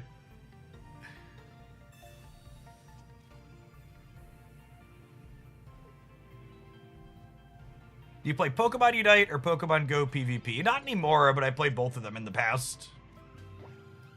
I was actually a part of the Pokemon Unite Championship Series official broadcast for their entire first year. And then Marvel Snap showed up and took all my time away. Because Pokemon Unite content was never particularly popular except for a really small handful of creators. There were a few folks that hit the YouTube algorithm early with that game and took off, but most people's content for that game didn't do any numbers.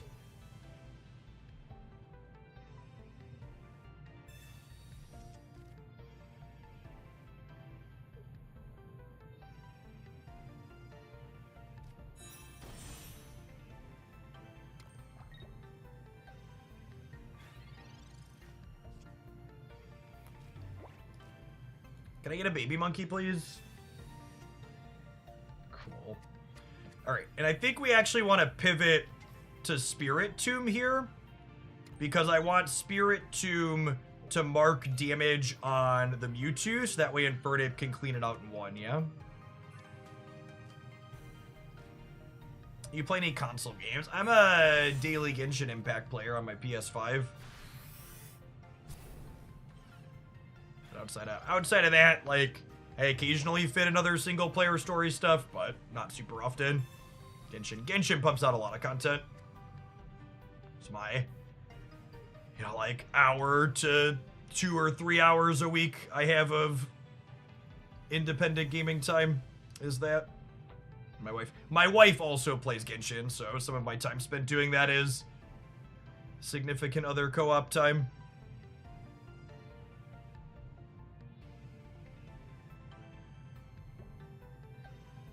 Any chance you'd play Luxray in a turn? I think the Luxray decks are really bad against Executor. And I think showing up with a deck that has a bad Executor matchup in a tournament is just asking not to be competitive, so I don't intend to do that in the short term. Some of the Executor tournaments today had, like, Had like 25+% play rates.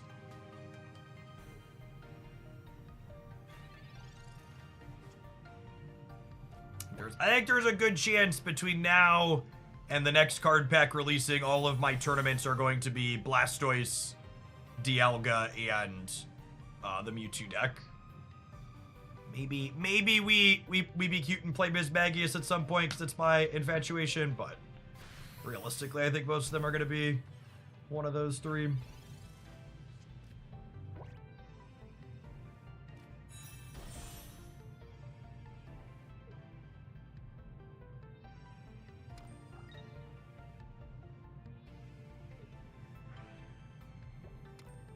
Yeah, there's a bunch of fun decks you can play, and like we're still gonna do. I think it's the first day we haven't done viewer decks in a while. The random queue still has like lots of people playing anything, right? There's a reason why you see lots of YouTube clickbait of people playing decks that are just like absolutely atrocious and telling you they won all their games with them. That's been most of what my tier list video was. My tier list video was a bunch of people being confused in the comments about, what do you mean my deck's not A tier, Jeff? I win 60% of my games with it. It's like, well, my dear gamer, let me tell you about the random queue and how very different it is from people actually trying to win. So we'll play all sorts of things when we're between tournament rounds, but I think my range of what I'm willing to show up with when I'm trying to win is narrowed as the format's been optimized. And for what it's worth, the fact that like there's still 3 or maybe even 3.5 different decks that I enjoy playing that I feel like I can play in this metagame is like super good. Yes, also that. I actually posted something on Blue Sky to that effect the other day. It's so weird to me when people get offended when someone tells them that a deck that they're winning with is bad.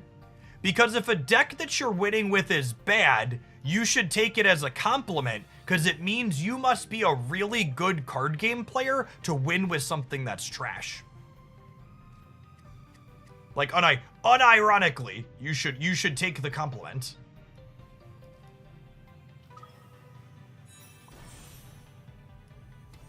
Oh my goodness, I missed that Cyrus was lethal. I did the thing, chat.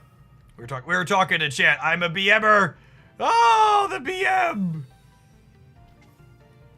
Oh, the BM. That's fine. So on their side, it looked like we were digging for the Infernape, yeah. I missed that the other Mewtwo was dead. Shout out to Spirit Tomb for both enabling Cyrus and letting us hit the breakpoint there. Lived long enough to become the villain, something like that.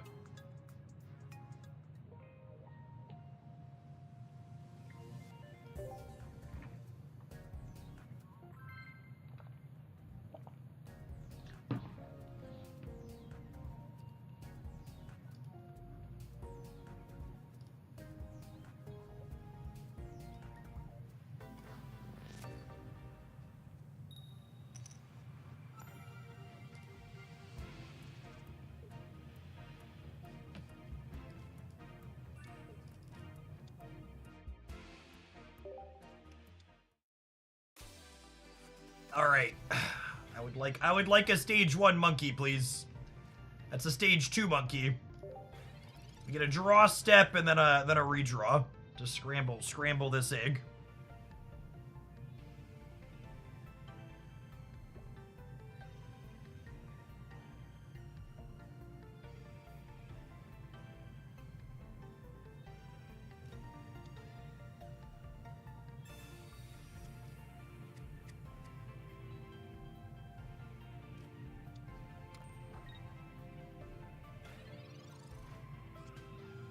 Oh, I saw some turtle clickbait on YouTube.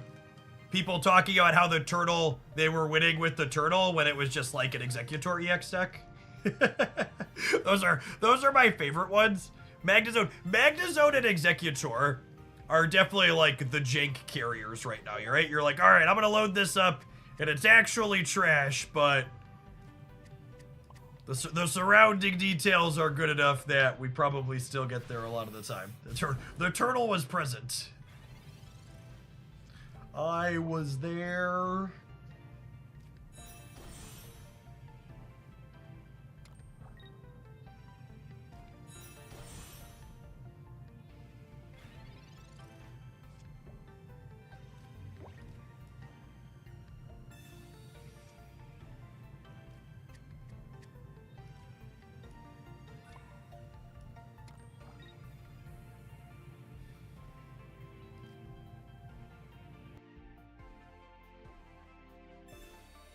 I did Mismagius and Gengar pair. Genuinely the best Mismagius deck I've played.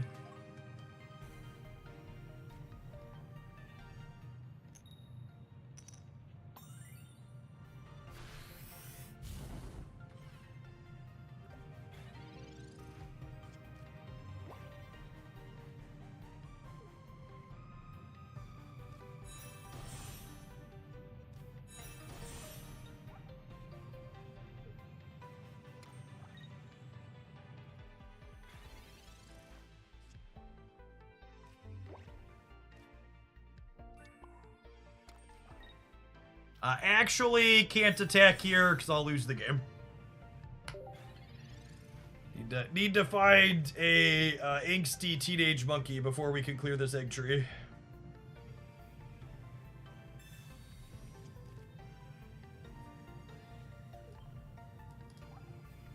Eight cards, 2 teenage monkeys, a communication, and a research. So about 50%.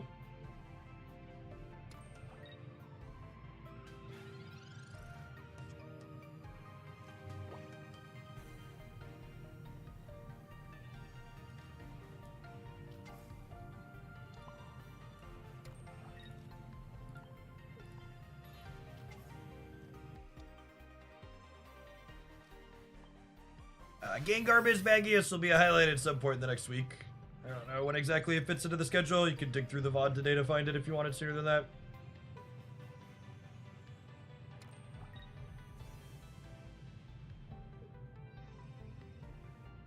Weakness means they kill us with the heads here.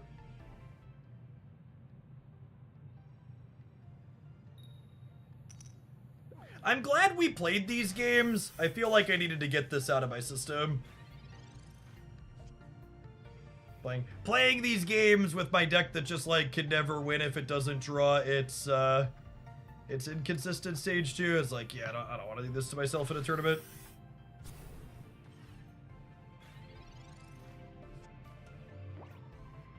Oh, are we supposed to Cyrus the turtle that doesn't have energy on it? Oh, that's such a good call.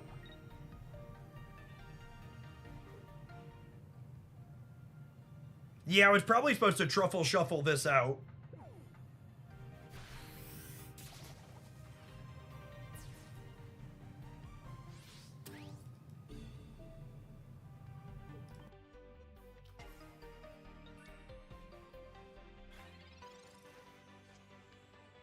Oh my goodness! Please! Please! Alright, I believe all 4 of my cards are a stage 1. My last 4 cards are 2 teenage monkeys, a communication, and a research. It's literally the only permutation of cards possible in our deck where we don't have the stage 1 yet.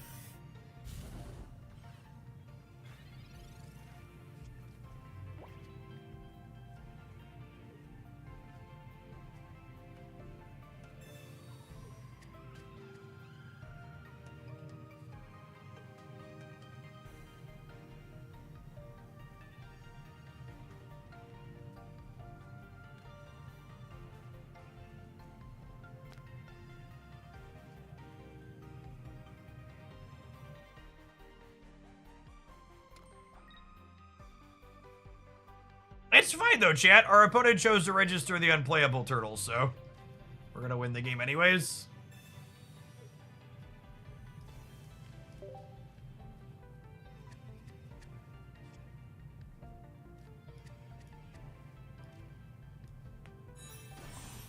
How many research do you play? Is that a real question? How many research do you play? That can't be a real question. Can you communicate into the same card? Only if there's another copy in your deck.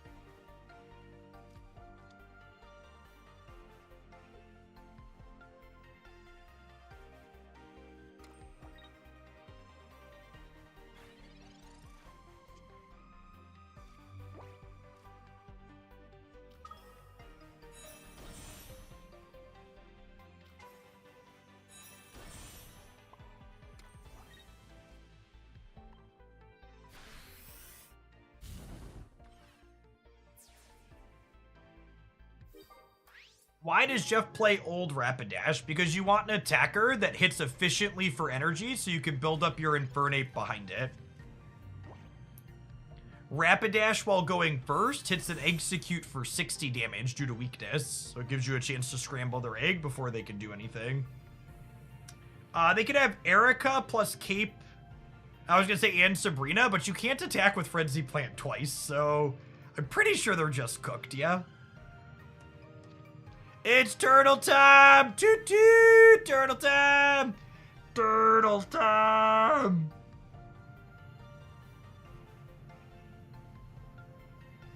Say hello to my funky monkey. The funkiest of monkeys.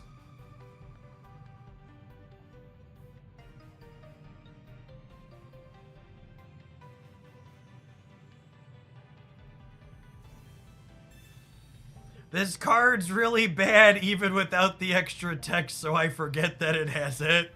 Accurate. You have Sabrina by Rapidash forward, gamer. Got me.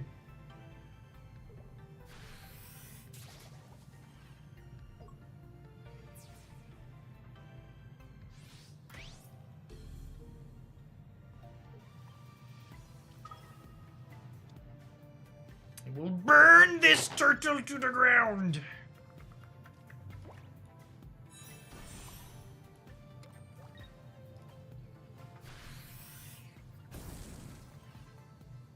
You are not turtly enough for the Turtle Club.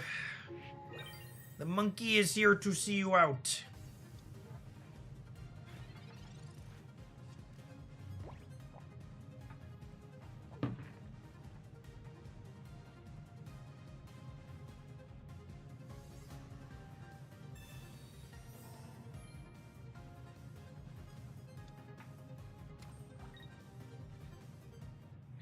Oh my goodness, there's fossils in their deck.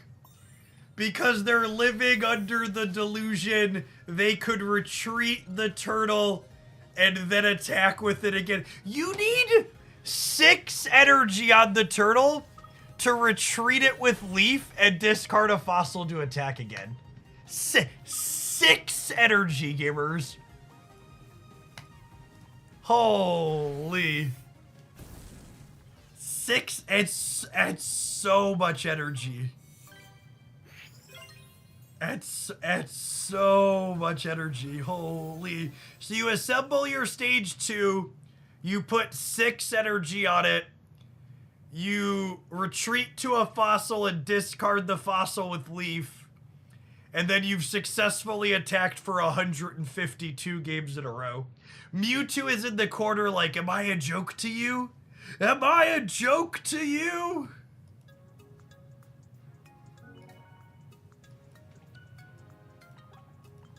Man.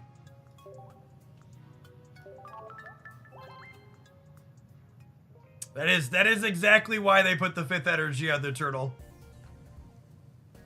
100%. I am very confident you can find a YouTube video with that deck list in it. Assuredly exists. I think, despite winning that game, I have gotten the monkey out of my system and I am done playing it. We played some tournaments with this earlier in the week, but I think I've talked myself out of it from ever again. All right, have an advert Twitch, have an advert YouTube. I think we're gonna build Ms. Magius Mew when we get back, because that posted a couple of tournament results and I want to talk myself out of it. Thanks for hanging out. Don't go anywhere.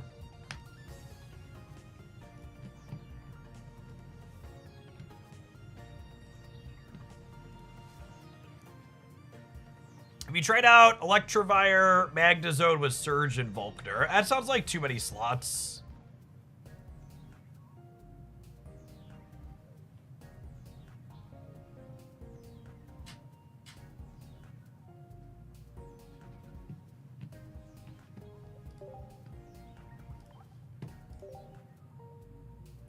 So long, monkey. So long.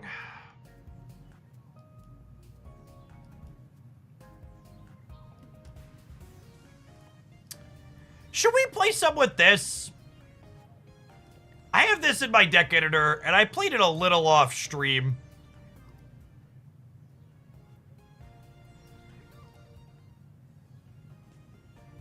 Maybe we should, just for like, you know, last season's sake.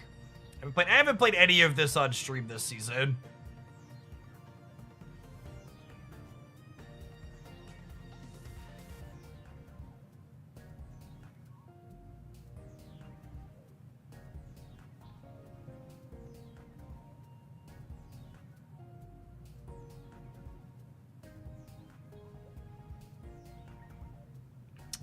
Let's give it a try. I'll do this. We'll do Budding Exhibitioner stuff maybe after this or tomorrow. We'll see how this goes. I think there's I won like a half or so of my games with this when I was playing it off stream. It's how to play this deck and then talk myself into playing it in an actual thing, huh? What's gonna happen? Do you really need Misty in that deck? Absolutely. Misty is flip a coin, take first energy advantage back from your opponent.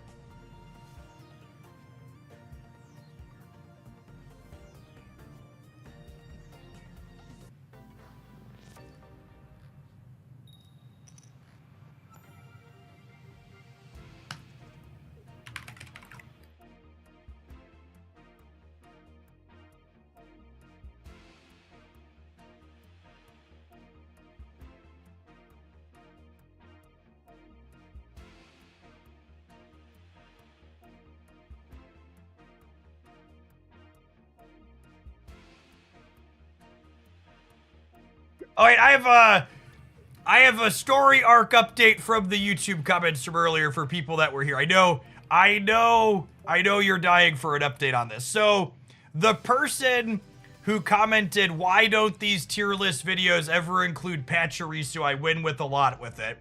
I responded to them, there's literally multiple Pachirisu decks in this video.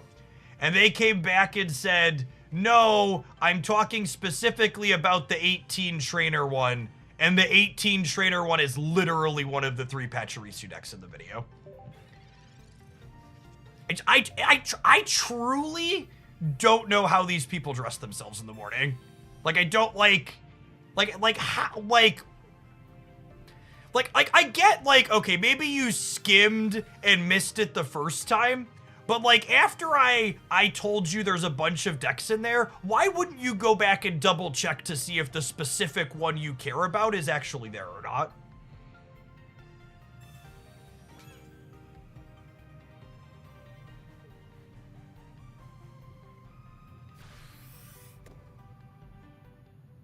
They can vote and drive too. Yeah, 77 million of them voted in the last election. It was very disappointing.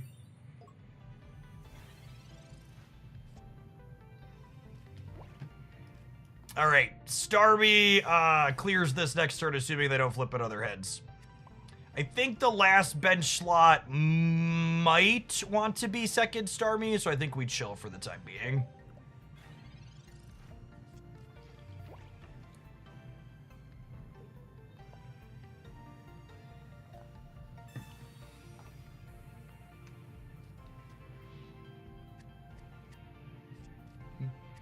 Bold to assume I dress myself. I'm cold, naked, and alone on the bathroom floor.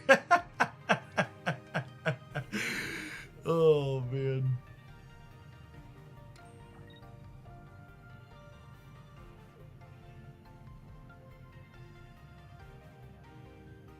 That's a quote right there. That's the good one.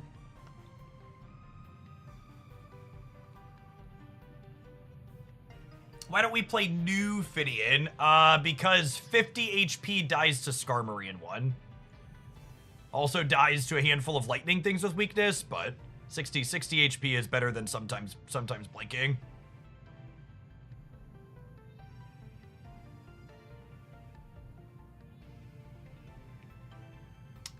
In general, I've preferred this Electabuzz in the Electivire decks I've played, but I think there's enough Druddigon that you want to attack past the bench. Also, like in this deck the opponent's playing, for example, you want to be able to punch 100 and... You want to be able to punch 140 HP things for 40, so you can then finish them with Luxray. As the TLDR.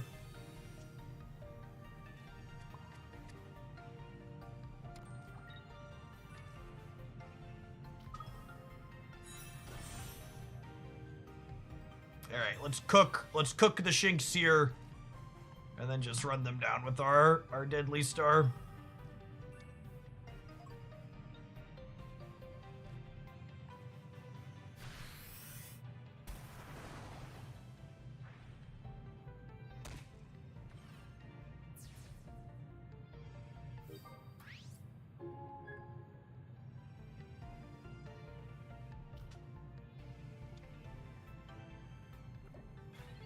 If they have Electivire here, Electivire lives a Starmie hit.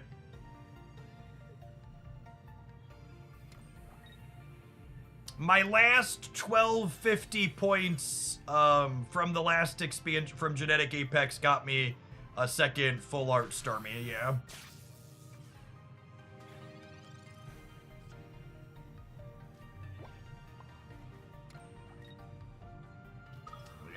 Two flared ones, which is part of the reason why I've played this deck off stream, despite it probably being only okay.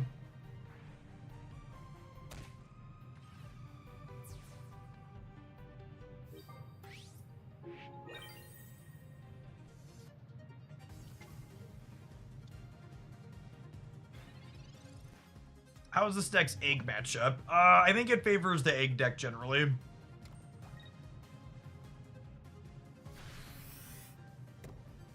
Sometimes your fast Starmie hands can get you there, but they have a lot of sustain.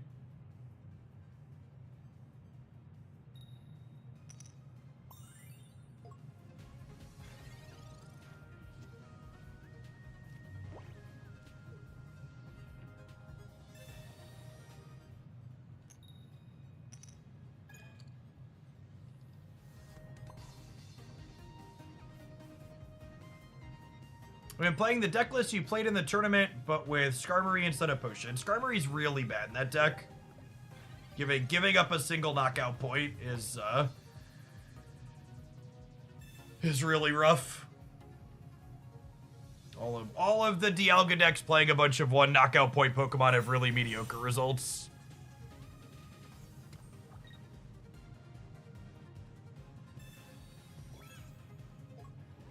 What are your feelings on communication in one-stage decks? I think it depends on... Oh my god, we're going to lose this game. We're going to lose this game because I didn't retreat the Starmie.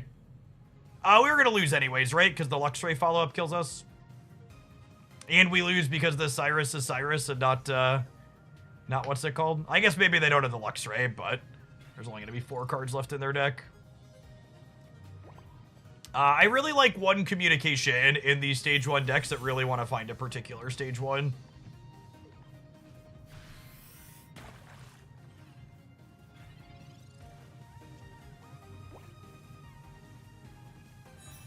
I think if you have like one stage 1 that you really need, it's good.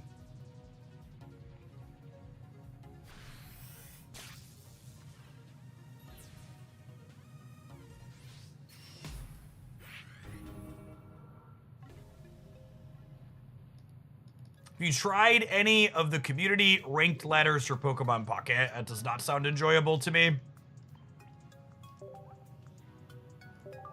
Ranked ladders are really terrible in general for trying to test decks that you're playing. It's regardless of if they're first party or third party. Ranked ladders encourage you to care about the results that you are getting from the games that you're playing. And when you're trying to build and test new decks, you shouldn't be focused on the results that you're having.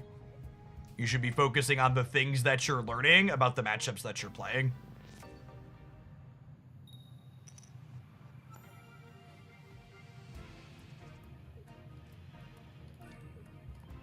You want to build better decks and get better at a game, you got to focus on the process.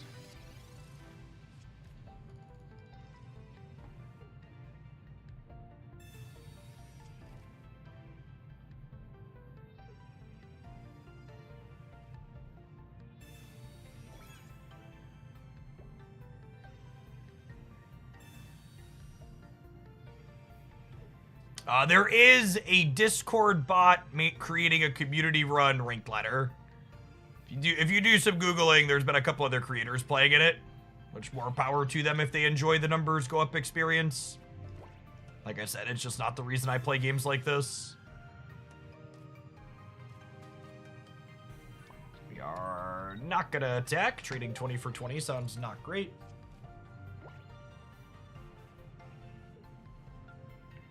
Have you tried Mess Spirit? I've loaded Mess Spirit up in my deck editor unironically more than one time, but I just throw it away every time. I load it up and I'm like, what am I doing here? Oh, this sounds awful.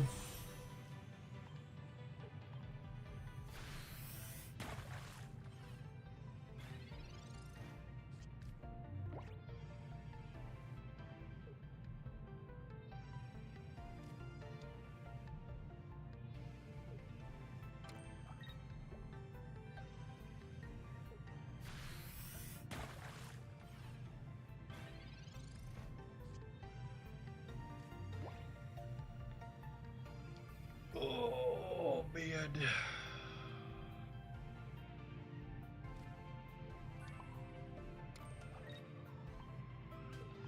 Let's mow down the one they're charging up here. Opponent has deployed 3 different stage 2 water Pokemon.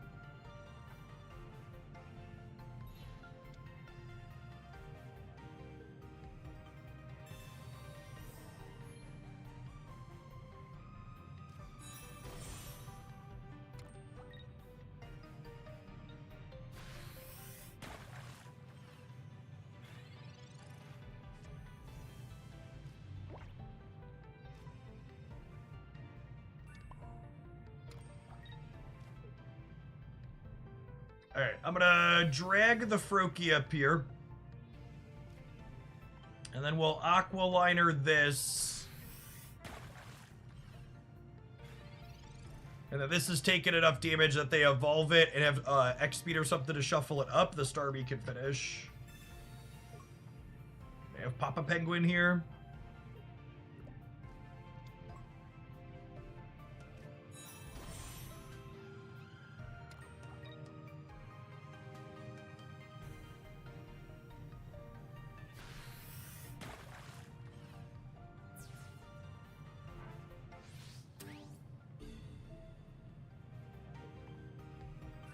They know the star is coming.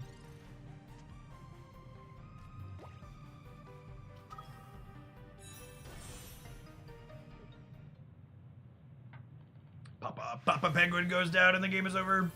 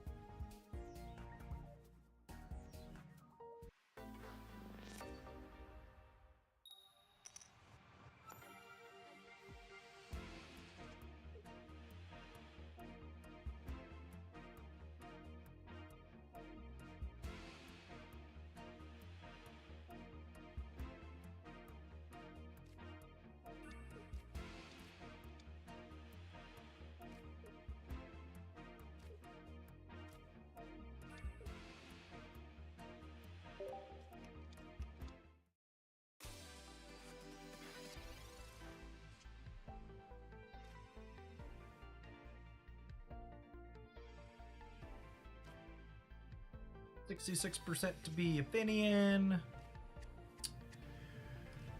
This matchup might be a little scuffed without Giovanni in our deck.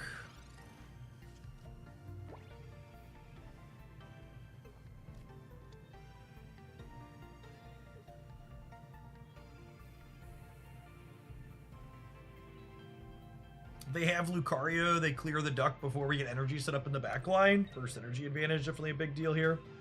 Or do they not have it? That's lovely. Oh, they're just pivoting. So it's a Brock angle then?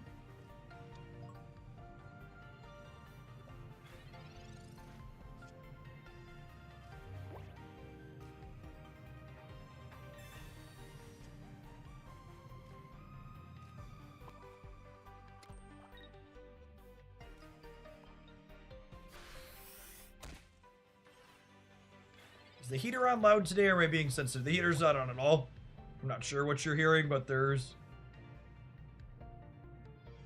Is it picking up my computer fan? God, I really need to roll the NVIDIA broadcast software back. It's embarrassing how it just, like, straight up doesn't work.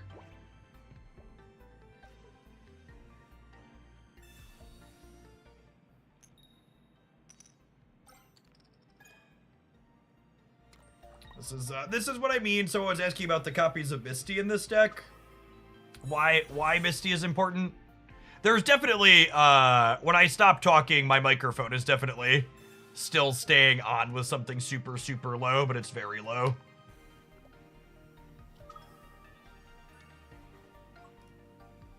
But it's lower than what the heater is even.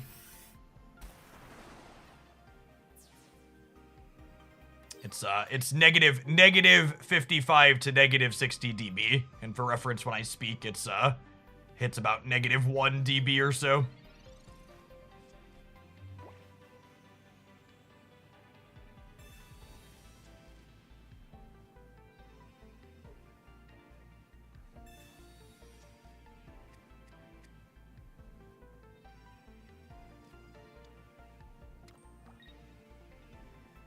Not only did their stock take, but so did their products. Yeah, I need to go find the old version. I updated the broadcast software, and the new one just doesn't work at all.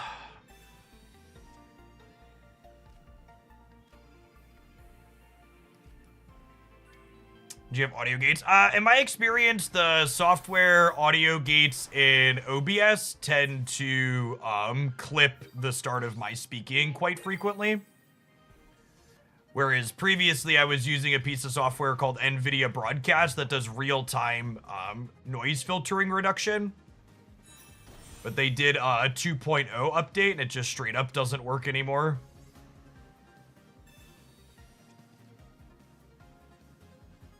It used to work really well. Like, you couldn't hear the space heater at all. I'm definitely gonna have to get it fixed before summer though, because the air conditioner is outside my office, like 20 feet that way, and it's loud.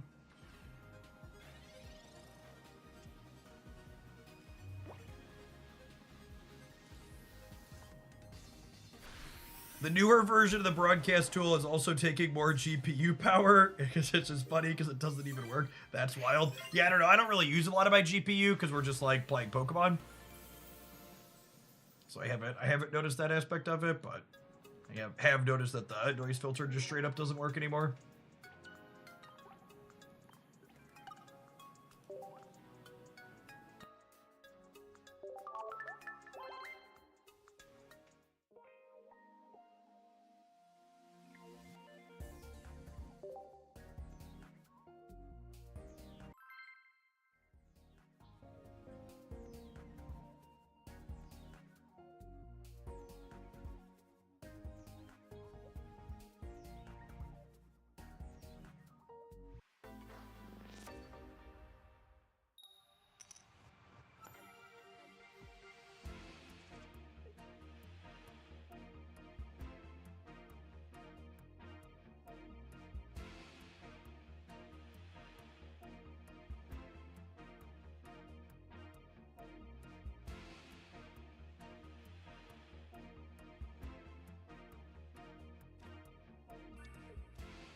We're going first, but if we hit on Misty, we get a chance to reflip the coin and run them down, which is nice.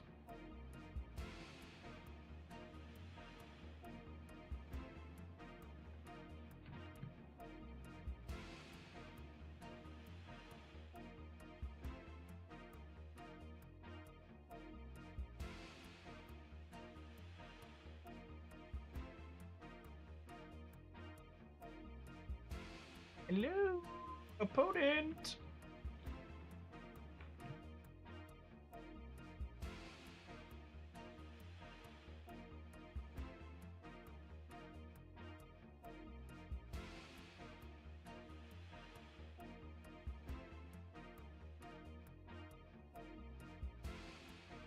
Oh man, I'm gonna have to go dig around to try and find the NVIDIA broadcast download for the old one.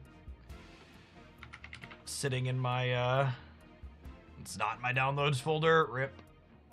If anybody knows where to find a copy of the NVIDIA Broadcast 1.4 software, feel free to slide into my DMs and save me a Google search.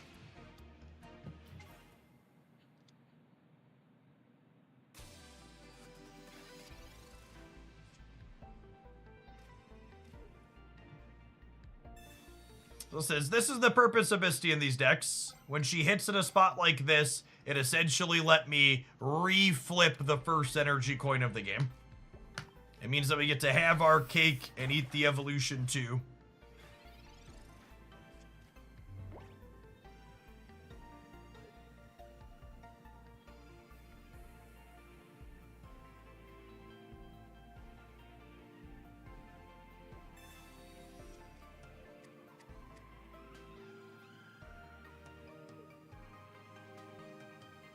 We had a lot of cake this game, yep. Oh my goodness, they're about to leaf into Mama Us, aren't they? I forgot to put the cape on! Oh no! Oh no! Don't do it, Mama! Have a heart! No justice! No justice! No justice! Oh no! No! Literally just took the cake out of my hand. Alright, I'm done. I'm done. Thanks for the 5 years, Isabus. Appreciate it. Welcome back.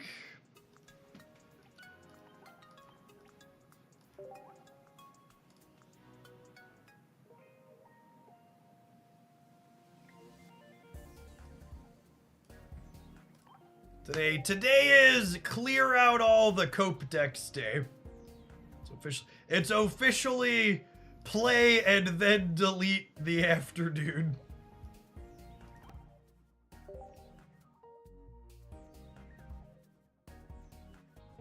And then there were 10. Is this PvE event over yet so I can delete this one?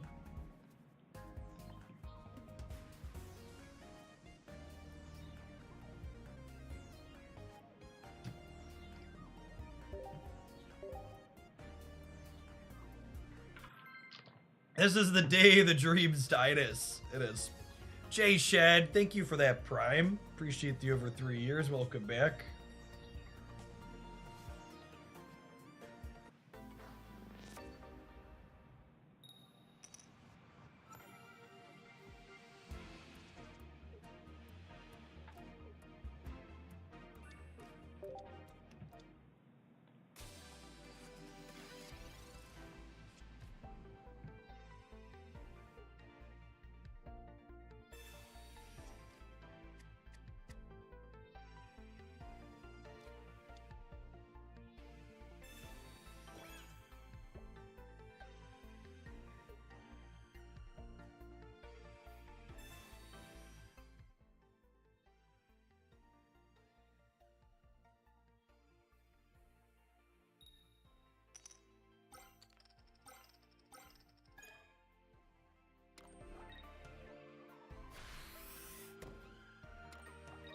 Yikes.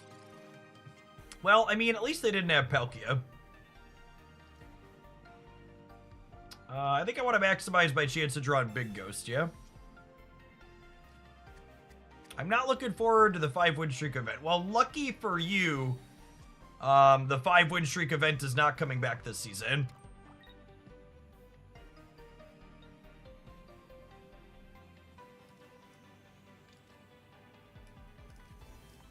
We'll hold this for now. Although maybe I should have held the duck. The Mew's actually useful against Palkia if they find it. I'm happy to hear that why though, because there's only 4 weeks until the next mini pack. And my bet is they'll alternate in between events. They only want to do those once per card pack, and with only 4 weeks between these card packs, there's not room to do both.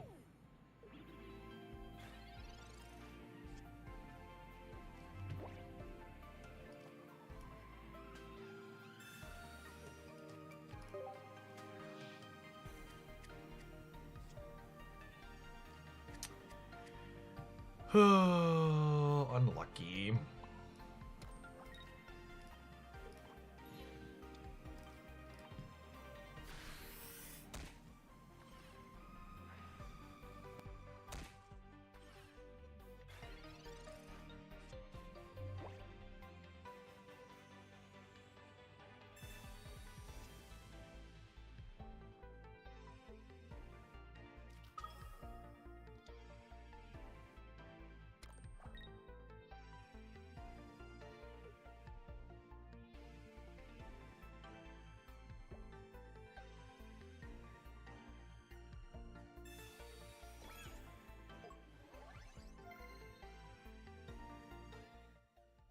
Why didn't we Geo? Because my brain is slow and bad and dumb.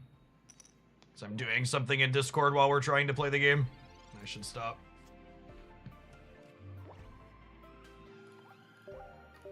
Take a mulligan here.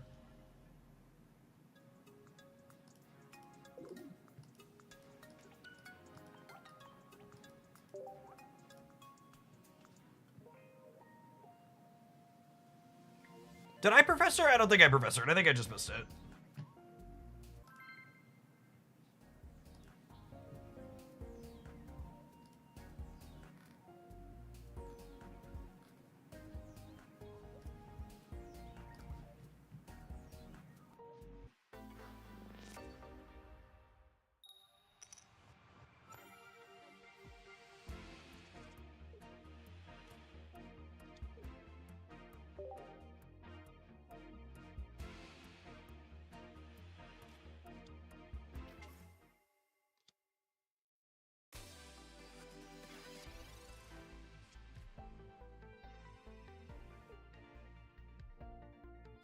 Our draw's looking kind of quacked, shit.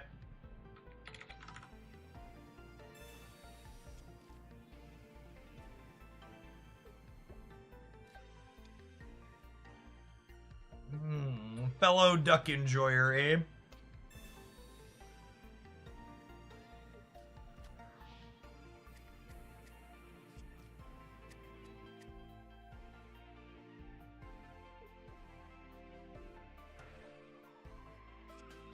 Interesting that they chose to data scan before they communicated. Do they have another shuffle? With this draw, I feel like we're in can't lose position.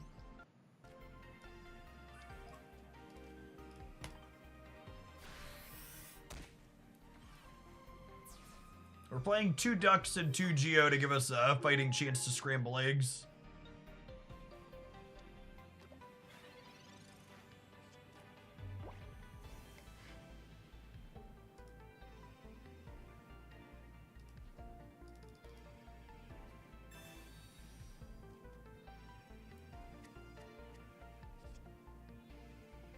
I have been punished for taking a knockout point. You got me.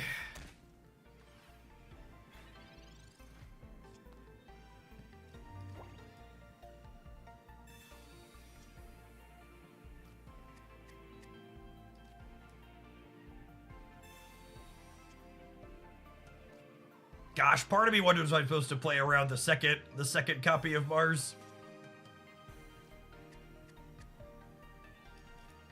Play the Mew out just in case.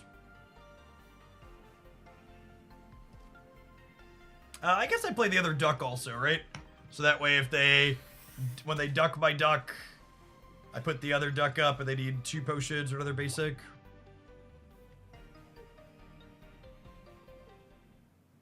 Okay.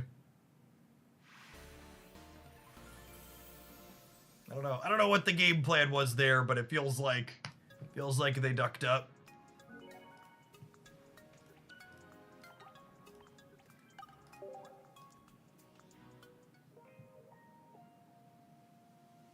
How did you expect them to fit a 3rd basic in, chat? What would they cut for it? Mars?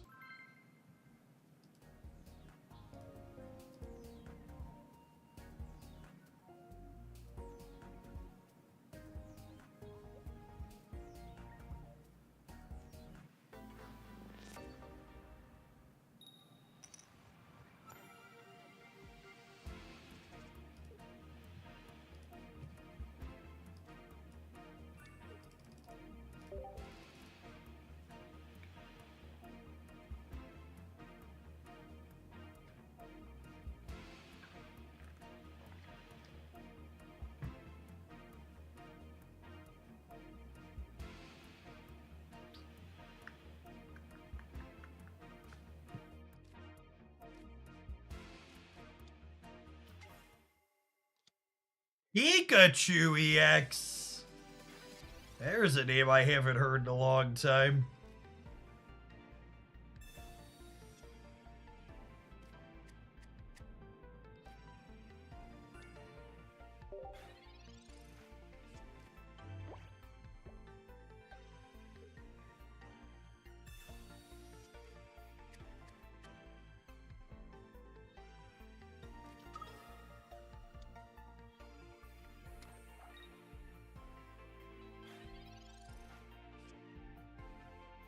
Alright, I think we probably play the duck out to play around Sabrina.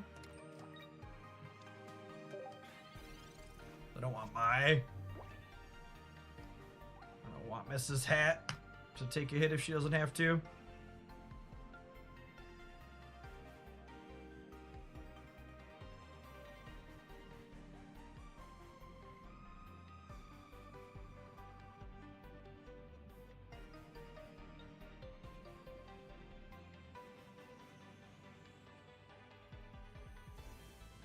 Our Pikachu opponent short basics here.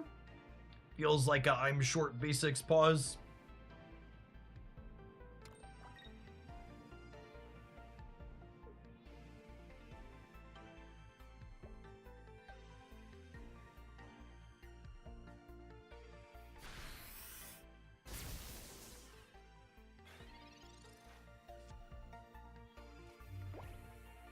Let's gonna find the next speed. Yeah, 2 energy for 30 damage. I'm starting to understand why people stop playing this card.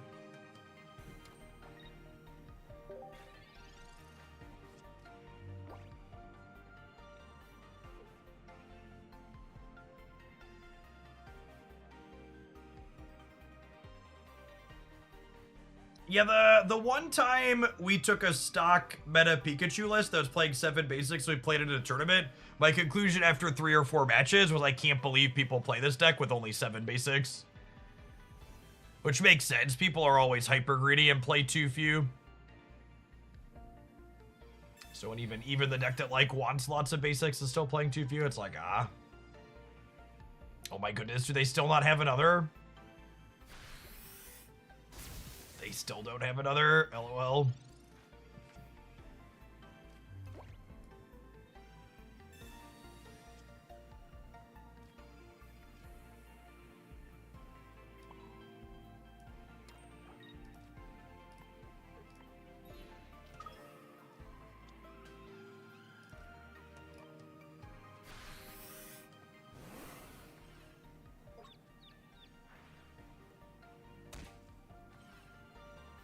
Maybe it's an 18 trainer Pikachu shell. They mixed up which rat it was.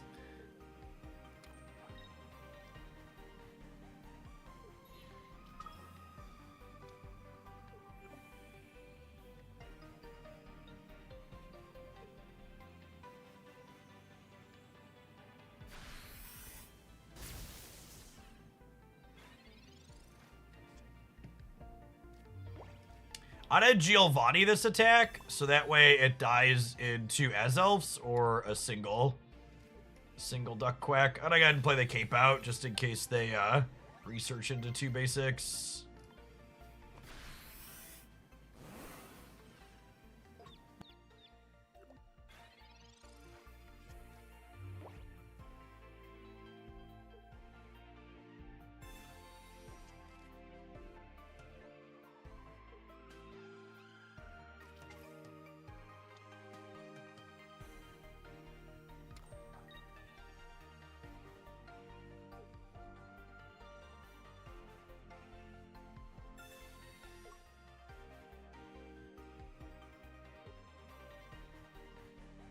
Are they shuffling their dorks here again?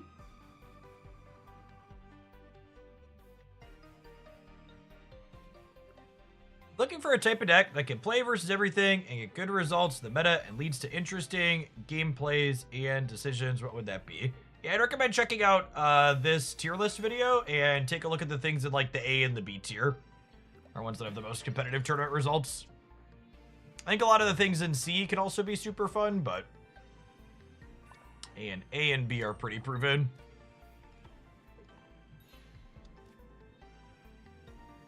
Other Geo here gets to clear the Pikachu.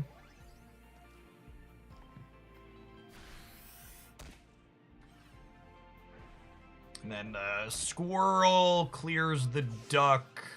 But then Ms. Magius comes up and puts him on the confusion again.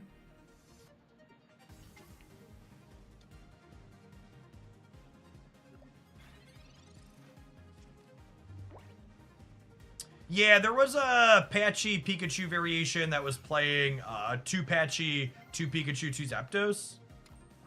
Osiris is lethal. Sure is. That was a test. Some of you passed.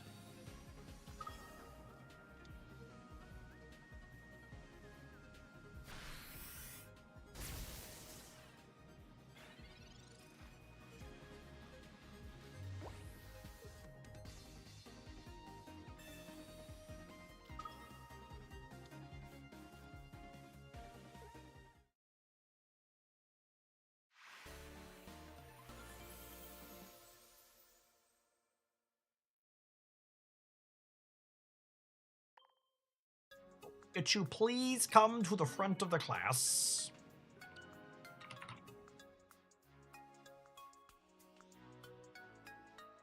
All right, we're gonna play some more of this one, chat. And, I've had this one sitting in my deck editor for a couple of weeks, and I feel like I need to. We've gotten a couple of bad decks out of our system today. This one I'm probably gonna have to lose with more than others, because from a theory perspective, I like it a lot.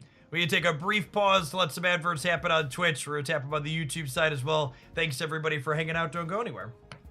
If you're enjoying the daily live streams on the YouTube side, don't forget to tap that like button. We're heading towards 800 today. I think we could probably get there before we're done. Going to be streaming for a little bit.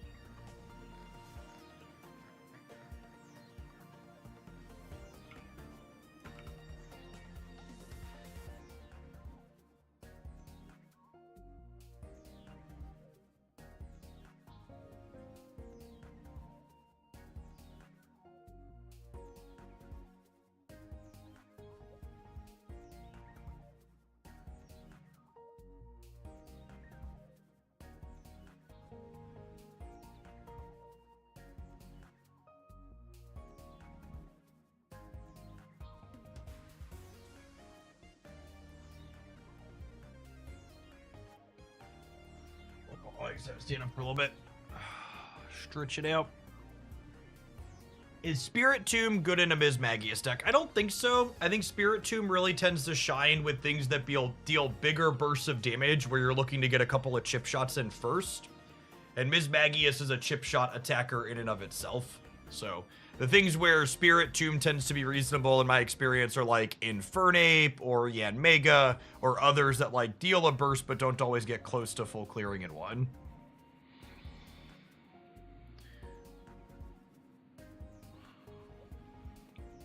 You love that shirt? Thank you. It's one of my many awesome Into the AM sponsored things. I make a huge range of awesome stuff.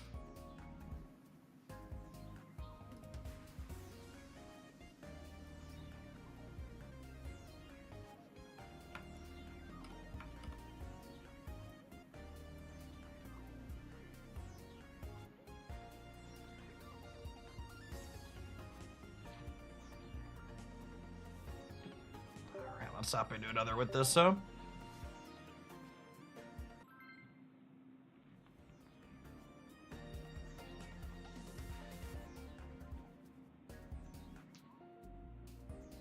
I definitely think Azelf is better with Bismagius. Azelf being able to attack past Drudagon has a lot of value. Attacking your Spirit Tube into Drudagon feels bad.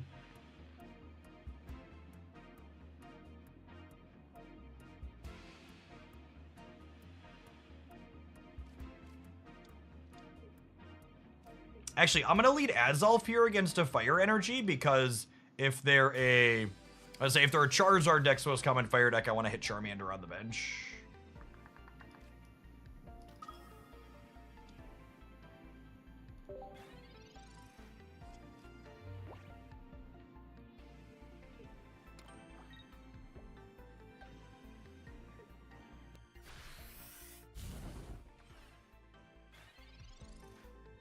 Alright, so far-fetched energy X speed here means that they're going to need a cape or a potion to not lose their stage 1 next turn.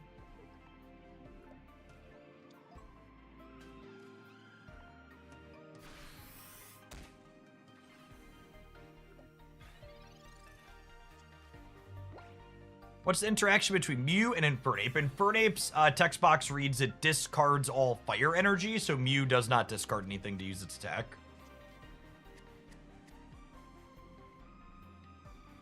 Is the theory we can quack the eggs with Geo or confuse them to reduce their damage output? Yes, exactly that, Bandana.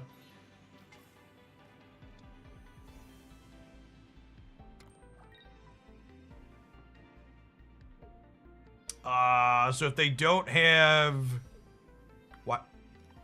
My gamer. Gamer. I was gonna have to switch to that myself. You gave me the free Azalf? Gamer's about to learn. Gamer just has never seen this card played and is very confused by its existence.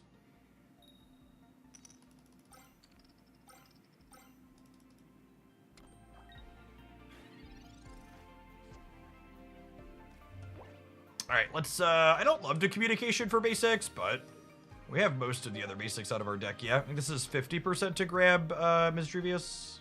Yeah. Not that it really matters. I think when we kill the Chimchar here, we're all done. Like, this deck list is basically doing its best fighting box impersonation, only with Psychic Energy. Tomato, thank you for the 2 years of support. Welcome back.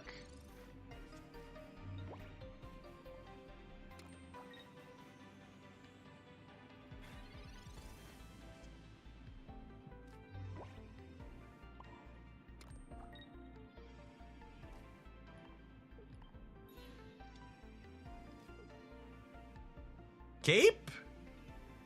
Cape.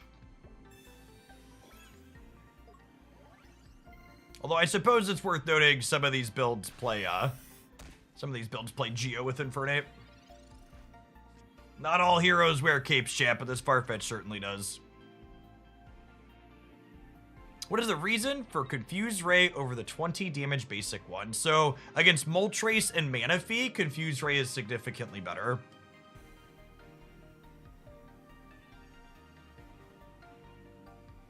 Is it fair to say this deck is a close but worse than the Fighting Box deck? I mean, the Fighting Box deck I don't think is very good right now.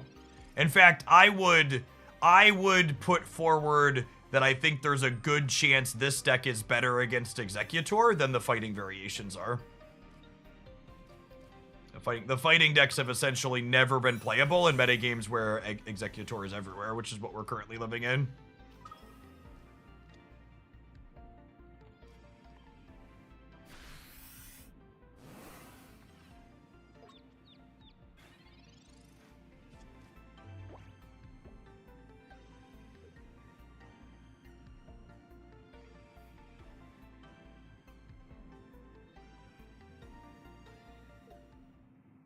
We're done here.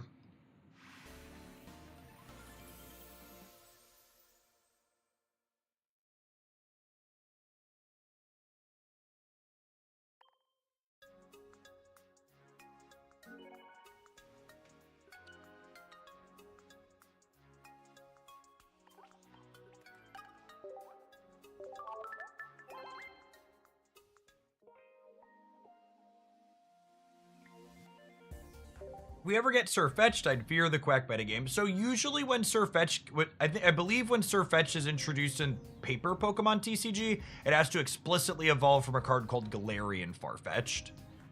So if it were to come to here, I don't think it would evolve from the one we have now.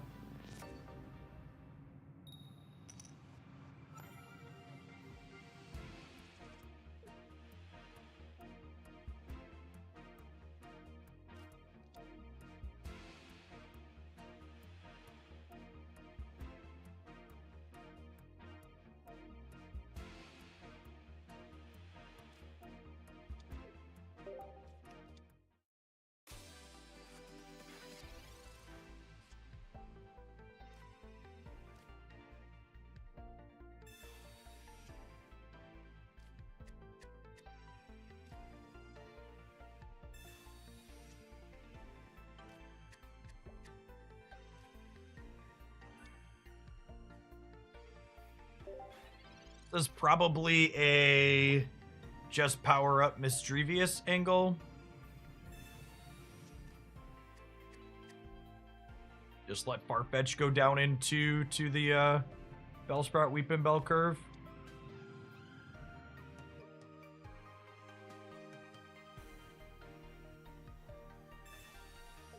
Oh, they're switching to Combee. Oh, you know, this Victory Bell Combee deck actually posted a tournament result this week. Can we top deck one of our 2 copies of Geo here to clear the B? Unlucky. I think it's just this, and I play for hitting the Mischievous next turn. There's 1, 2, 3, 4, 5. So there's 2 Mischievous, or sorry, 1 Mischievous, 2 Mismagius, and a Mew in my deck. So this is 50% plus our draw.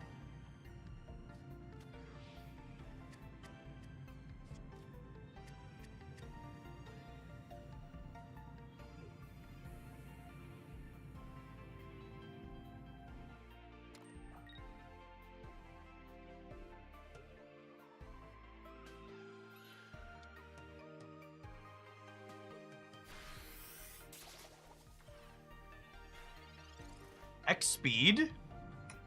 Alright, that makes us more likely to have Mismagius. I'm going to put an energy on here and quack the Bellsprout, because this means that even if they evolve to Weepin' Bell, they'll also need an Erica to not die to my Mismagius next turn. Don't think I want to burn my cape here, because the Farfetch'd is kind of a liability into Victory Bell anyways, so I don't feel great about it sitting on my bench.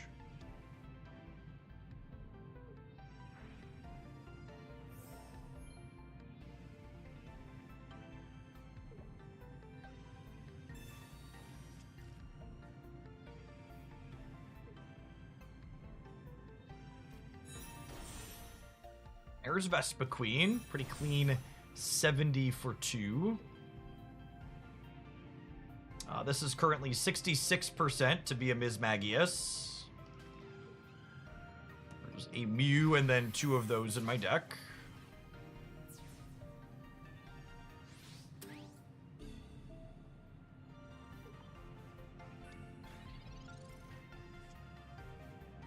%100% to be a Mismagius. Good example of why you want to wait to play your communications until the last possible moment. More and more pokey friends you draw, the more likely you are to search up the thing that you want. Here's my magical hat lady. We play this out to start working towards a second down the line.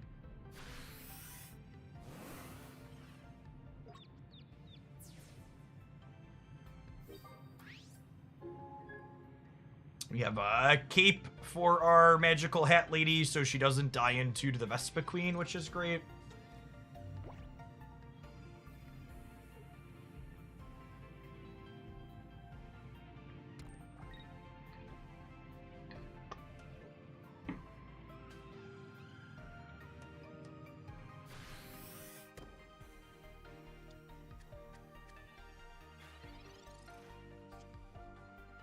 Then putting an energy on here seems like a miss. I think we're all done now. There's a tournament starting in 27 minutes. Are you going to play in it? No, I have a hard out at like 4:30 today, so we're just going to do our normal stream day of about 6 hours is my plan. We'll run long typically if a tournament we start, we're having a good run-in, but I'm not going to start a tournament at about the time I'm typically ending. Woozy, thank you for the gift sub. Appreciate that.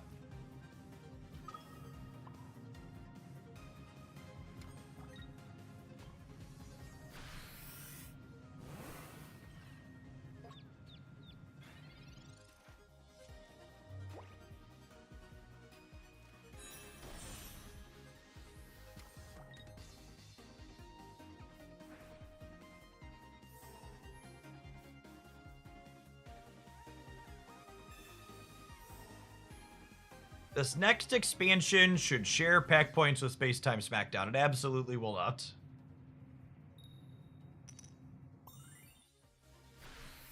0%.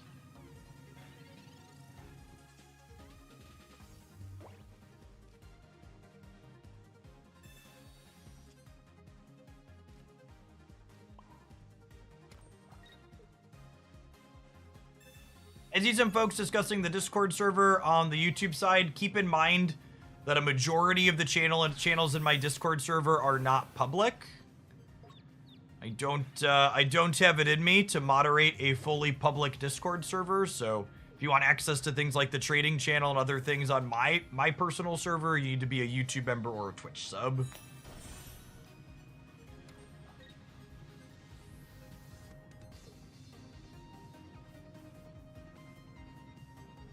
All right, it's gonna be important that we find the other Ms. Magius this turn, right? Otherwise, the victory bell's gonna come up and grab it. Should not be great for our hero. Rip. Oof. Oh wait. JK. LOL. They almost stalled out with Shaman, huh?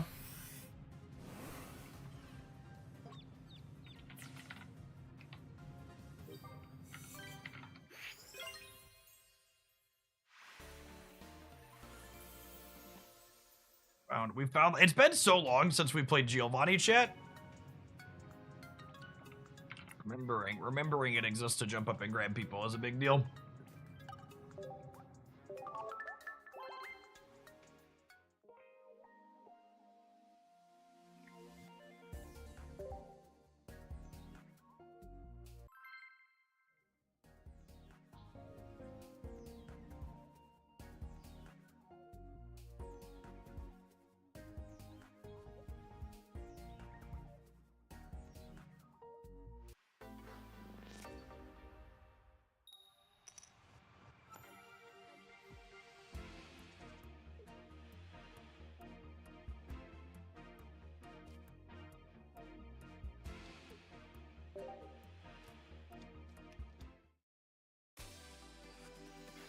Machop on curve is very good against Farfetch'd. It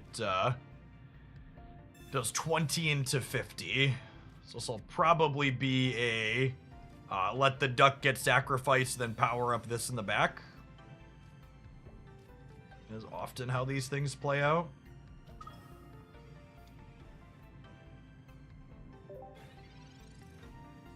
What does on curve mean? On curve refers to doing things as soon as possible.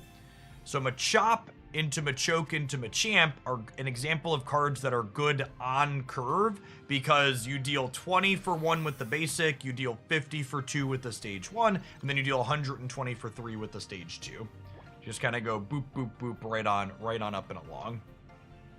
Now, the cape changes that breakpoint entirely, says Local Man about to get Lucario'd. Can I afford to beat Lucario? I don't think I can. I think I cape and quack them and just assume that we're dead to rights to Lucario. We're dead to rights if they have Lucario plus Machoke.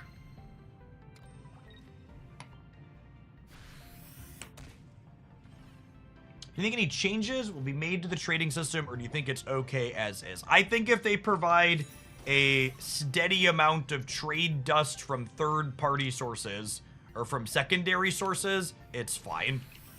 I think if they expect people to farm trade dust from destroying lots of extra cards, it's not remotely fine and the system doesn't work at all.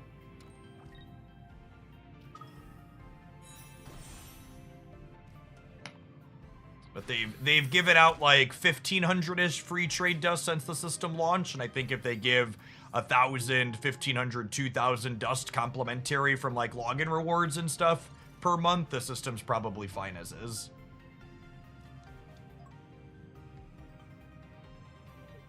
I think the two specific designs I'm really hoping to see in the upcoming expansion are, I would like to see a design that stops a Pokemon from healing.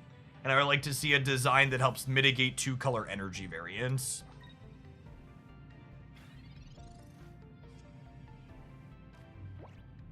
It's a shame we didn't find Giovanni. Oh, you know what? I'm gonna go digging for Azelf here. Because if this finds Azelf could poke this, and then Cyrus plus Mismagius can finish it next turn. Gosh, we're cooking, chat. We're cooking. I don't think they can beat us without the Machamp, right?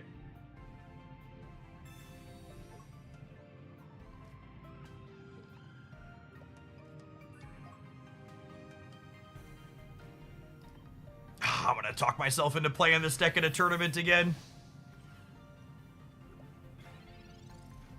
I can feel it, chat. This deck is like exactly my preferred type of underpowered jank.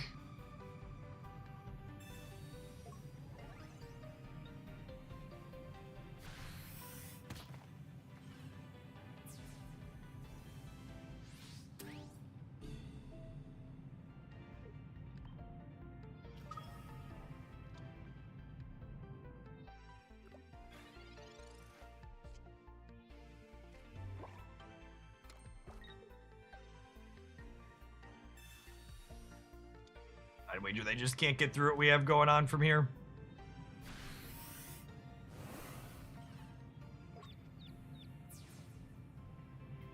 All the bits of the buffalo coming together here.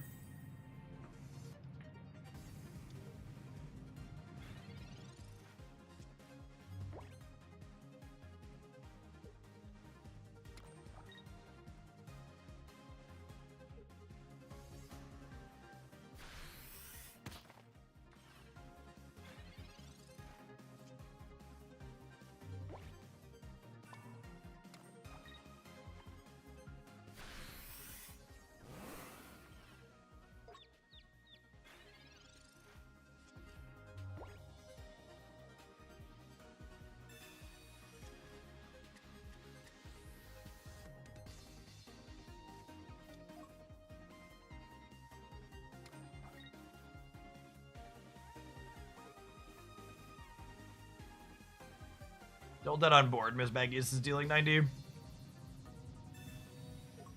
Not short, even if they hit heads.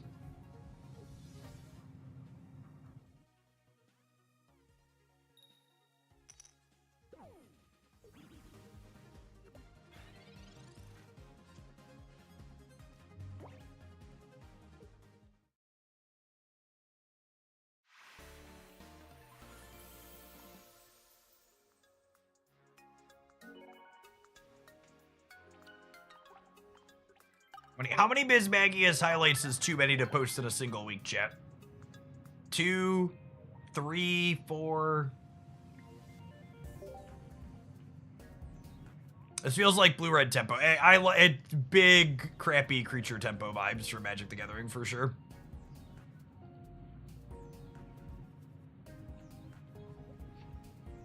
Limit does not exist. All right. We have to post the Gengar Mismagius highlight, but I might run this one at some point in the next week, too.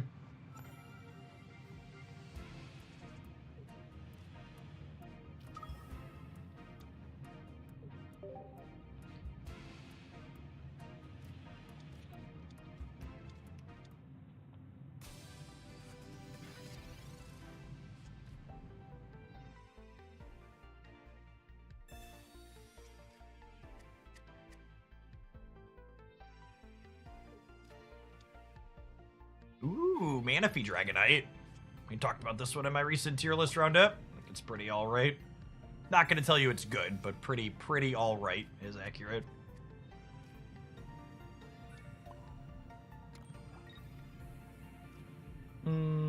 Sure.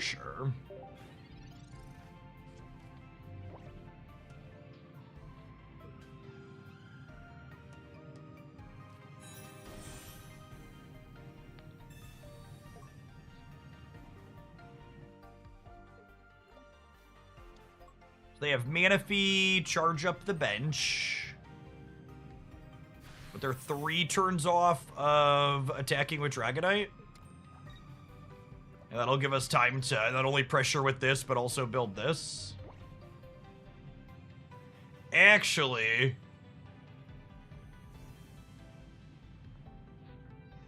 Gosh, is it ever... Psychic Arrow and then Cyrus? That's just not quite enough, right? I think I just have to kill the Manaphy this turn, as much as adorable as Psychic Arrow into this would be. It's only 90 total. And if I don't kill this, they get to get to the Dragonite attack one turn sooner. So I think the line is just slow down their acceleration and then build Mew in the back. Yeah.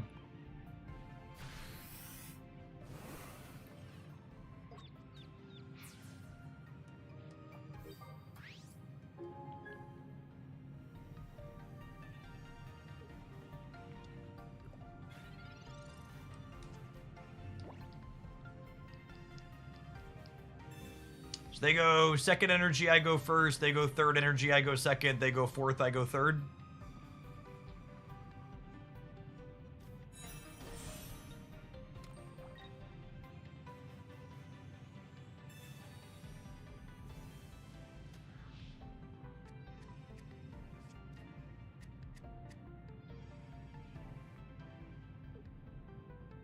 We tried Giratina and Dawn in this kind of deck. So Mismagius is a really aggressively slanted card. So putting really slow things paired with it doesn't make a lot of sense in my experience.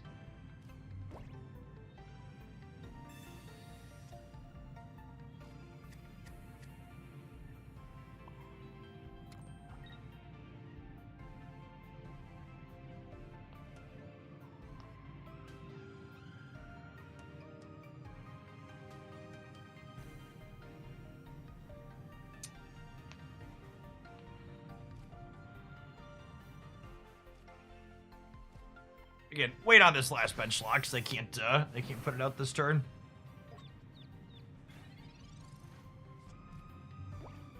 I don't understand your question, Bardic. Are you asking, like, how much money do I lose if someone, like, back charges the donation?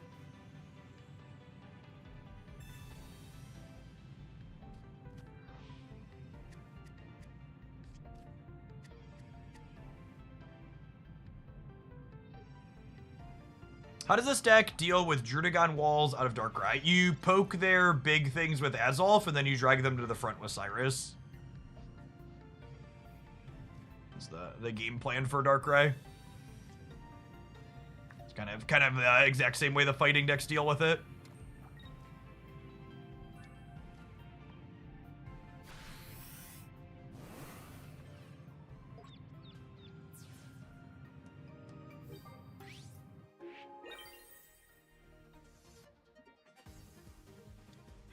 Transferring money from PayPal to my bank doesn't cost me anything, but also I typically just, like, leave money sit in PayPal. That's how I, like, pay my video editor every month, so. There's not a huge reason for you to move it around.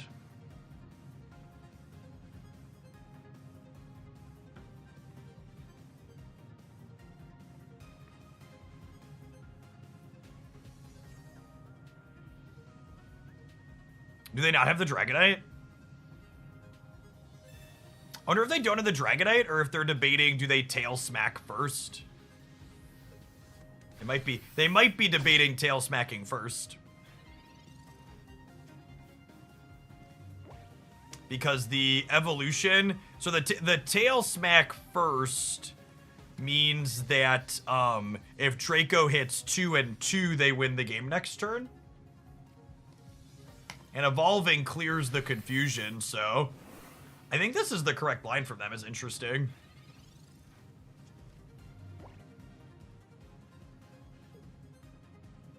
They could have also just not had the Dragonite, and we're debating on if they wanted to retreat. Okay, they just didn't have the Dragonite, but I think it's worth noting if they had it. Hitting me first is still fine.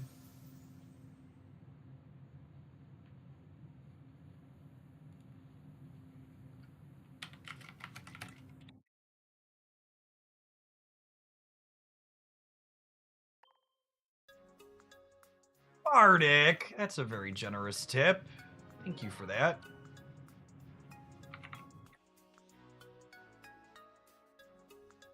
I heard the prize pool for the next tournament was 550 USD. Let's go ahead and bump it up. We'll make it a nice even 600. Thank you, Bardic. And I think that already makes us the biggest cash Pokemon pocket tournament that'll have happened. So if there are other community members hanging out that are thinking about helping us fund a prize pool, maybe help us with the one after that. Spoilers, there's gonna be more than two. I don't know what the date's gonna be on the next one, but ideally we're gonna want to fund prize pools for tournaments on the regular. That'll be sweet. Yeah, we've got $600 in cash for the Hooglandia Spraggles Open. That's gonna be coming back on March 8th. And past the cash, I've got a really fantastic sponsored extra prize that I can't talk about yet legally. So NDAs and all that. Soon though. It's gonna be as hype as the cash, I bet. All right, nothing's as hype as cash, but it's close. It's close, I promise.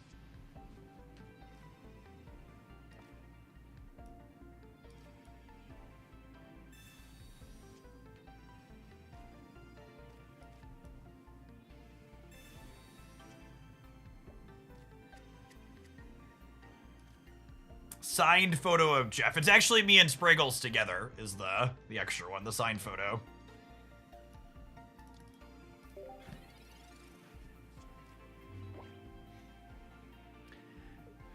How come you only have soundproofing on a portion of your wall? That's a good talk for people unfamiliar with studio spaces. So the panels that you see on my back wall are not soundproofing, they are sound deadening. So proofing takes noise and prevents it from escaping the room that you're in. And doing soundproofing is incredibly expensive and difficult. Sound deadening, like the panels you see behind me on the wall, are used to help reduce noise leaving the space that you're in. Or sorry, are not for that. They're used to stop reverb in the room that you're in.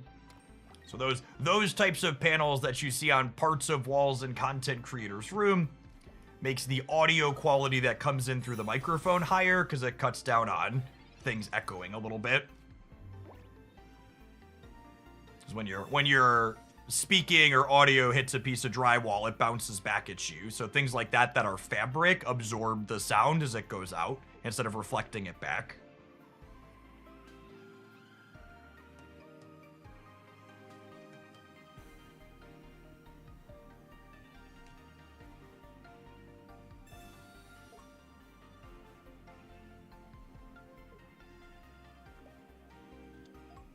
I've talked a lot about my my math and teaching background, but something else that I did in a former life is the two ways I paid for myself to exist during undergrad was, one was cash poker, but number two was I did live audio engineering for a couple of small/dive bars, however you want to call them, as well as a small theater on the south side of Chicago.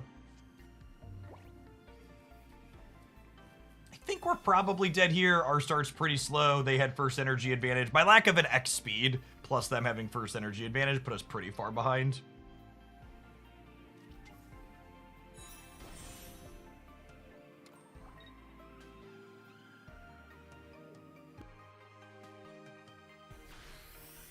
I get that it makes sense, but did you just decide not to put it on the wall because just a portion seems lackluster? So again, the way it actually works is when you're speaking or the way the noise is going, you don't get it as the part.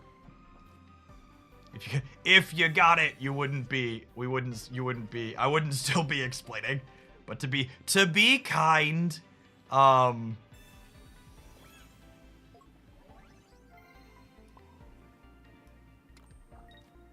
You only need it. You don't need to cover the whole wall to absorb the noise from bouncing off, is the TLDR.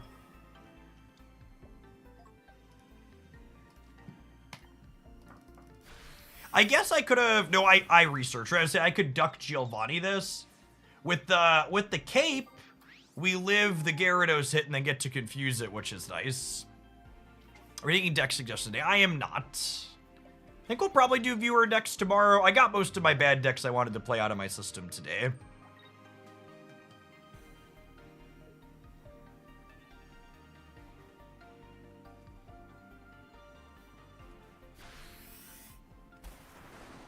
Yes, that is a great apt comparison. It's kind of how you could completely change the resonance in a room with a wood floor just by putting a rug down.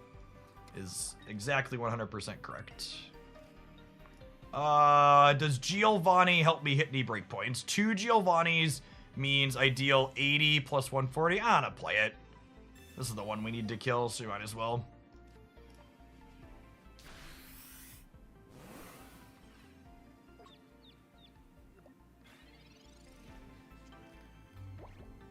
And if they don't explicitly hit the energies off the Mew, we kill the Gyarados next turn back.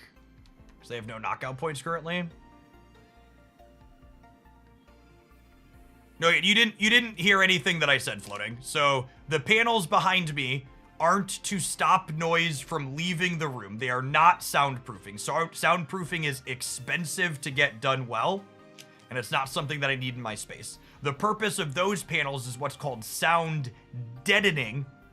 It exists to make it so noise leaving the room, or to make it so noise doesn't reflect back at the microphone and bounce around inside of the room. That was the whole point of what I said. Was it's very explicitly not what you're saying. All right, and now Cyrus off the top is lethal. I have 2 of those and 4 cards. So 50% to win the game here. That'll do, pig. That'll do. Come to Papa. Would likes to rampage, please.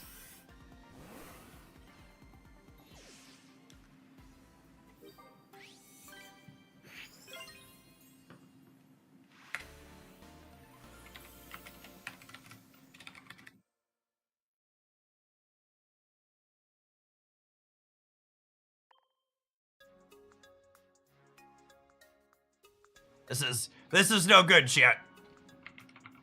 We loaded this deck up to talk myself into deleting it, and now I'm taking notes for a highlight video. Oh no. Oh no. This was supposed to be a play and then delete the bad deck stay. Not talk myself into playing more of them. All right, we're gonna take an ad break. We're gonna play some more of this when we return because I'm talking myself into, not out of it. Thanks for hanging out and don't go anywhere. We're watching on the YouTube side. We are 18 likes away from 800. I think we can break that before we're done today. We're still going to be streaming for a little bit. Appreciate the 782 people that did that. Were you good at poker or good enough to pay for myself to live for a while?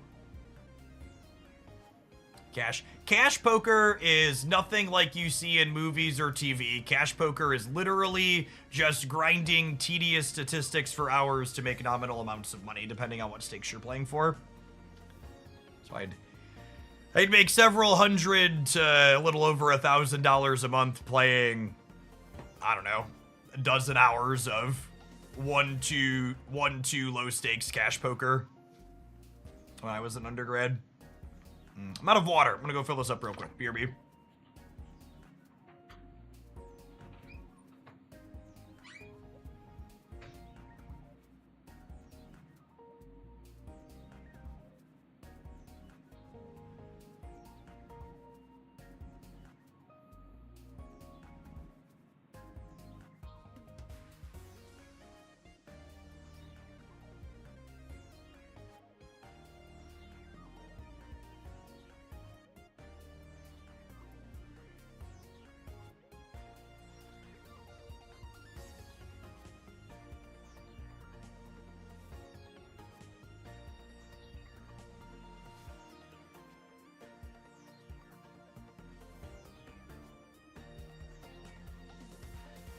Yes, the panels are essentially like paintings or carpeting or stuff like that help cut down an echo in the room. It is exactly correct.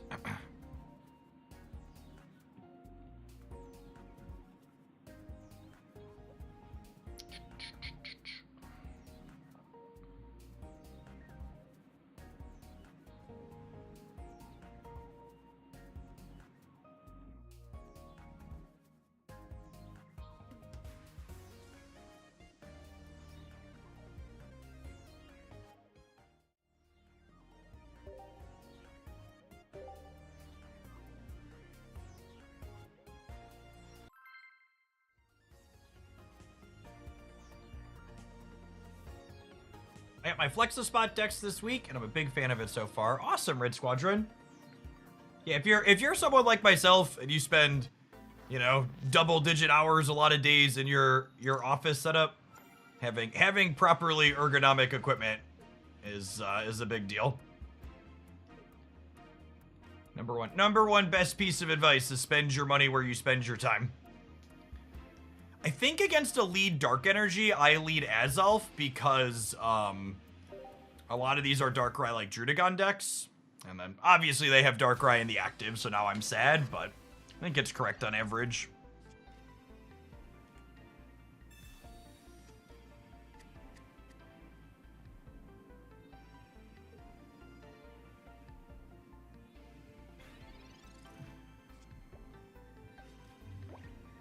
Cyrus should be lovely later.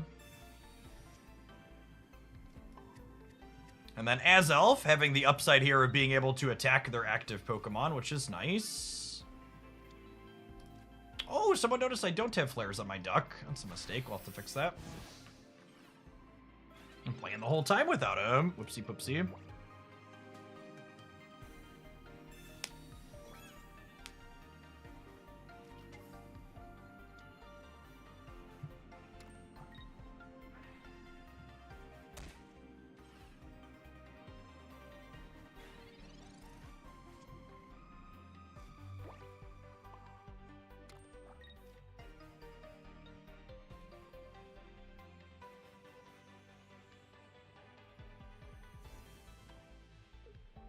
Just tap this.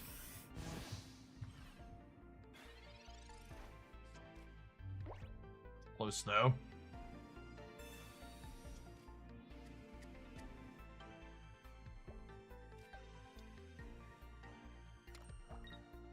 So what's the game plan here? I think the game plan is like draw.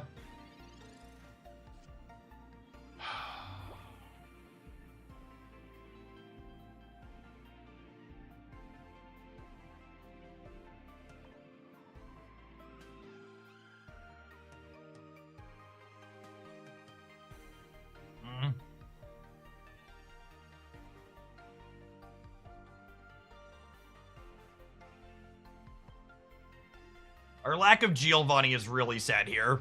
It hurts our breakpoints a ton.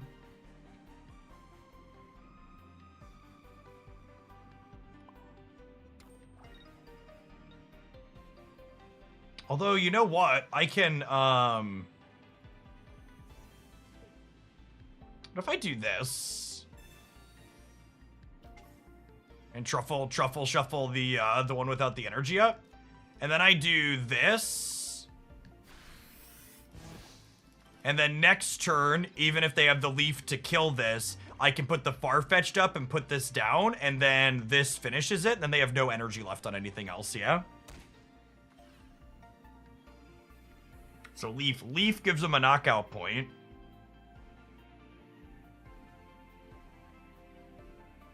Well, it's not a huge deal.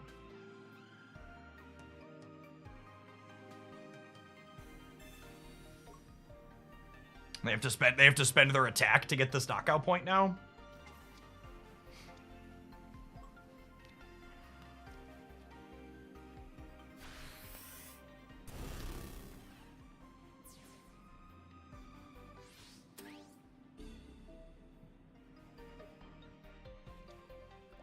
We'll have to keep this so we don't die to the Nightmare Aura trigger next turn.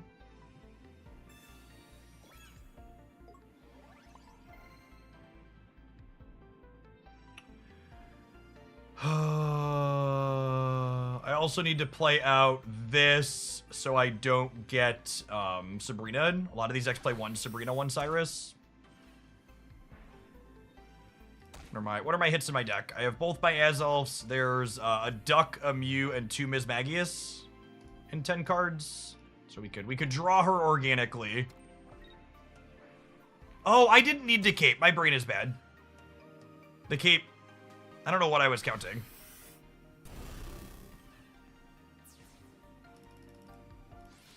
Ignore the man behind the curtain.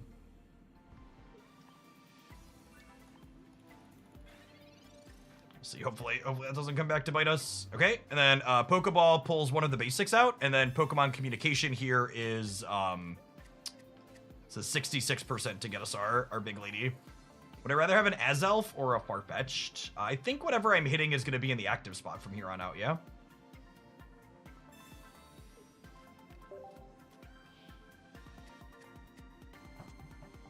Nice. There's my Magic Cat Lady.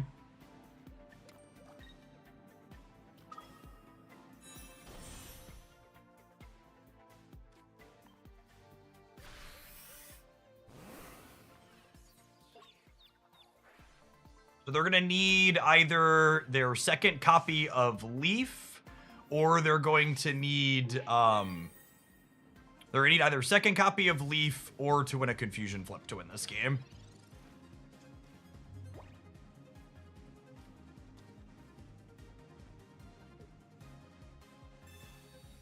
Makes their second copy of Leaf pretty likely.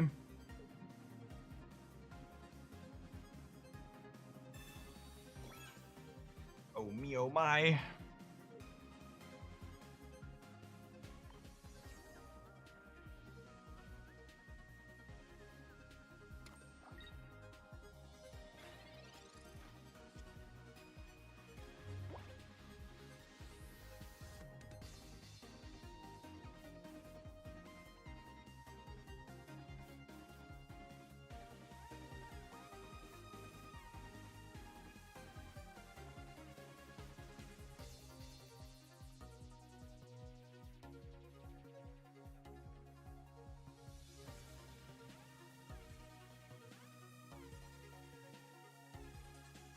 They put the energy on here if they don't have Leaf, right?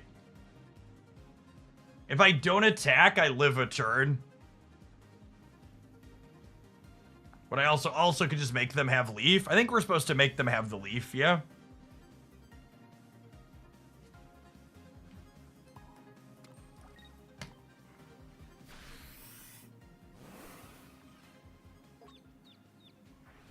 If they switch to the Weavile, I could, like, draw Ms. Magius and, like, have another one. But, like, that's pretty bad if, it dies to Cyrus. Oh, they're playing an X speed? Yeah.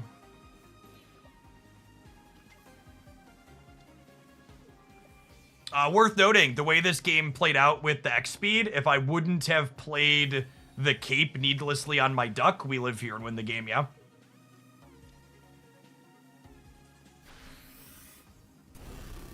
So my small brain fart miscounting ends up losing us that. Oh, I guess we would have been a coin flip. Because they still could have drug us up. So would have had a better shot though. Wouldn't have been guaranteed dead.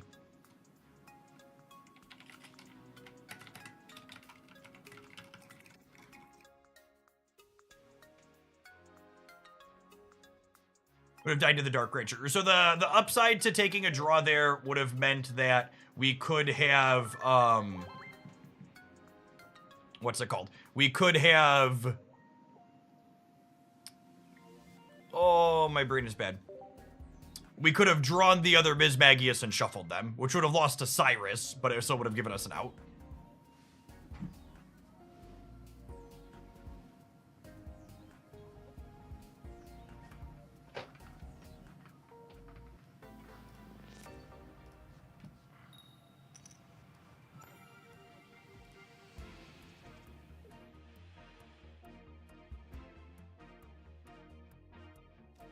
Second? I would love to lead on Mischievous while going second. This matchup is one of the reasons to play the promo Mischievous instead of the regular one. Being able to confuse Manaphy and brick it some amount of the time is quite good.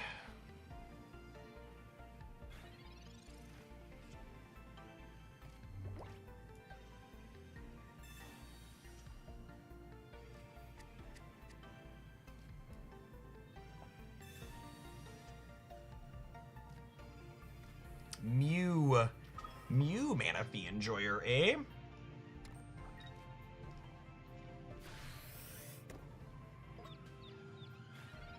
Did you ever play EDH, Jeff? No. Magic the Gathering is far too expensive of a game to play casually, and it's also kind of hard to balance. If I'm playing casual games with groups of friends, I'd much rather play a board game that I know is self-contained and well-balanced. Having to argue with your group about what power levels everybody's decks are so you can have a good experience is just not something I'm into.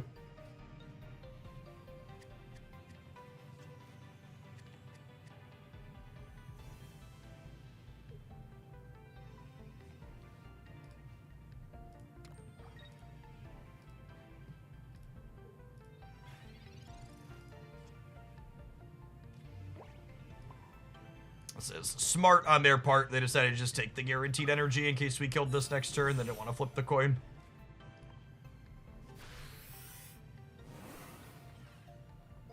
Are you a fan of the Pokemon RPG games? I played the Gen 1 and Gen 2 growing up, but as I've gotten older, I find it more difficult to get immersed in story games that don't provide voice acting. Hopefully Pokemon decides to do that at some point, although I'd be surprised.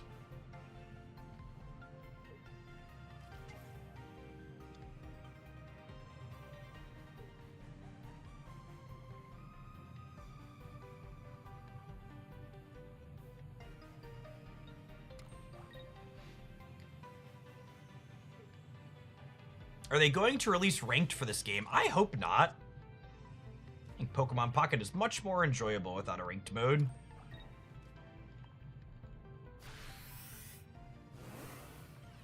I know kids watch the stream, so maybe earmuffs because I'm going to say the F word, but I believe games should be played for fun rather than a tedious grind with a nominal carrot at the end so you can arbitrarily watch a number go up.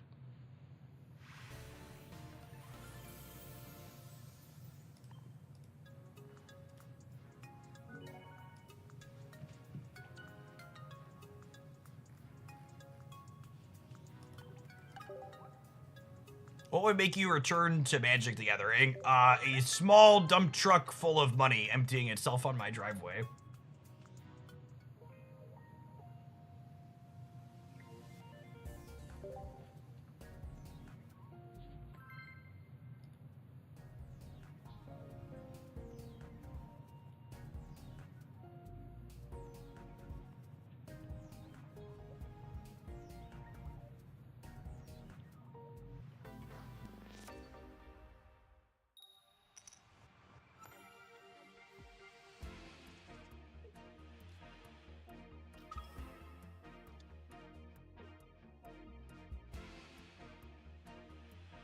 Do my kids swim? You know, it's funny that that's the random question you asked because Thursday night is actually swim lessons night in the Hoagland household, so.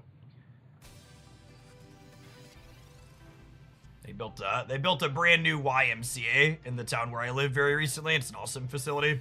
There's 2 massive pools in it.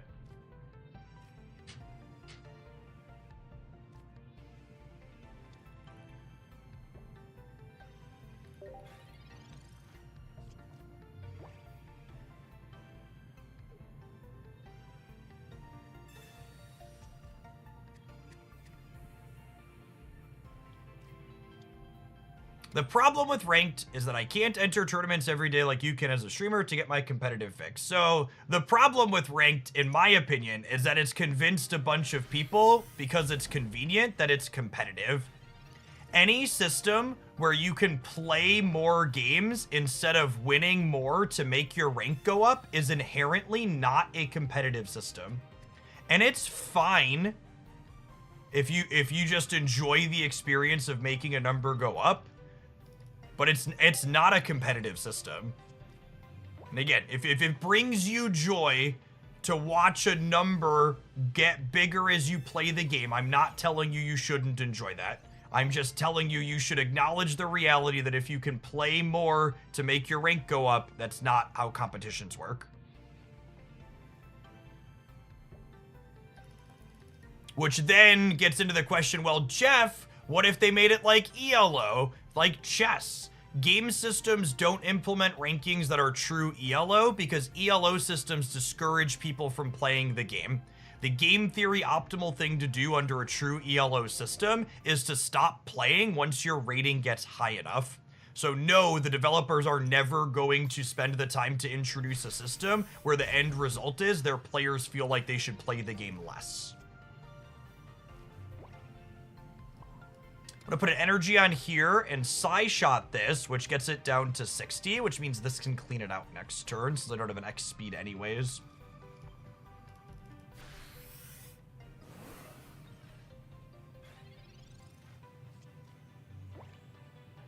If you'd also like a really good in-depth breakdown, the person who created Magic the Gathering, Richard Garfield, wrote this article 2 or 3 years ago at this point, talking about the pitfalls of ranked systems and why tournaments are a much better competitive breeding ground. I'd also like to point out, and this is why something that is eminently true, is that gamers are good at identifying problems and they're bad at creating solutions for their own problems. What do I mean by this? What I mean by this is you'll often hear people say, I can't play a traditional tournament, so we need ranked. So you've identified a problem, but then you're offering a solution, right? There are lots of solutions to, I want a competitive outlet, but I don't want to play ranked. Let's give a good example of this. Asynchronous on-demand tournaments that you can start and stop playing whenever you feel like are a wonderful alternative to a ranked system. They can provide a competitive outlet in a convenient time frame without forcing you to do a tedious ranked grind that's more about how much you play than anything.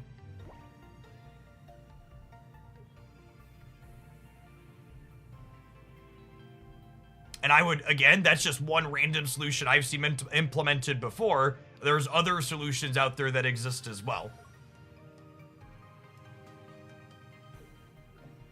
I just truly and wholly believe one of the reasons why Pokemon Pocket is a good game is because it's innovated in a number of ways, and I want to see it innovate more, not it become like the other games that don't innovate. Alright, so the game plan here is we Magical Delusion plus Giovanni to deal 80 here, and then we Cyrus it back up for the game win the following turn. And if they have a copy of Dawn, they need to flip a Confusion coin to kill us, which is great.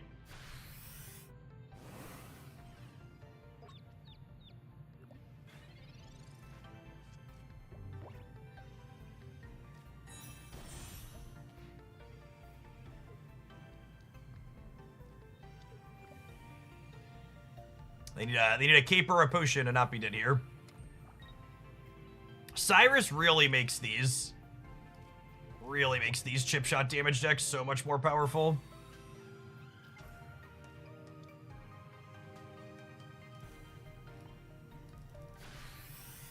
Clean.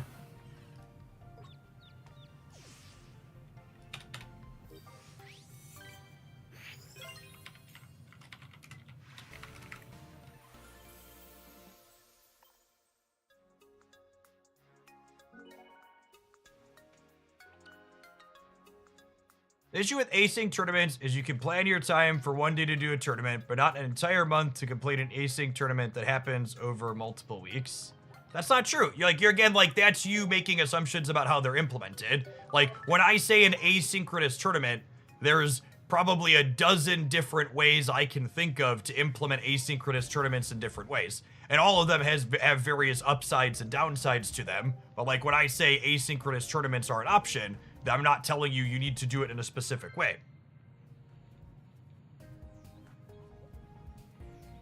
I think game companies forcing their games to be competitive is a big part of why so many esports things went bust over the course of the last decade. And I think Pokemon Pocket giving players the tools to let community tournaments thrive so the players can choose to be competitive or not is a much better way to encourage a healthy competitive system long term. Like, if you were to say, Jeff, what's the #1 thing DNA could do to help competitive Pokemon Pocket? I would say they need to give us a best of 3 direct challenge option, so that way who's going first and second can alternate appropriately based on who won or lost the game. That type of stuff, I think, are features that are worth spending time implementing.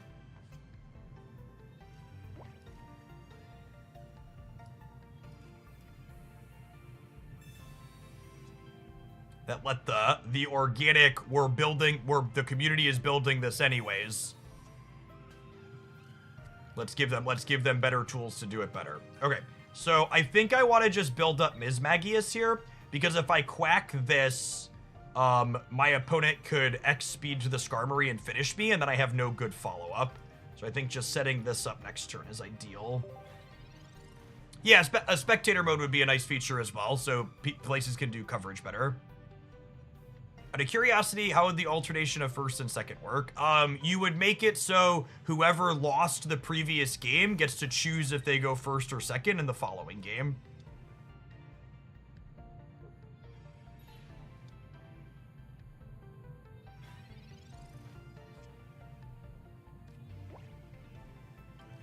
All right, and now I have second duck, so I just like quack you, quack you.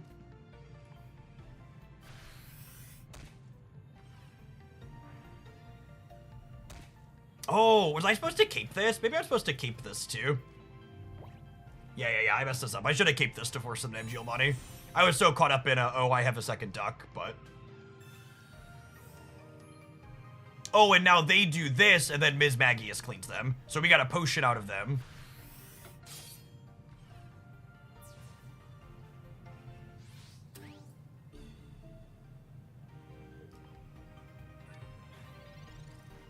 This works out nice for us, because now nothing else on their bench can attack next turn, yeah?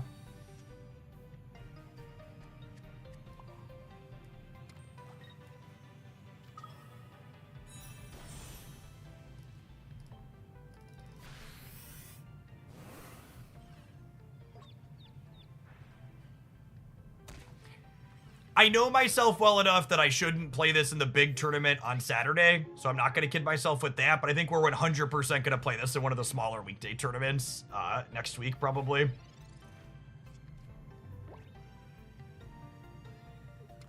This one's not getting deleted from the editor when we're done here. I've enjoyed this a lot. It's been a ton of fun.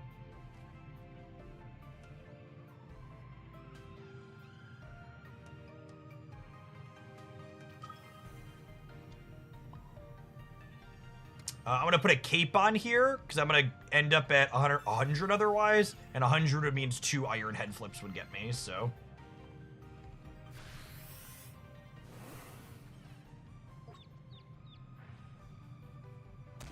Was this a mission or a Jeff Brewer? Today's been all decks I've been wanting to play for a while. We've done viewer decks for like the last week, and I had like a small backlog of deck ideas I wanted to work on, so we've been getting those out of my system today.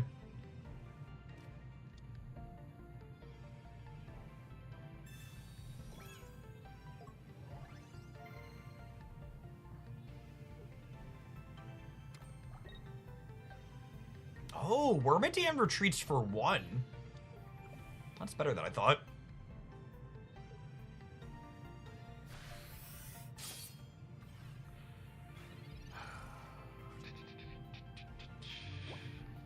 So they are almost assuredly a what's it called deck? A Cyrus deck, so I don't think I can retreat out of here safely.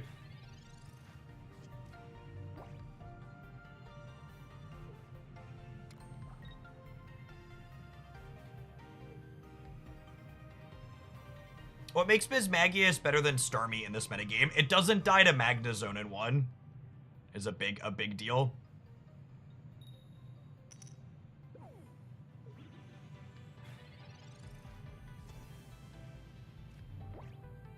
Okay, and then Cyrus as a draw here cuts their outs, because it lets me clear the Wormadam so they can't high roll me. And we'll switch to the Farfetch to clean here, so that way if they have Cyrus, this is still at 70. It doesn't die to the Skarmory. And they only have 1 point, so we can give the Duck up.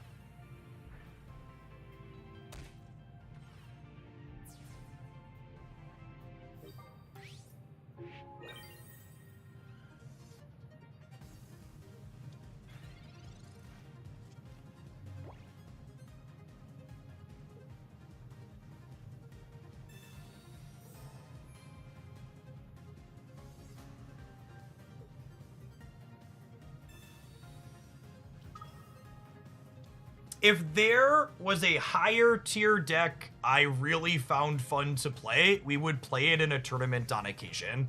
In fact, that's why I played the Dialga Yanmega deck today. It's like the highest tier thing that I really like the play patterns of. But the reason why I play things like Ms. Magius and others inside of tournaments is because truly, if you enjoy the deck that you're playing, you're going to win more. So even when there's a deck that's just like a solid cut above everything else, if I don't like playing it, I'm not going to play it in a tournament. Because being kind of annoyed and not enjoying what I'm doing, you're going to win less because you're going to be sloppy. And you're going to be less practiced because you're not going to be playing it more off stream because it's just not fun, right?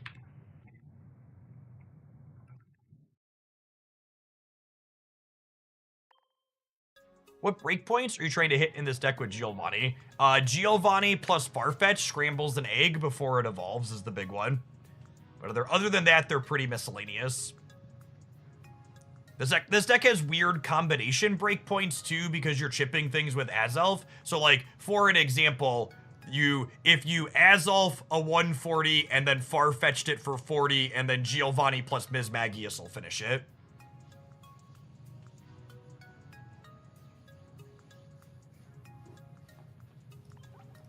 If that makes sense. Yeah, you clear mana fees for 50 as well.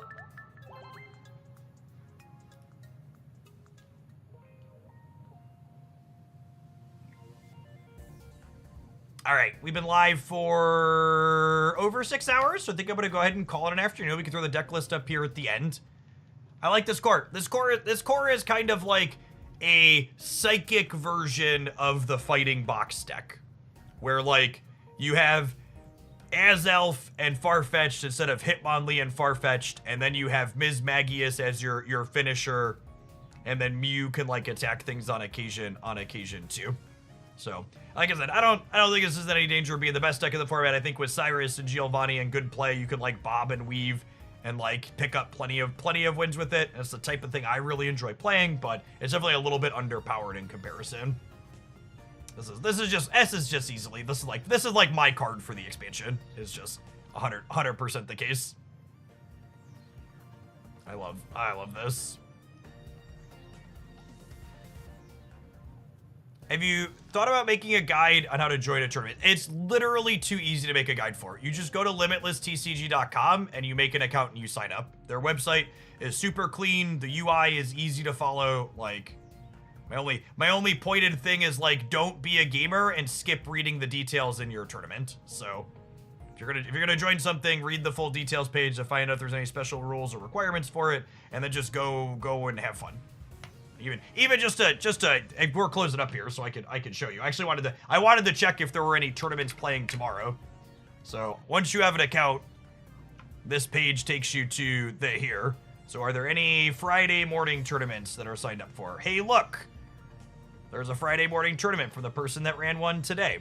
So I'm gonna click on here. Here's all of the details. This is Swiss best of 3. Yep, with top 8 cut. Looks like all of this is the same as I read yesterday. And I click register now, and I hit the register button. And sometimes they'll ask you for like a Discord name or something else here, and then I go to my dashboard, and okay, I'm gonna go submit deck list, and I paste my deck list in here. And this is it says export your deck list from a deck building website. It takes you through and what you need to know. It says you can use the Limitless deck builder right here. And then in here, you just like fill your decks in. I already have a bunch of decks in here. What do I want to play tomorrow? I kind of feel like I want to try the Dialga deck again. I think I'm gonna tentatively say we're gonna run this one back tomorrow. Copy text, submit. There we go. I entered a tournament and submitted a necklace. It's literally just that. BJ, thank you for the 11 months. And then on my dashboard here, it says it starts in 18 hours or 19 hours. There'll be a check-in button tomorrow morning before the tournament happens, and then all of your matches queue and pair in here. It's really super clean and easy. And you can see there's a ton of things in here, right? And it automatically puts all of these in your local time once you make an account. So all of these are Central Standard Time for me. So you can see what there's. So tomorrow is the 14th. There's tournaments starting at 5 a.m. Central. 5 a.m., 6 a.m., 9 a.m., 10:30, noon, 4, 4:30, 6, 7. I'm just like it's really hard to overstate how thriving the competitive community scene for this game is. Like, there's literally just tons of stuff to pick from every day of the week, essentially. It's awesome to see how many people are running sweet stuff. So if you wanna play with me tomorrow morning, you're free. Join the Squirtle Squad TCG Pocket Tour 2.